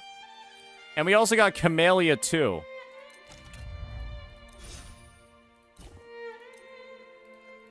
We got the ordinary commuter bonus.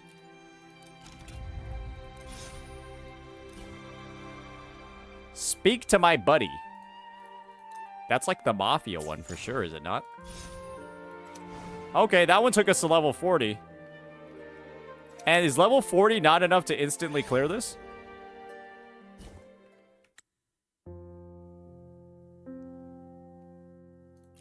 How about I just skip this and I decide not to do the event? There we go.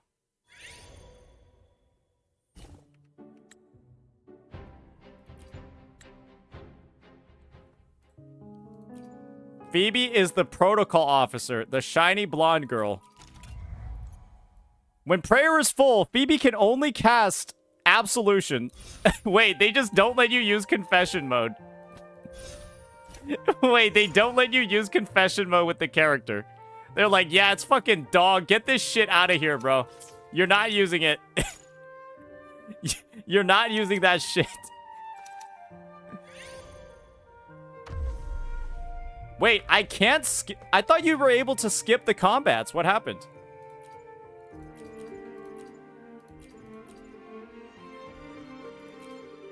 Ordinary commuter.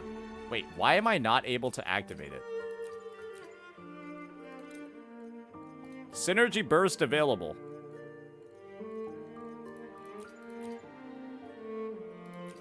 I'm like a little bit confused.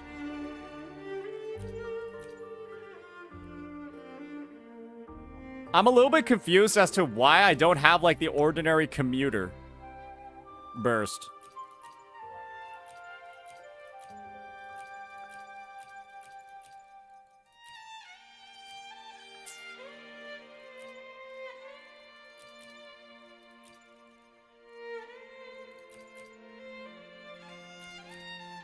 She got Dreamscape Requiem. Okay, that one appears to be working. Yeah, Dreamscape Requiem. It needs to be level 3 with 3 teammate buffs. That's a wrap. Bluebird, be my salvation. I can spell a minute to knock some heads around. Come at me.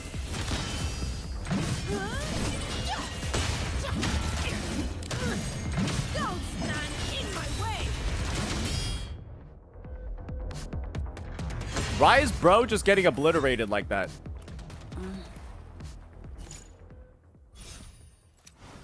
I'm not gonna lie, I feel like you ramped up in this one actually way too fast. I don't know what it was, but I got to like level 50 like immediately, and now I've just been like bulldozing everything. Restore 12 film rolls. Will win the battle. How about I get some metaphors? Stop it, I'll buy everything. Sounds about right. All right, we're definitely, it's way too easy to just fight the last boss over here, so I think we'll just rush over. Ling Yang is on your team? Do they have an option to reject pulling a unit and then just like get their bonuses instead? Or like, and then just get like some other stuff instead? Like, I swear, man. Like, I don't want the Encore. I don't want, like, the Ling Yang. I'm like, good.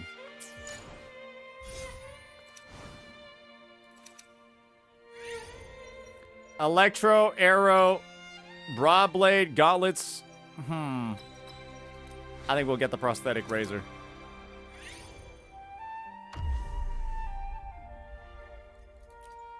So we got Dreamscape Requiem, level 2.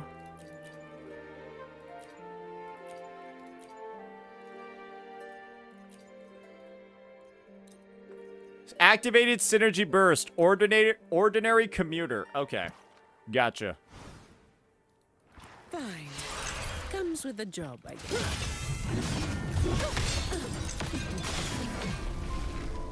I'll return the favor then. A new era awaits. She just come in and throw the blicky? She just comes in and shoots the blicky.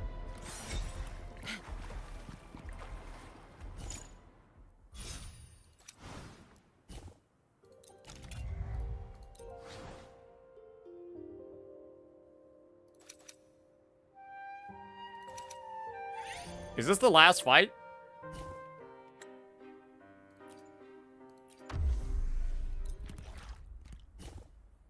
Hey, I guess you could use, like, the lore-appropriate teams, finally. Have all day. Come on.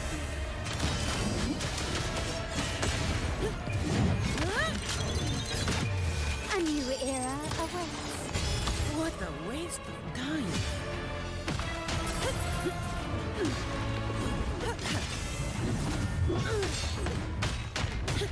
A dream. How delightfully extravagant.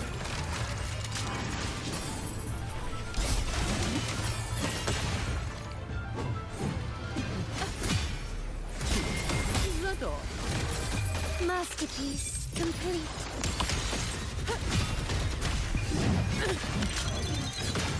Now I have a report to write. That's kind of easy. All right, how much time did this one take? Because I'm pretty sure it's done and over.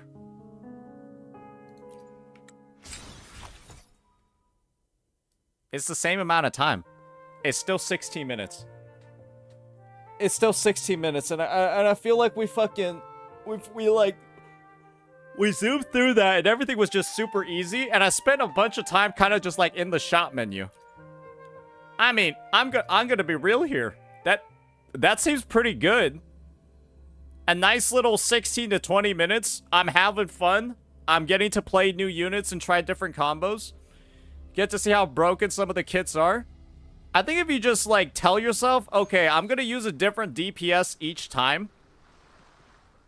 I'm gonna use a different DPS each time and try to max out, like, different bonuses. I kind of don't see how you don't... Like... I guess, what's the issue from what I just played, other than, like, a little bit of friction in between the stages, where, like, I kind of wish, like, some windows weren't there. I'm, like, over here, I've already completed, like, how many more missions do I even have? I don't even think that's that many.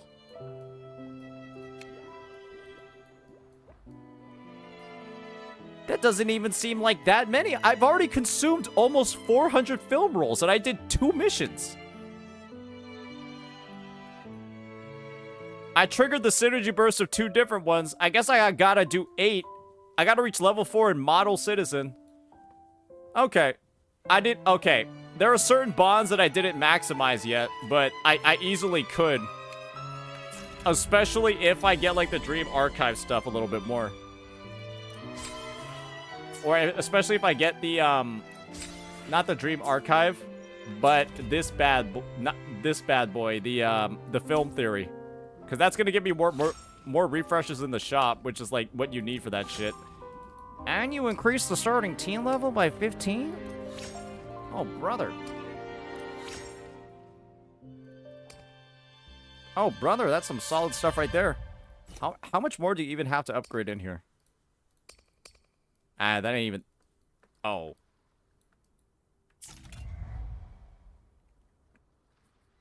Oh.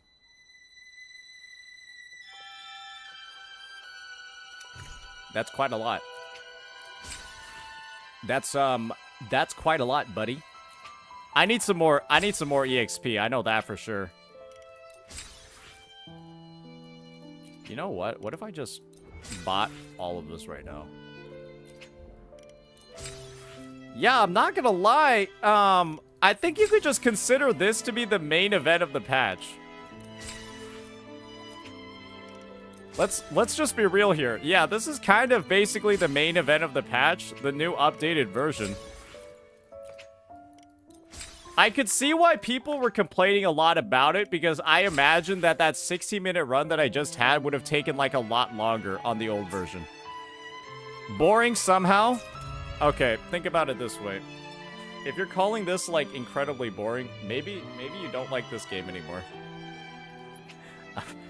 Because, like, most of the gameplay is literally combat.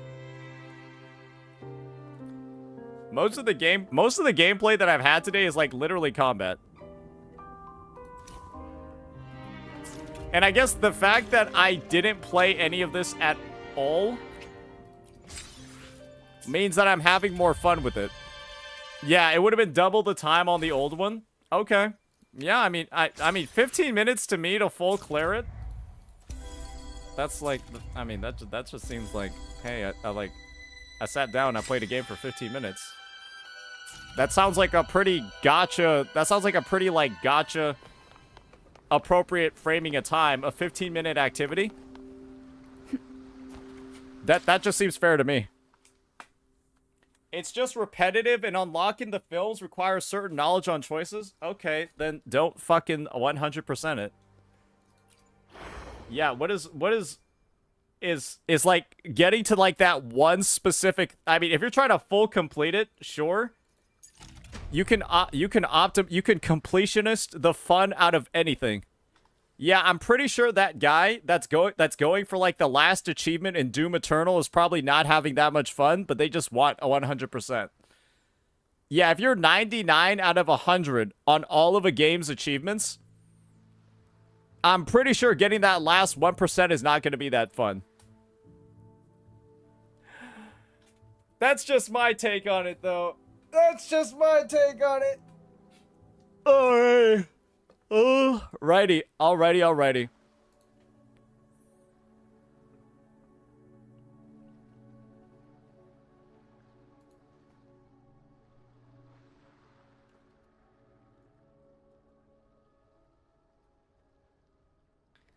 Okay. So, I've got... I've got a sponsored vid as well as dinner that I gotta get to later. So, hey, we had a pretty long day of streaming today. Don't be mad. Don't be upset.